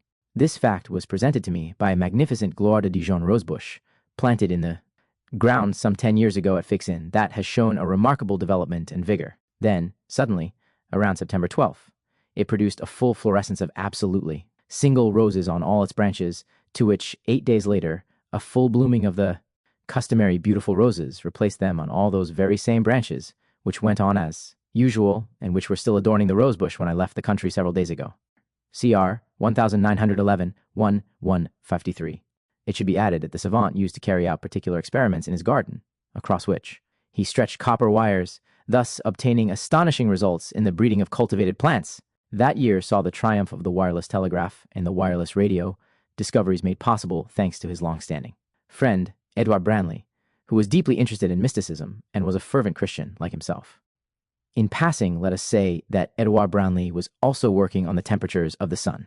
From the age of 22, he was an assistant to the physicist Paul Desagnes, who submitted to the Academy of Sciences a first note by his young assistant in 1869, a study on solar radiation at various altitudes, made on the Rivie mountain in Lucerne, Switzerland. This study, which allowed the determination of solar radiation absorption by water vapor, truly gave a boost to modern meteorology. These concepts were something that he held in common with his good friend, Jules Vieul. With the outbreak of war in 1914, a year that saw the death of his youngest son Gabriel fallen on the field of battle, 238 on a temporary return from double flowers on a rosebush to the single form, TR, Jules Vieul then decided to put his knowledge to use in the service of his country. The following year, he was appointed president of the High Commission for Inventions in the interest of national defense.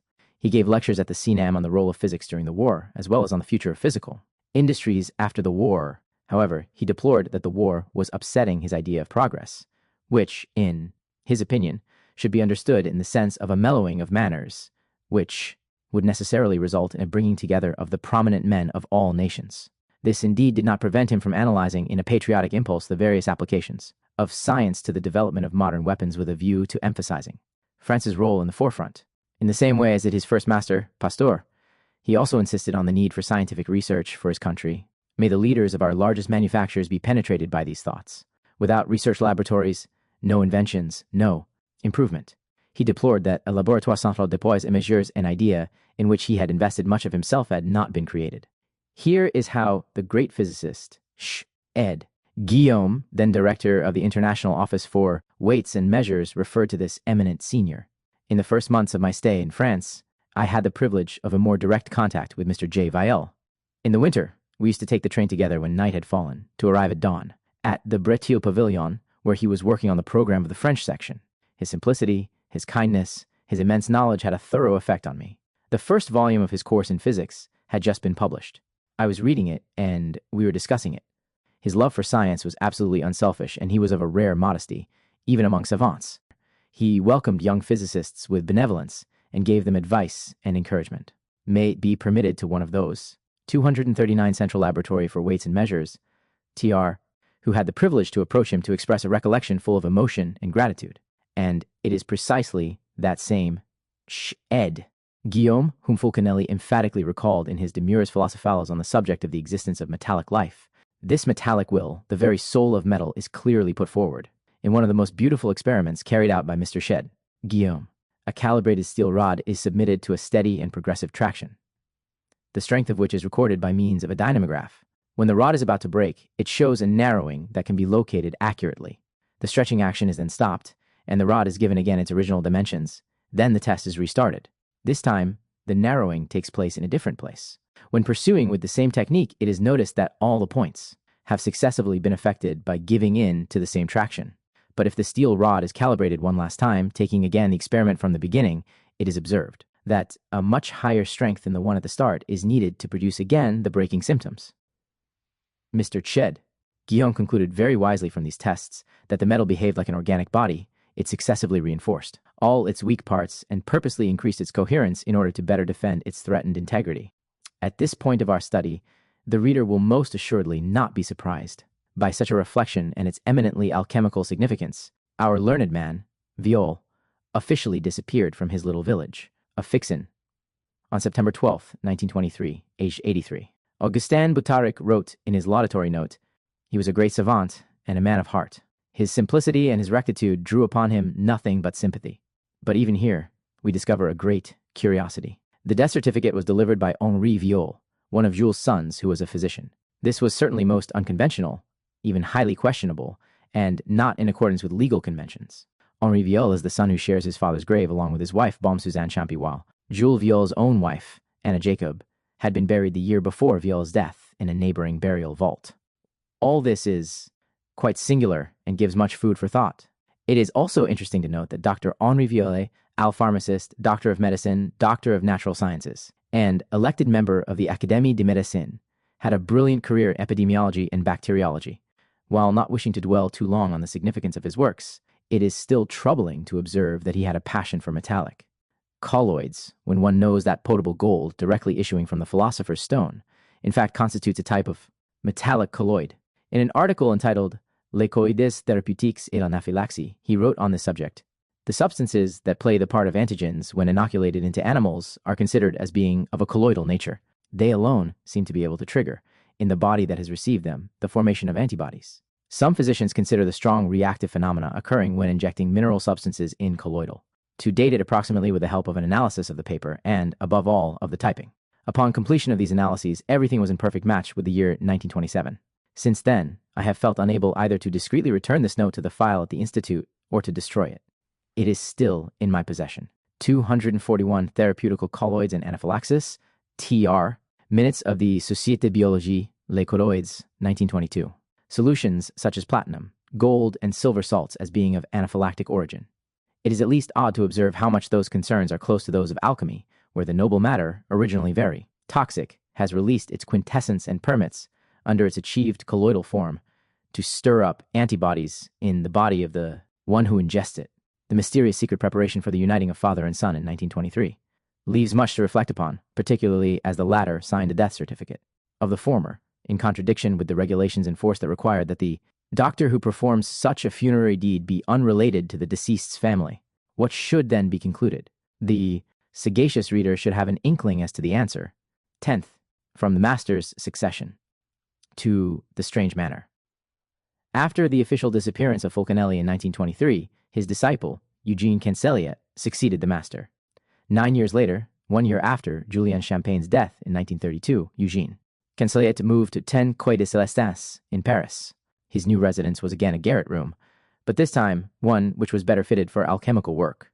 He had carried out a variety of experiments the previous year, notably on the wet path. Following in the footsteps of Irénée Philolethes, he used a glass mattress in which he achieved a long concoction of gold, mercury. He depicted this in a series of 48 watercolors, which, alas, disappeared during the invasion in 1940.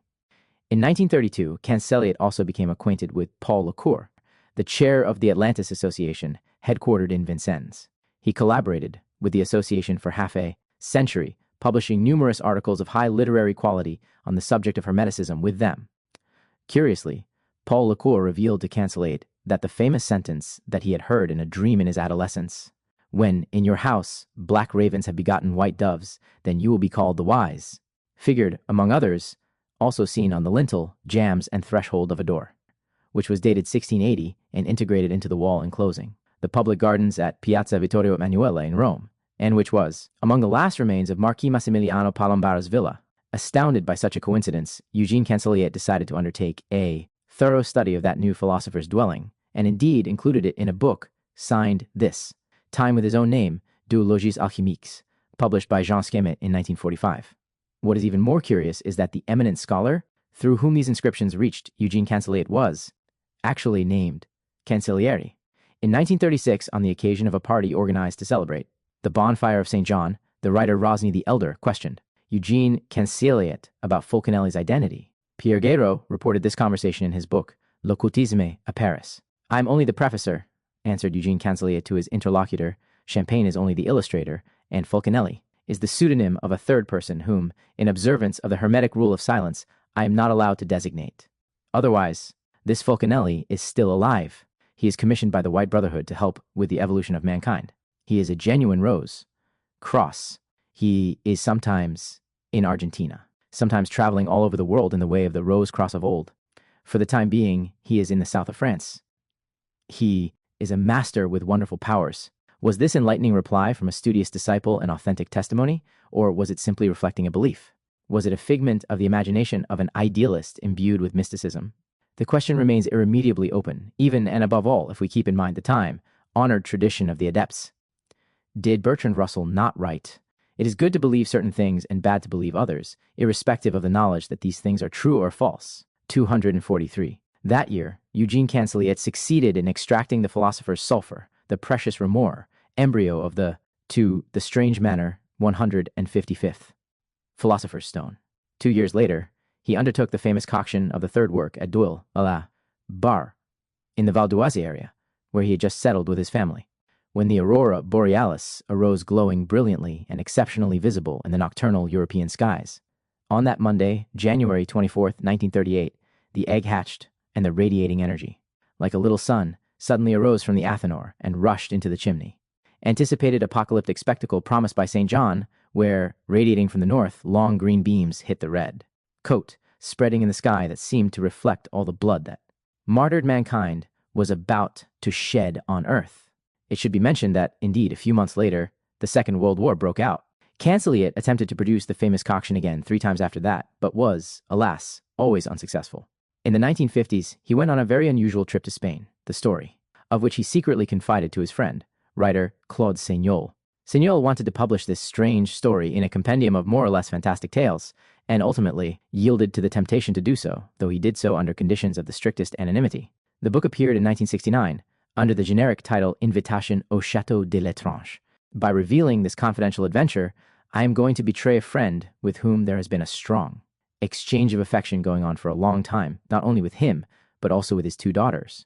He is a simple, modest, and this goes without saying, sincere man. His science is vast, genuine. Of course, I will keep his name secret, for he is famous and respected in esoteric circles, but bend my head before his reproaches in advance, in case he should see these lines. Every day, he receives a minister's correspondence, and he, Les deux logis alchimiques invitation to a strange castle, TR, Editions Maisonneuve et La Rose, regularly exchanges exciting letters with, among others, a rich Castilian family.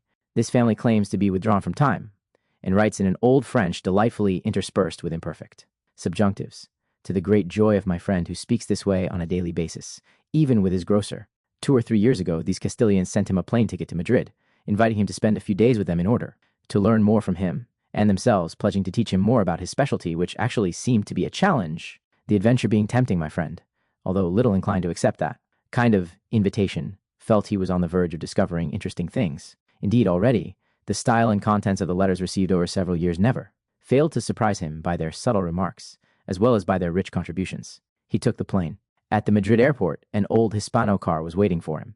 The chauffeur looked more like a coachman than a driver, wearing an old-fashioned livery, and looking worthy of appearing in one of Goya's paintings. Nobody else came to welcome him, and the chauffeur remained silent. My friend began one of his usual smiling meditations as he enjoyed the ride. They covered a long distance, and at dusk arrived before the gates of a park enclosed by high walls. However, they had not yet reached their destination. A sinuous, stony road led them first to the left, then to the right, as if losing itself. At last they stopped along a platform. The driver turned off the engine, got out, and taking my friend's suitcase, invited him to follow him. There, a lane led them farther. They walked for a long time before arriving at a large, old mansion, low but stately. Upon entering, my friend observed that there was no electricity, no bulbs. Here, the only light came from candles. Was it in his honor to give an atmosphere of old Spain, or was it customary? His hosts were there, waiting for him, faithful to a dressing tradition that, instead of leading him to consider it a grotesque masquerade, gave him cause to rejoice. At last he thought, here are people who know how to evade the century's ever-changing and sometimes daring fashions. Here, all the ladies are wearing long dresses, velvets, and brocades. The gentlemen are wearing a kind of doublet, long stockings, buckle, shoes. All gathered around the master come from another place and welcomed him. For an instant I placed myself in that delightful man's stead when he heard old French, peppered with old Castilian, spoken around him. The welcoming repast had the same old-fashioned flavor, regarding both the food as well as the service. As for conversation, it was quite astonishing. My friend soon noticed, which he had already observed from their letters, that his hosts, while not quite sure of themselves in the field of modern alchemy, had a thorough knowledge of ancient alchemy and spoke about it quite naturally, just as they would about things that they would normally do on a daily basis. My friend was, then, stupefied to hear, since he believed that he knew everything, not only of the existence of books of which he was unaware, and the quoting of forgotten formulas, but also of the existence of the lost force of ancient alchemy, which he found in these people. Who were these characters living in 1966, but who were keeping the lifestyle of the 18th century? He carefully refrained from asking. In any case, had he not seen even stranger things in his magician's life? His sojourn there lasted 1 week. Not only did he learn a lot, but it was a beneficial recovery cure. He saw planes crossing the sky without the slightest noise, and on the neighboring road, cars drove in silence, as if the present was only a figment of his imagination. There were no sounds around him other than the ones of a loving and peaceful family, indefatigably and patiently repeating their daily gestures and holding the feverish conversations of an endless life. Of course, Eugene Canseliet heard about the publication of this singular tale, and 2 years later, in 1971, decided to speak about the strange trip that had brought him to the surroundings of Seville. Journalist Henri Rode took his statement in an interview that the good master of Finis gave to the magazine Le Grand Albert and Deg One. As for Fulcanelli, alive, he certainly is. Time does not matter. It so happens that I saw him again in 1951 and discovered the secret place where he is. I was traveling in Spain, not far from Seville, where I was the guest of a friend who owns a beautiful mansion with a terrace and large staircase opening on a park. I immediately felt Fulcanelli in the atmosphere. The more so as I discovered from my window, which added to the charm of the picture, the presence of a child of about 10 and a little girl, who both seemed to have originated from a painting by Velázquez. A pony and 2 greyhounds were at their sides. But after one of those long working nights so customary for me, my discovery seemed even more convincing. In a large lane with dense foliage, a young lady, a queen, was approaching, wearing the collar of the golden fleece, and was followed by a duenna, all this very vivid, very luminous. The young lady warmly nodded to me, and I was sure that Fulcanelli whispered, "Do you recognize me?" To which I replied, "Yes, but how could such certainties be conveyed?" Edifying testimony indeed. Let us add some excerpts from the book by Kenneth Rayner Johnson, entitled The Fulcanelli Phenomenon, the Story of a 20th Century Alchemist in the Light of New Examination of the Hermetic Tradition. Eugene Canseliet, the man who was closest to Fulcanelli, all during his strange existence, affirmed that again he saw his master in Spain at a more recent date, 1954. Kenneth Rayner Johnson says he is sure of the quoted date. Undoubtedly, Mr. Canseliet was in Spain during this year. Gerard Haim, a knowledgeable esoterist, knew M. Canseliet through his friendship with his daughter and was able to see Canseliet's passport. It contained a visa for Spain only for 1954. This checking indeed leaves no room for doubt. Later on, we shall see why this is so important to us. For the time being, let us continue with the British author's story. Mr. Canseliet prepared his bags and undertook his trip to Spain. His destination was Seville. Someone came to meet him. We don't know exactly who, and M. Canseliet was conducted to a manor or a large estate in the mountains. There he was, received by his old master, Fulcanelli, who appeared to be about 50, M.CANSELIET was 50. 4. M.CANSELIET was taken to his rooms. On the first floor, in a tower of the manor, the window opened on a large, rectangular terrace. During his stay, he had the distinct impression that the manor was the refuge of an entire colony of distinguished alchemists, including adepts like his master, and that it was owned by Fulcanelli. Shortly after his arrival, he was shown to a small laboratory and was told he could work there and carry on his experiments. Returning to his rooms, M.CANSELIET went to his window to breathe some fresh air and observe the patio below. He saw a group of children, probably the children of other guests at the manor, who were playing. But there was something strange about them. In looking more closely, he realized it was in the clothing they were wearing. They looked like they were from the XVth century. The children were playing some sort of game, and M.CANSELIET thought they were dressed this way for a masquerade or a costume party. That night, he went to bed, without thinking more about the incident. The next day, he returned to his experiments in the laboratory he had been given.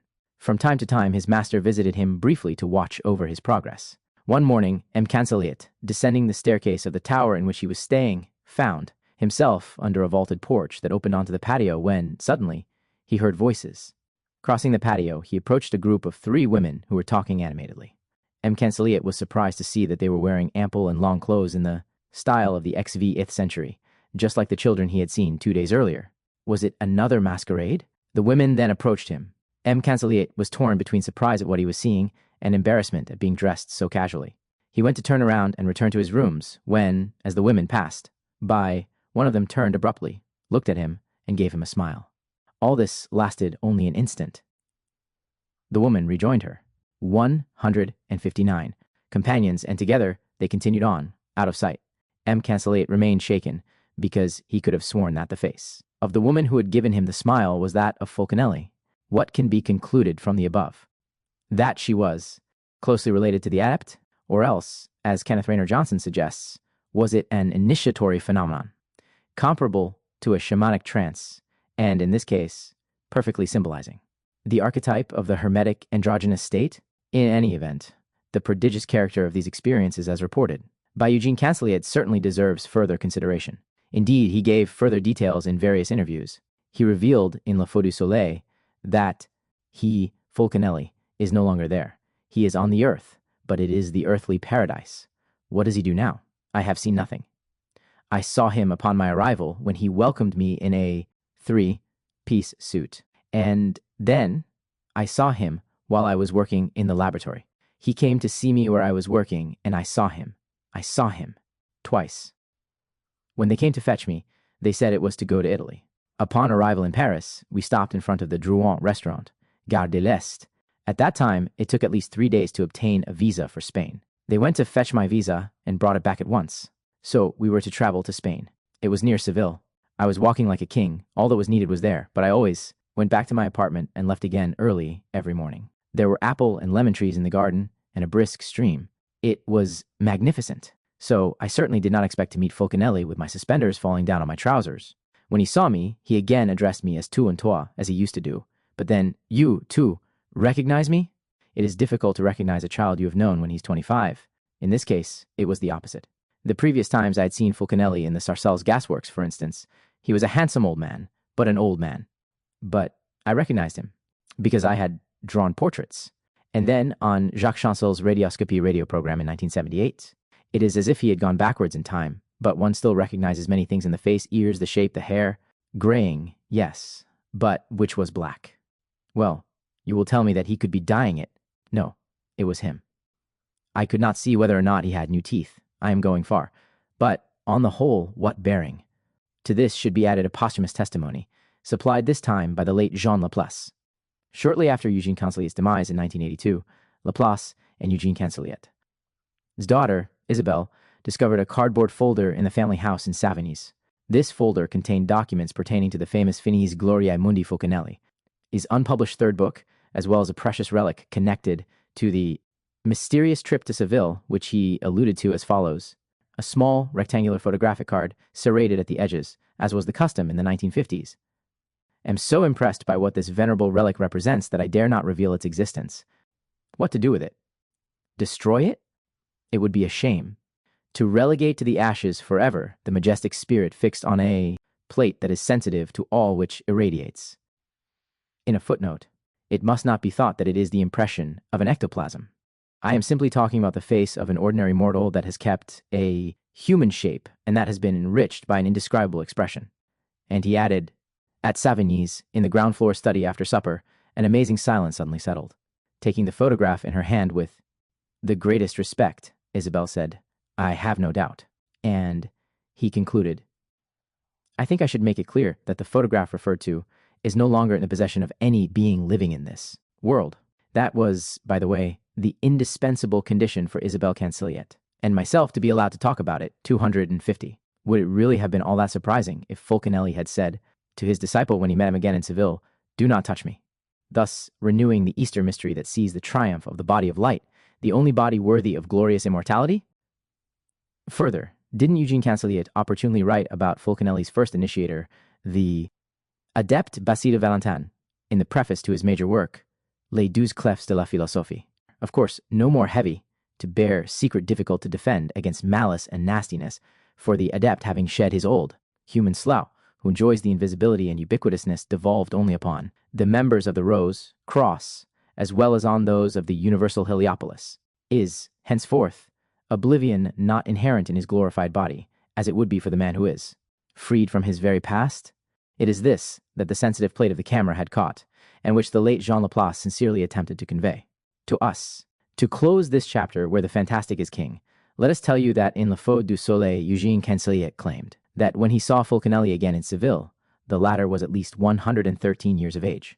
The reader will then understand, in view of the preceding chapters and of the evidence discovered by Gerard Heim and Eugene CANSELIET'S passport verifying that CANSELIET had traveled to Spain in 1954, that Fulcanelli could only have been born in 1841, as was Jules Vieul, 11th, Finis Gloriae Mundi, the end of the glory of the world. The third book written by Fulcanelli, which followed Le Mystère des Cathédrales and Les Demures Philosophales and was withdrawn by him from any eventual publication, was entitled Finis Gloriae Mundi, the end of the glory of the world.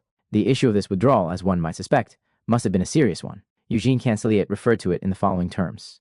In light of the passive resignation of people turned into slaves of scientism, I understand better, after almost half a century, the firm decision made by Fulcanelli not to have his third book published.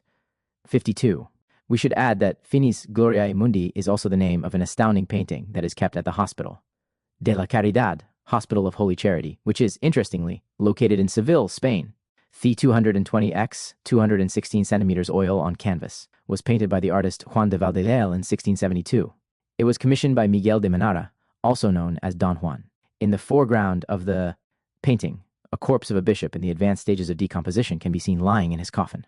Beside him, but lying in the opposite direction, is a knight in another coffin whom Eugene CANSELIET thought to be a member of the Order of Calatrava, the successor of the Templars. The knight, however, shows no signs of decay, his open eyes, and fresh. 337 La Tourbe de l'Philosopher, N. Deg 4. Complexion leave us to understand that he rests peacefully and escapes anywhere of time. Nearly all that look carefully at the knight recognize Don Juan himself there. In the background, a curiously female hand bearing the mark of crucifixion emerges from the clouds holding a scale. One plate of the scale bears the inscription Nimas, neither more, and the other ni menos, nor less. To the left, at the entrance to the crypt, there is an owl, symbol of wisdom, that stands in hieratic posture and appears to be gravely weighing the situation. One also glimpses skeletons and scattered bones in the background, which serve to emphasize the already macabre character of the scene entitled Finis Gloriae Mundi, as indicated on the scroll lying beside the first coffin. The image of the bishop's coffin is disturbing, since it certainly seems here that the church has fallen into eternal decay, to the benefit of the only genuine initiatory awakening that is symbolized by the knight simulating death. Further, the subject of the painting that is facing this one leaves no doubt whatsoever. As to the subject matter, since it presents death bearing the harvesting scythe, the skeleton's foot treads down on the world, symbolized by a globe. It seems to scorn the papacy by way of items representing it, the tiara and papal cross. It also appears to despise the riches of temporal power, as represented by the jewels and swords that are scattered here and there. With the index finger of its right hand, the skeleton points to the Latin sentence, in ictu oculi, in the blink of an eye, which, when added to the previous sentence, gives us the end of the glory of the world, in the blink of an eye. In a very interesting text, alas, not available in bookshops, entrusted to us on a rainy day and entitled Le Grand Ouvre, Attire des du Clerc Adepti Parizel, the author says, 253. PARISIAN is as well also the author of a curious little alchemical manual, this one available, which is entitled L'Ambroisie du Soleil ou la Pierre, Héroïque et Ramatuelle de Mille. If, upon entering the well-known chapel of the Hospital of Holy Charity in Seville, the visitor's eye is immediately met by the two paintings by painter Juan de Valdesleal, facing one another, one certainly must not forget another, painting there by Murillo called Charity of San Juan de Dios. Although the presence of this Renaissance period saint, founder of the Brotherhood of Charity, is logical here, it is the location of the painting that constitutes its peculiarity. Indeed, juxtaposing it with Valdesleal's amazing painting that completes the famous sentence, the end of the glory of the world, with, in the blink of an eye, he confirms the hypothesis, cherished by Fulcanelli, of a shifting of the Earth's poles. To be convinced, a careful observation of both paintings side by side is enough, and a startling parallel will not fail to elicit surprise. The arm of the angel coming to the rescue of St. John of God in Murillo's painting and extending the sick man's legs is in perfect alignment with the skeleton's shin bone in Valdesleal's painting. Furthermore, the skeleton's left foot is placed on a globe, as if to prevent it from shifting on its axis, which is symbolized by the orientation of a sword. In addition, one can observe the perfect tilting of the ecliptic plane in relation to the equator, which does not leave room for any doubt as to the painter's intention in this composition. As we mentioned earlier, before departing this world, alas, too soon, Jean Laplace was fortunate enough to discover in the famous cardboard folder at the house in Finis the elements of a synopsis that would have been the basis of the master's third book, Finis GLORIAE MUNDI. So here, concisely reproduced, are the notes, the precious contents of that folder. The decline of our civilization and the fall of human societies, religious disbelief and mystical belief, harmful effects of state education, abuse of pleasure due to fear of the future, present, today, fetishism, symbols more powerful than in the past in the materialist, 254. The great work viewed in the flup of a wing. TR.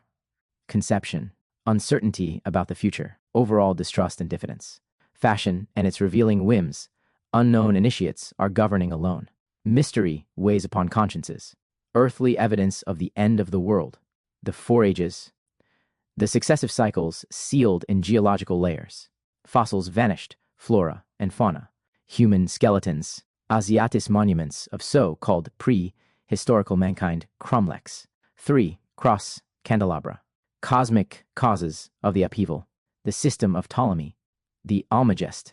Error in the Copernican system, demonstrated by the pole star. Precession of the equinoxes. Inclination of the ecliptic. Inexplicable variations in the magnetic pole. Solar ascension at the pole zenith, and return in the opposite direction, causing the reversal of the axis, the deluge and fusion at the surface of the globe. According to E.CANSELIET himself, some of these issues were already addressed in the concluding chapter of the final edition of Les Demures Philosophiques, and in the second edition of Le Mystère des Cathédrales, that of 1957, with the study of the cyclic cross of Henday. 255 excerpt from article by Jean Laplace, Aperçu vitriolique, la tourbe philosophe, en deg 31.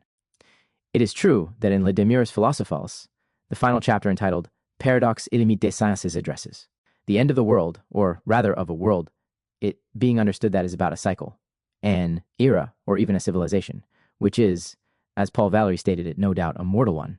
That chapter of Les Demures Philosophiques begins with discussions of the reign of man and the cyclical theory of the four ages. The reign of man. After dealing with the sad paradox of the unlimited progress of the sciences, Fulcanelli pores over the study of a painting on sculpted wood in the church in Figeac, Lot Department. Here he sees in the purposeful arrangement of the instruments of Christ's Passion the presence of 4 Greek 10s, key, the total numerical value of which is 2,400, and which symbolize the 4 ages of the world. According to his idea, the 12 centuries symbolize the reign of God, which is succeeded by the reign of the Son of Man, the deluge. Here Fulcanelli addresses the question of the deluge universally dealt with by all religions, as well as the prospect of a new cataclysm. He makes it clear that when, to punish mankind for its crimes, God resolved to draw it into the waters of the flood, not only was the earth affected on the surface, but a certain number of righteous and elected people, having found mercy in his eyes, survived the flood. Although presented symbolically, he adds, this teaching rests on a positive basis. We recognize in it the physical need for an animal and terrestrial regeneration which consequently cannot result in the total annihilation of all creatures, nor in the elimination of any of the conditions indispensable to the life of 256 unlimited paradox of sciences. TR, the rescued core. Hence, despite its apparent universality, despite the terrifying and the long brewing of the elements unleashed, we are assured that the immense, Catastrophe will not have the same impact everywhere, nor on the entire span of continents and seas. Certain privileged regions, actual rocky arches, will shelter the men who will find a refuge there. There, during a day lasting 2 centuries, the generations, anguished spectators of the effects of the divine force, will witness the colossal duel between water and fire. There, in relative calm, in a uniform temperature under the pale and steady light of a low sky, the elected people will wait for peace to be made, for the last clouds scattered by the breeze of the golden age to uncover for them the polychrome, magic of a double rainbow, the glittering of new skies, and the charm of a new earth. After which, Fulcanelli alludes to the various topographical changes that occurred. After the last flood, among others, the fact that Jersey Island was still attached to the Cotentin region in 709, the year when the Channel. These waters invaded the vast forest that spanned as far as Ouessant and which sheltered several villages. Atlantis. Here, Fulcanelli lists the numerous arguments in favor of the existence of the mysterious continent referred to by the philosopher Plato, Atlantis.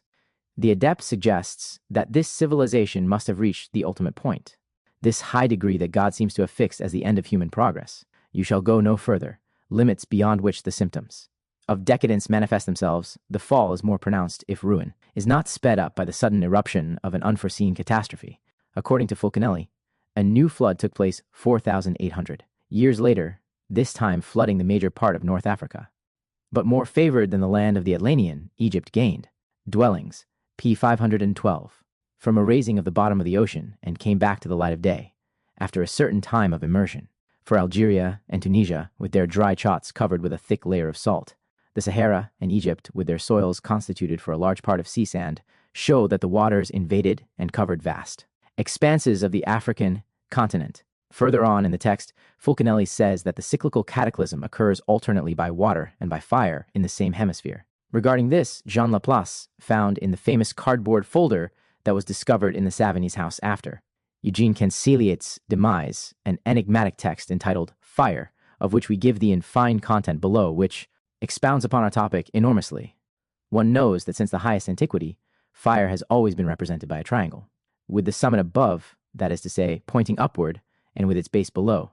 As a matter of fact, this geometrical shape is the shape of a flame of fire in action, and one which belongs to all pyramids. This would lead us to see in the Damartin Su's Tajot pyramid, Saint et Marne, as well as in the Memphis one, etc., monuments that were erected in anticipation of a catastrophe by fire. Hence, the Egyptians would have built those immense edifices, not only with a view to making them geodesic witnesses meant to transmit to posterity the accurate mathematical knowledge that they possessed about our world at the time, but also as signs, intended to inform mankind of the inescapable necessity for it to be renewed by fire. Those ancestors our current civilizations had, via the successive fates of our earth, a knowledge so thorough that they carved their hypogeums in the rock and their necropoles in absolutely waterproof subterranean halls. Those men indeed knew that they themselves would perish by water. By elevating their pyramids above the ground, it was for us, their successors, that they were working, since they did not fear fire, but water. Also, the word pyramid contains this meaning. In Greek, pyramis, pak, comes from pyre, pyros, up, upo, that is fire, and amis, roots, ami, os, sickle. Pyram is then the harvester's sickle. And this singularly sheds light on the awe-inspiring but correct sentences in the scriptures. Let the nations be roused. Let them advance into the valley of Jehoshaphat. For there I will sit to judge all the nations on every side. Swing the sickle, for the harvest is ripe. Come, trample the grapes, for the winepress is full and the vats overflow. So great is their wickedness. The sun and moon will be darkened, and the stars no longer shine. Joel 3, verses 12, 13, 15. Moreover, St. John also wrote in his Apocalypse, Then I heard a voice from heaven say, Write, blessed are the dead who die in the Lord from now on. Yes, says the Spirit, they will rest from their labor, for their deeds will follow them. I looked, and there before me was a white cloud, and seated on. The cloud was one like a son of man with a crown of gold on his head and a sharp sickle in his hand. But it should be added, again according to Jean Laplace, that there was also a photograph in the cardboard file that might have served as Jean-Julien Champagne's model for the design of the frontispiece for Finis GLORIAE Mundi, which had a handwritten note on the back explaining that the round curve of the frame should be inserted on one side of the flooded and submerged pyramids of Egypt, with the Greek word Shexus, X0cc yesterday, written on a scroll, and on the other side, similar pyramids in a calcinated landscape, with the word Orion, Apov tomorrow, likewise written on a scroll. 259, Revelation, St. John, Apocalypse 14, v. 13-14. The burning. In this chapter, Fulcanelli mentions the fact that the first book of the Bible, Genesis, tells the story of the flood, and, likewise, the Apocalypse at the end closes the holy book with the flames of the Last Judgment. In his opinion, it is the cyclical theory of the end, alternately brought about by water and by fire, that is intentionally emphasized here. He quotes St. Peter's second epistle. By these waters also the world of that time was deluged and destroyed. By the same word, the present heavens and earth are reserved for fire, being kept for the day of judgment and destruction of ungodly men. 260. Fulcanelli sees, in a noble equestrian statue located under a semi-circular arch on the porch of the Mel Church in the Deux, Sèvres region, a representation of the night of the Apocalypse, where the Son of Man is identified as Christ the King, come to judge the living and the dead. Further on, the adept describes the obelisk located in Dammartin-sous-Tigeaux, erected on a mound in the Crécy forest. It is erected at the center of the crossing of 3 roads, which gives it the appearance of a 6-point star representing the Philosopher's Stone, as well as the union of fire and water. It is, in fact, of a trunk made of a quadrangular pyramid with furrowed edges, indeed an amortizement in which the whole interest of a building is concentrated. In fact, it shows planet Earth delivered onto the united forces of fire and water, resting on the waves of a furious sea, the sphere of the world, struck at the upper pole by the sun during its helical reversing movement, is set ablaze and propels thunderbolts and lightning. That is, as we said, the amazing representation of the immense fire and flood, which is as purifying as it is retributive. 200 Peter 2 v. 6, 7. The Golden Age. It is by way of a sublime reference that Fulcanelli reveals to us the path to the Golden Age. In the period of the Golden Age, man, rejuvenated, ignores all religion. He only gives thanks to the Creator, of whom the sun, his most sublime creation, seems to reflect his blazing, luminous, and bountiful image. He respects, honors, and worships God in this radiant globe that is the intellect and heart of nature and the supplier of earthly goods. Visible representative of the eternal, the sun is also the sentient token of his power, his grandeur, and his kindness. Within the stars' beams, under the pure skies of a rejuvenated earth, man admires the divine achievements, without external manifestations, without rites, and without veils. Contemplative, unaware of necessity, desire, suffering, he holds for the master of the universe the heartfelt and deep gratitude possessed by the simple soul, and the boundless affection signing the sun to his Father. Fulcanelli then develops the notion of an earthly paradise, alluding, in passing, to its Chaldean root paradis, meaning a delightful garden, one which man has often attempted to locate upon our planet. However, this search has been in vain, and for a good reason, states Fulcanelli, who takes this opportunity to back up his cyclical thesis with the following. The rescue and mercy zone is in the boreal hemisphere at the beginning of one cycle, then in the austral hemisphere at the beginning of the following cycle. The adept concludes by associating the 4 ages of the great year, as he refers to it, to the 4 respective seasons composing the solar year, spring, summer, fall, and winter, and so ends Les Demeures Philosophales, the cyclic cross of Henday. As JEAN-JULIEN made clear, the symbolic interpretation of the Henday cross relates to the notes that accompanied the manuscript of Finis GLORIAE Mundi. Its publication in the 2nd edition of Le Mystère des Cathédrales is quite significant in this respect. Most probably erected at the end of the 17th century, this modest stone cross on the frontier of the Basque region is adorned with highly symbolic elements. Fulcanelli tells us, the Henday cross proves by the ornamentation of its pedestal that it is the most unusual monument of primitive millenarianism, the rarest symbolic translation of Chiliasm that we have ever come across. It is known that this doctrine, first accepted and then rejected by Origen, St. Denis of Alexandria, and St. Jerome, although not condemned by the Church, was part of the esoteric tradition of the ancient philosophy of Hermes. On the transversal beam of the cross, one reads the common Latin inscription, O crux ave spes unica, but it is arranged here in a very unusual way. O crux saves. Pes unica. Why did the sculptor join the letters composing this Latin sentence, although so common, unless it was to veil a more mysterious meaning where the S of Aves seems to play a major role? The letter S, writes the adept, which has the sinuous shape of a snake, corresponds to the Greek X, chi, and assumes its esoteric meaning. It is the spiral track of the sun arrived at the zenith of its curve across space during the time of the cyclical catastrophe. It is a theoretical image of the beast of the apocalypse, of the dragon, which on the day of judgment spews out fire and brimstone upon the macrocosmic creation. Thanks to the symbolic value of the letter S, which is displaced on purpose, we understand that the inscription must be translated into a secret language, that is to say, in the language of the gods or the language of the birds, and that its meaning, Le Mystère des Cathédrales, pg 166, English version, must be discovered with the help of the rules of diplomacy. Several authors, and in particular Grâce d'Orsay, in his analysis of Le Songe de Polyphiel published by the Revue Britannique, have explained these clearly enough for us to dispense with repeating them. Therefore, the Latin sentence should be translated into French and its vowels shifted according to the Kabbalistic rule. Quoted by the original archaeologist, in order to obtain the following sentence, which is pregnant with meaning of great import, il est écrit que la vie se réfugie in un seul espace. And Fulcanelli adds, for the elite, the children of Elijah, will be saved according to the word of the scriptures, because their profound faith, their untiring perseverance and effort will have earned for them the right to be promoted to the rank of disciples of the Christ-light. Furthermore, there is a different symbol on each face of the pedestal: the sun, the moon, an 8-point star, and a cross surrounded by 4 Greek alphas designating the 4 ages of the world. Consequently, at the risk of once again vexing Geneviève Dubois, we must say that the article written by Jules Boucher in 1936 for the periodical Constellation on the enigmatic Henday cross is far from having the same value of the chapter on this cross so meticulously written by Fulcanelli in Illo Tempore. For example, what should be kept of the following astounding and absurd statement excerpted from Jules? Boucher's text, which means that the North Pole will become the South Pole. English version, Sabid, Fixglormensch, 175. The sundial at Holyrood in Edinburgh. Contrary to the testimony of Mme. Dubois, it is indeed possible to visit this monument discussed by Fulcanelli as the above photograph taken by the author illustrates.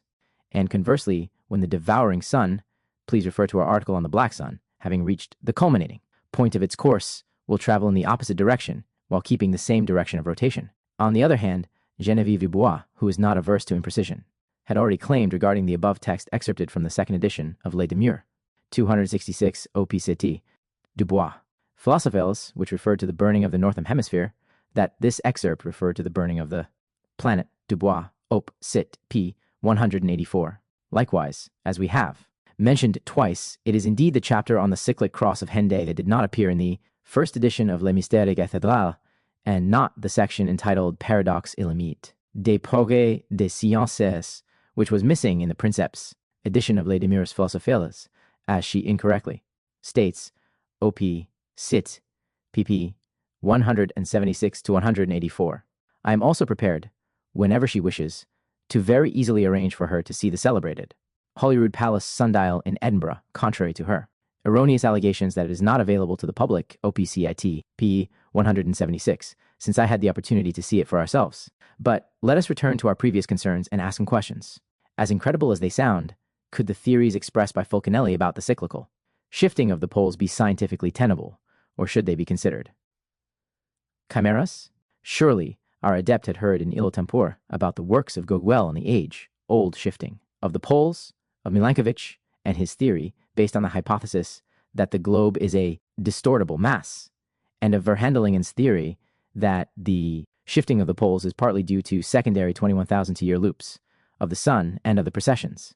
We will recall that this question of precessions was alluded to in the synopsis of Finis Gloriae Mundi. Was it not stated, error in the Copernican system, demonstrated by the polar star, precessions of the equinoxes?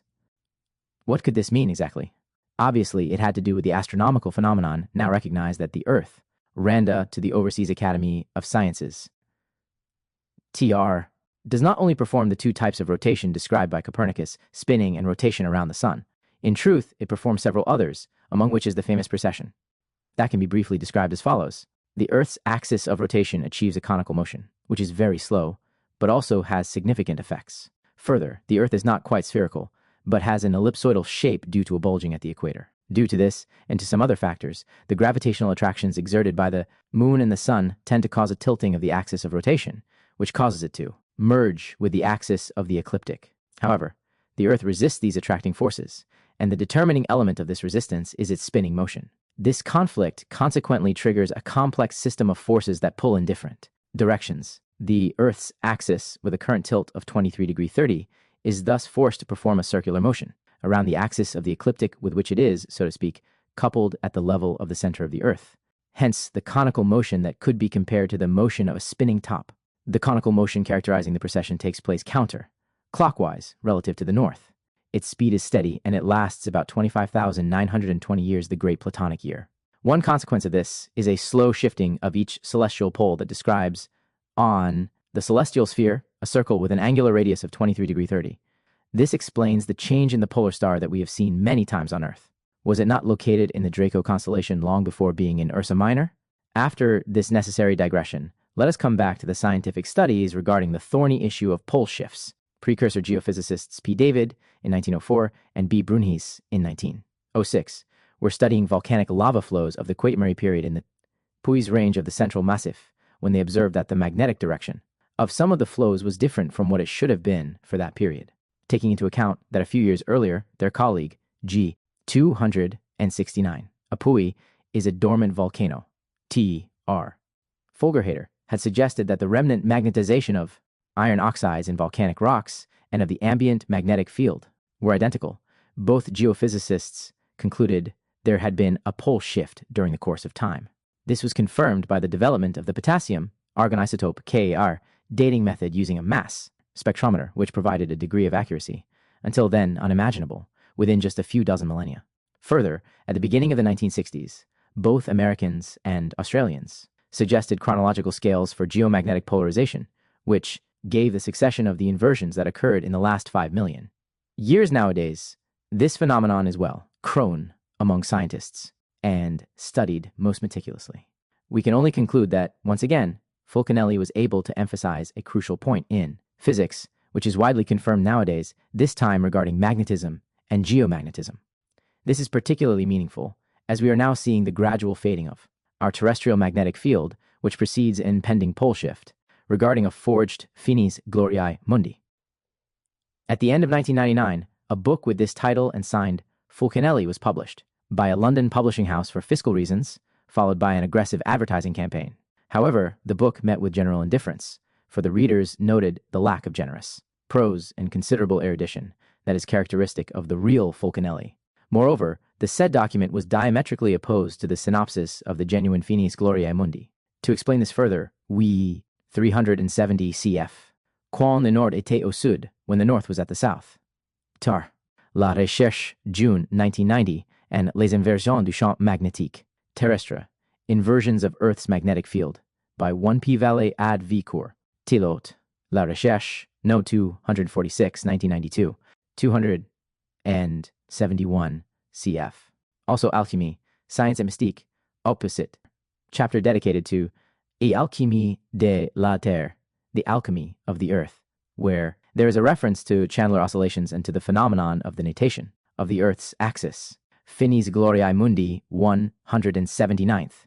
We'll now borrow a few pertinent criticisms excerpted from J.P. Thomas' article, Finis GLORIAE MUNDI, or the story of character impersonation and usurpation.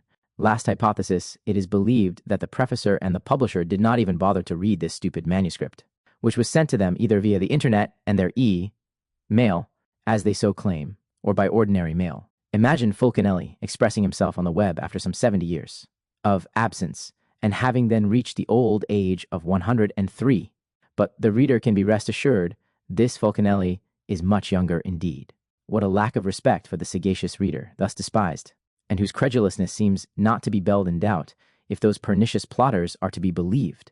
Surely they must possess certified expert qualifications and flawless insight for having granted their imprimatur to such a collection of politico-chemical ineptitudes, in which the authentic science of Hermes is so conspicuous by its absence. Should, despite all this, the publisher, Savory, and the author, Jacques Daris, of the dithyrambic preface to the book in question, manage to be relieved from all responsibility and obvious duplicity, it would, however, remain that the subject of the offense is still inexorably a forged Fulcanelli. From the start, the author makes things very clear. This book is not the manuscript we once withdrew from the hands of our dear CANSELIET.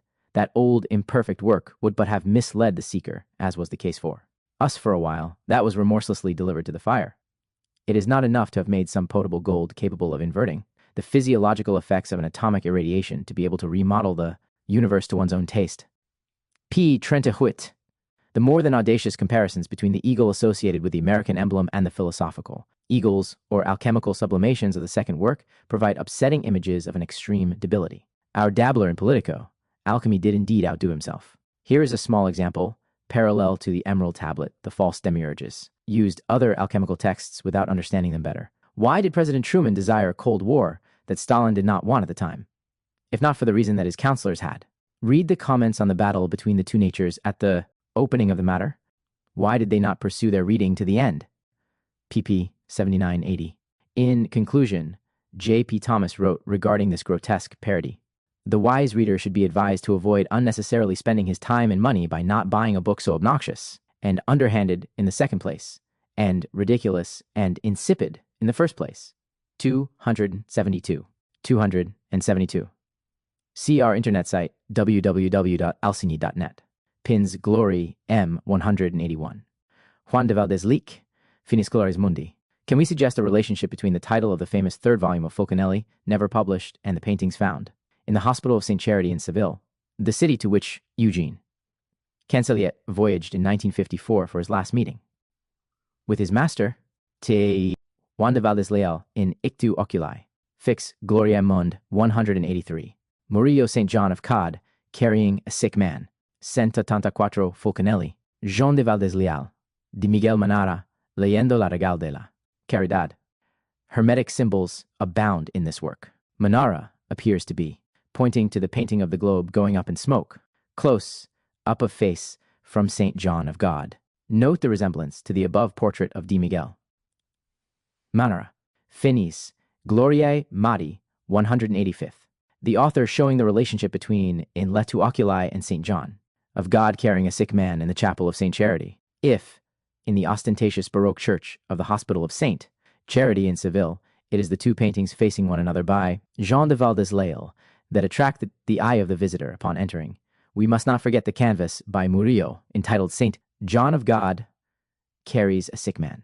Even if the presence of this Renaissance saint, founder of the Brothers of Charity, is logical here, it is the placement of the painting that is singular, its juxtaposition with the striking painting of Valdés-Leal that finishes the famous sentence, "The end of the glory of the world by in the blink of an eye," clearly reinforces the hypothesis, dear to Fulcanelli, of the displacement of the Earth's poles. To be persuaded, it suffices to observe the two paintings side by side, where the striking parallels cannot but surprise the observer. The right arm of the angel coming to aid St. John of God, extending the legs of the sick man of Murillo's painting, perfectly in alignment with the tibius of the skeleton in the painting by Valdés-Leal. The left foot of the skeleton is moreover placed on the globe of the earth, as if he is restraining it from tipping on its axis, symbolized by the orientation of the sword.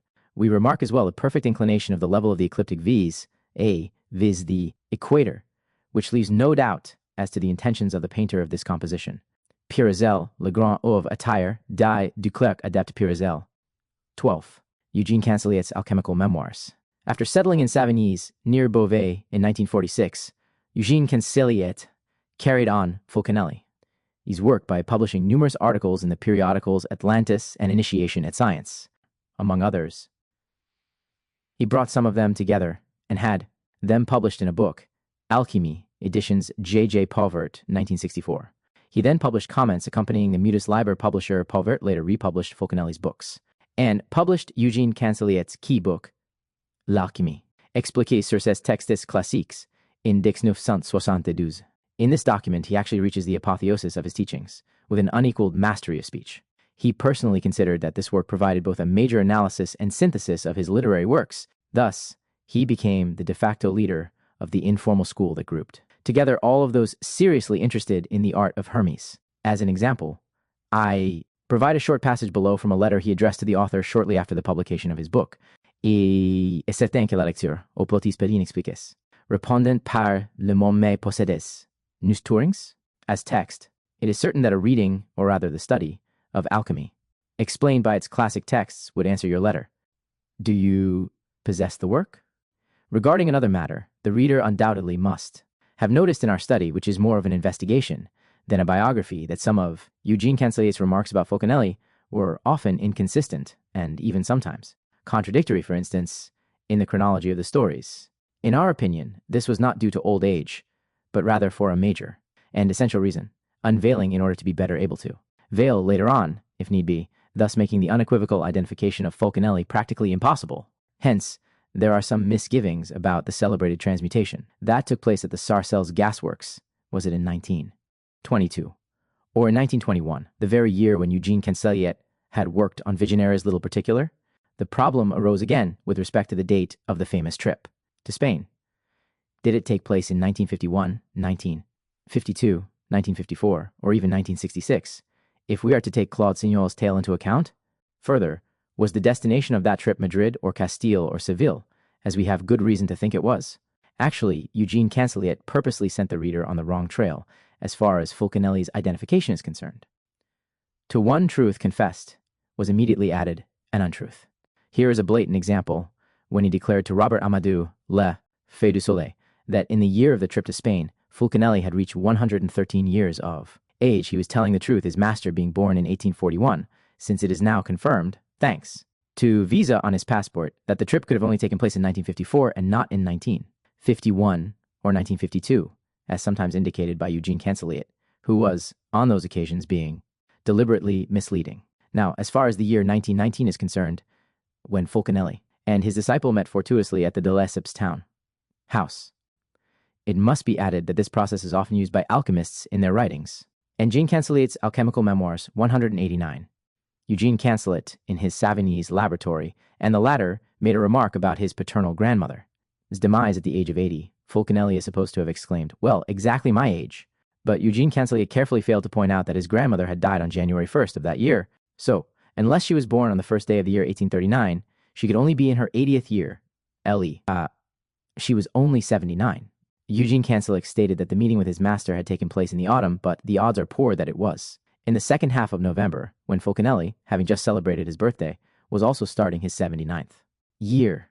In conclusion, Eugene Canseliet's paternal grandmother and our Hermetic savant were practically the same age, although it would be quite impossible to determine the latter's age accurately if we only take into consideration the 80 years old mentioned by the disciple, which was, we will admit, quite adroit on his part. We wanted to make this clear so that our possible detractors cannot object to these facts. However, it is impossible to quote all the times that this muddling of tracks has occurred in Fulcanelli's story. It must suffice to know that it exists and, consequently, to be on one's guard. During the last years of his life, Eugene Canseliet told many an anecdote which were quoted in either Jacques Chancel's Radioscopie, the periodical La Tombe des Philosophes, or in Le Feu du Soleil. We will now quote a few of them for the reader. Eugene Canseliet wrote that in 1871, the year of the Commune insurrection, the man who would come to be known, as Fulcanelli participated in the defense of Paris under the command of the famous architect Viollet-le-Duc, then a lieutenant colonel. This is quite correct, and it should also be mentioned that it was Marcellin Berthelot who chaired the scientific committee for the defense of Paris, in which participated the youthful Jules Viol, who had shortly prior to this defended his thesis at the Sorbonne. Edouard Branly, who had become a friend when they were both studying at École Normale Supérieure, was also a member of this committee. Thanks to this long-standing friendship, they periodically met, for example, when they attended with their friend, Prosper Pline, lectures on the threats to Christianity. Let us recall the synopsis of Finis. GLORIAE Mundi, did it not mention religious disbelief as a major factor contributing to the decline of our civilization? In his Alchemiques Memoirs, La Tour des Philosophes, quoted from his diary, Eugene Canseliet wrote for October 10th, 1921, "We had the coveted happiness to prematurely admire, near our master's furnace, this glass through which we moved. An enthusiastic spectator observed the slow succession of the imperceptible shades of the philosophical prism. From the substance issued from the salt delivered by the black caput. On that liquefied substance, gradually heated to an adequate degree, Fulcanelli took up a small quantity of the precious enamel on a rod, which was easily detached from its steel support after cooling down. There resides the secret of glass colored in the mass in middle to ages stained glass windows, for which it was essential that the pieces be set in the purest lead. This text is extremely important, for it illustrates the colors produced in the alchemical egg during its coction. It also raises the issue of producing the blue and red seen in the stained glass windows of Chartres Cathedral, which preoccupied Jean-Julien Champagne and René Schwaller de Lubitz so much, as we mentioned in a previous section. There is another fact of some significance mentioned by Eugene Canseliet. In the interview he granted to the magazine Le Grand Albert. As far as separation is concerned, I also happened to achieve a successful, perfect one in my garret room on Quai des Célestins, witnessed by Motar Pasha.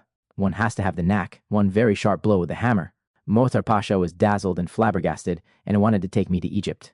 And in his Alchemique's memoirs, at the end of the summer of 1932, when I became acquainted and formed a friendship with a husband of H.H. Princess Nimet, sister of King Fuad, one of Egypt, that is, with General Mahmoud Mohtar Pasha, and about Fulcanelli, I can say now that I never doubled that the affectionate and brotherly attention showed to me by Mohtar Pasha was in any way the consequence of subtle luck, and I am certain that he was acquainted with Fulcanelli and, even further, with his surname, that is to say, the legal designation of his person in any place in France, and undoubtedly he, Fulcanelli, had also known Mahmoud Mohtar Pasha.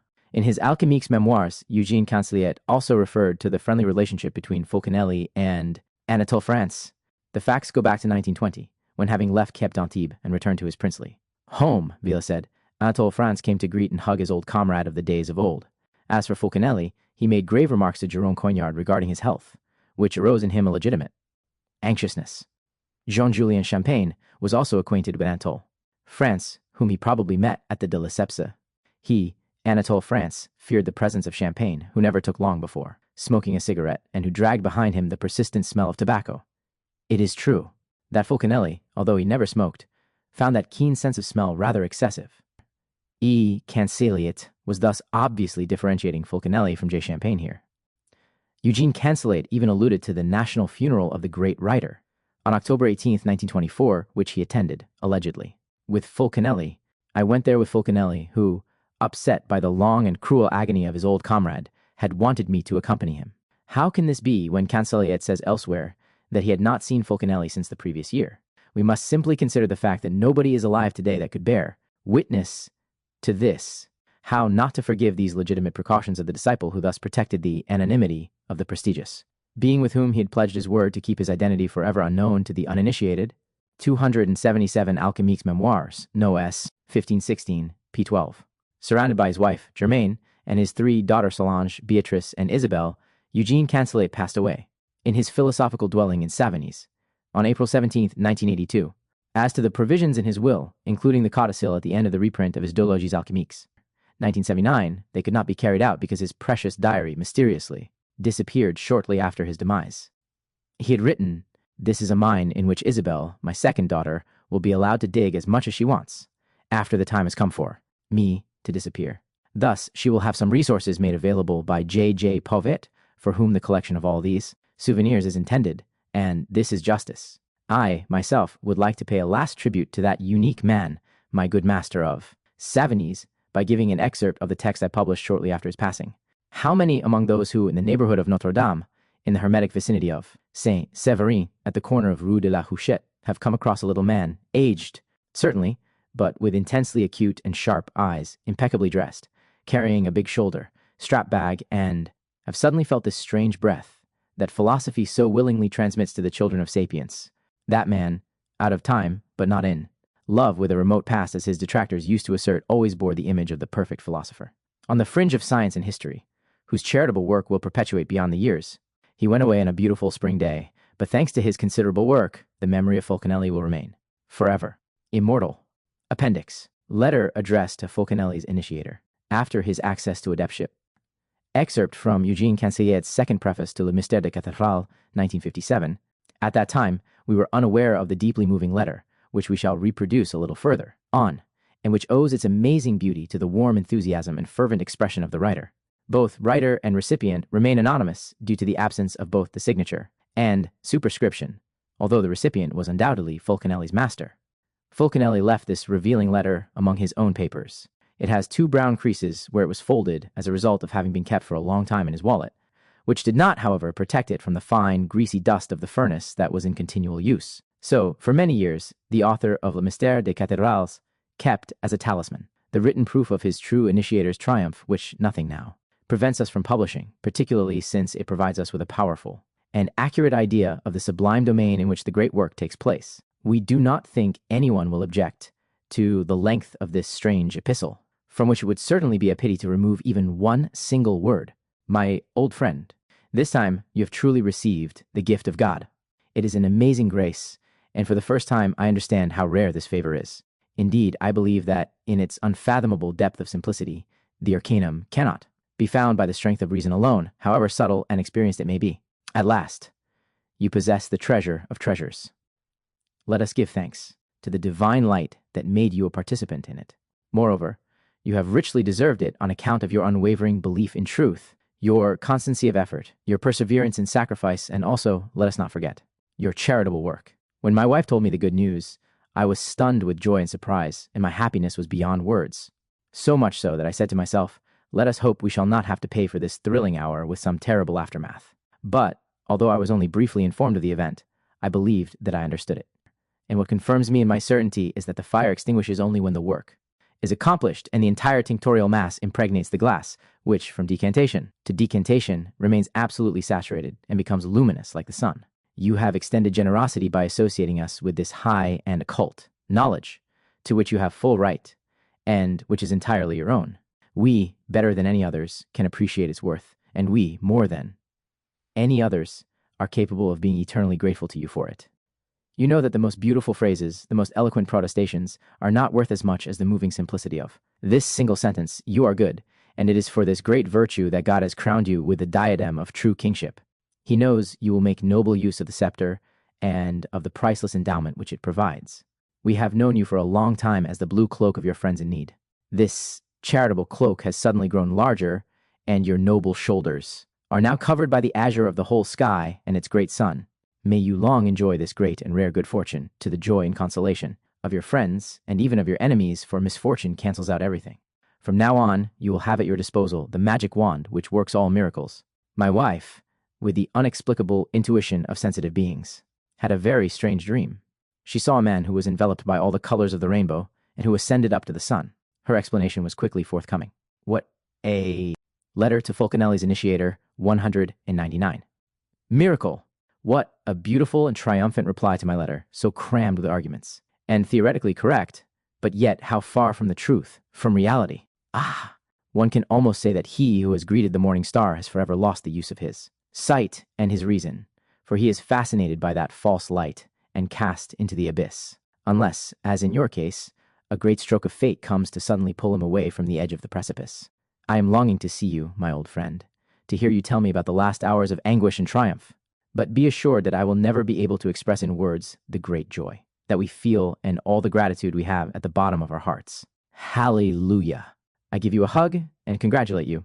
Your old, he who knows how to achieve the work by the one, and only Mercury has found that which is most perfect. That is to say, he has received the light and achieved the magisterium.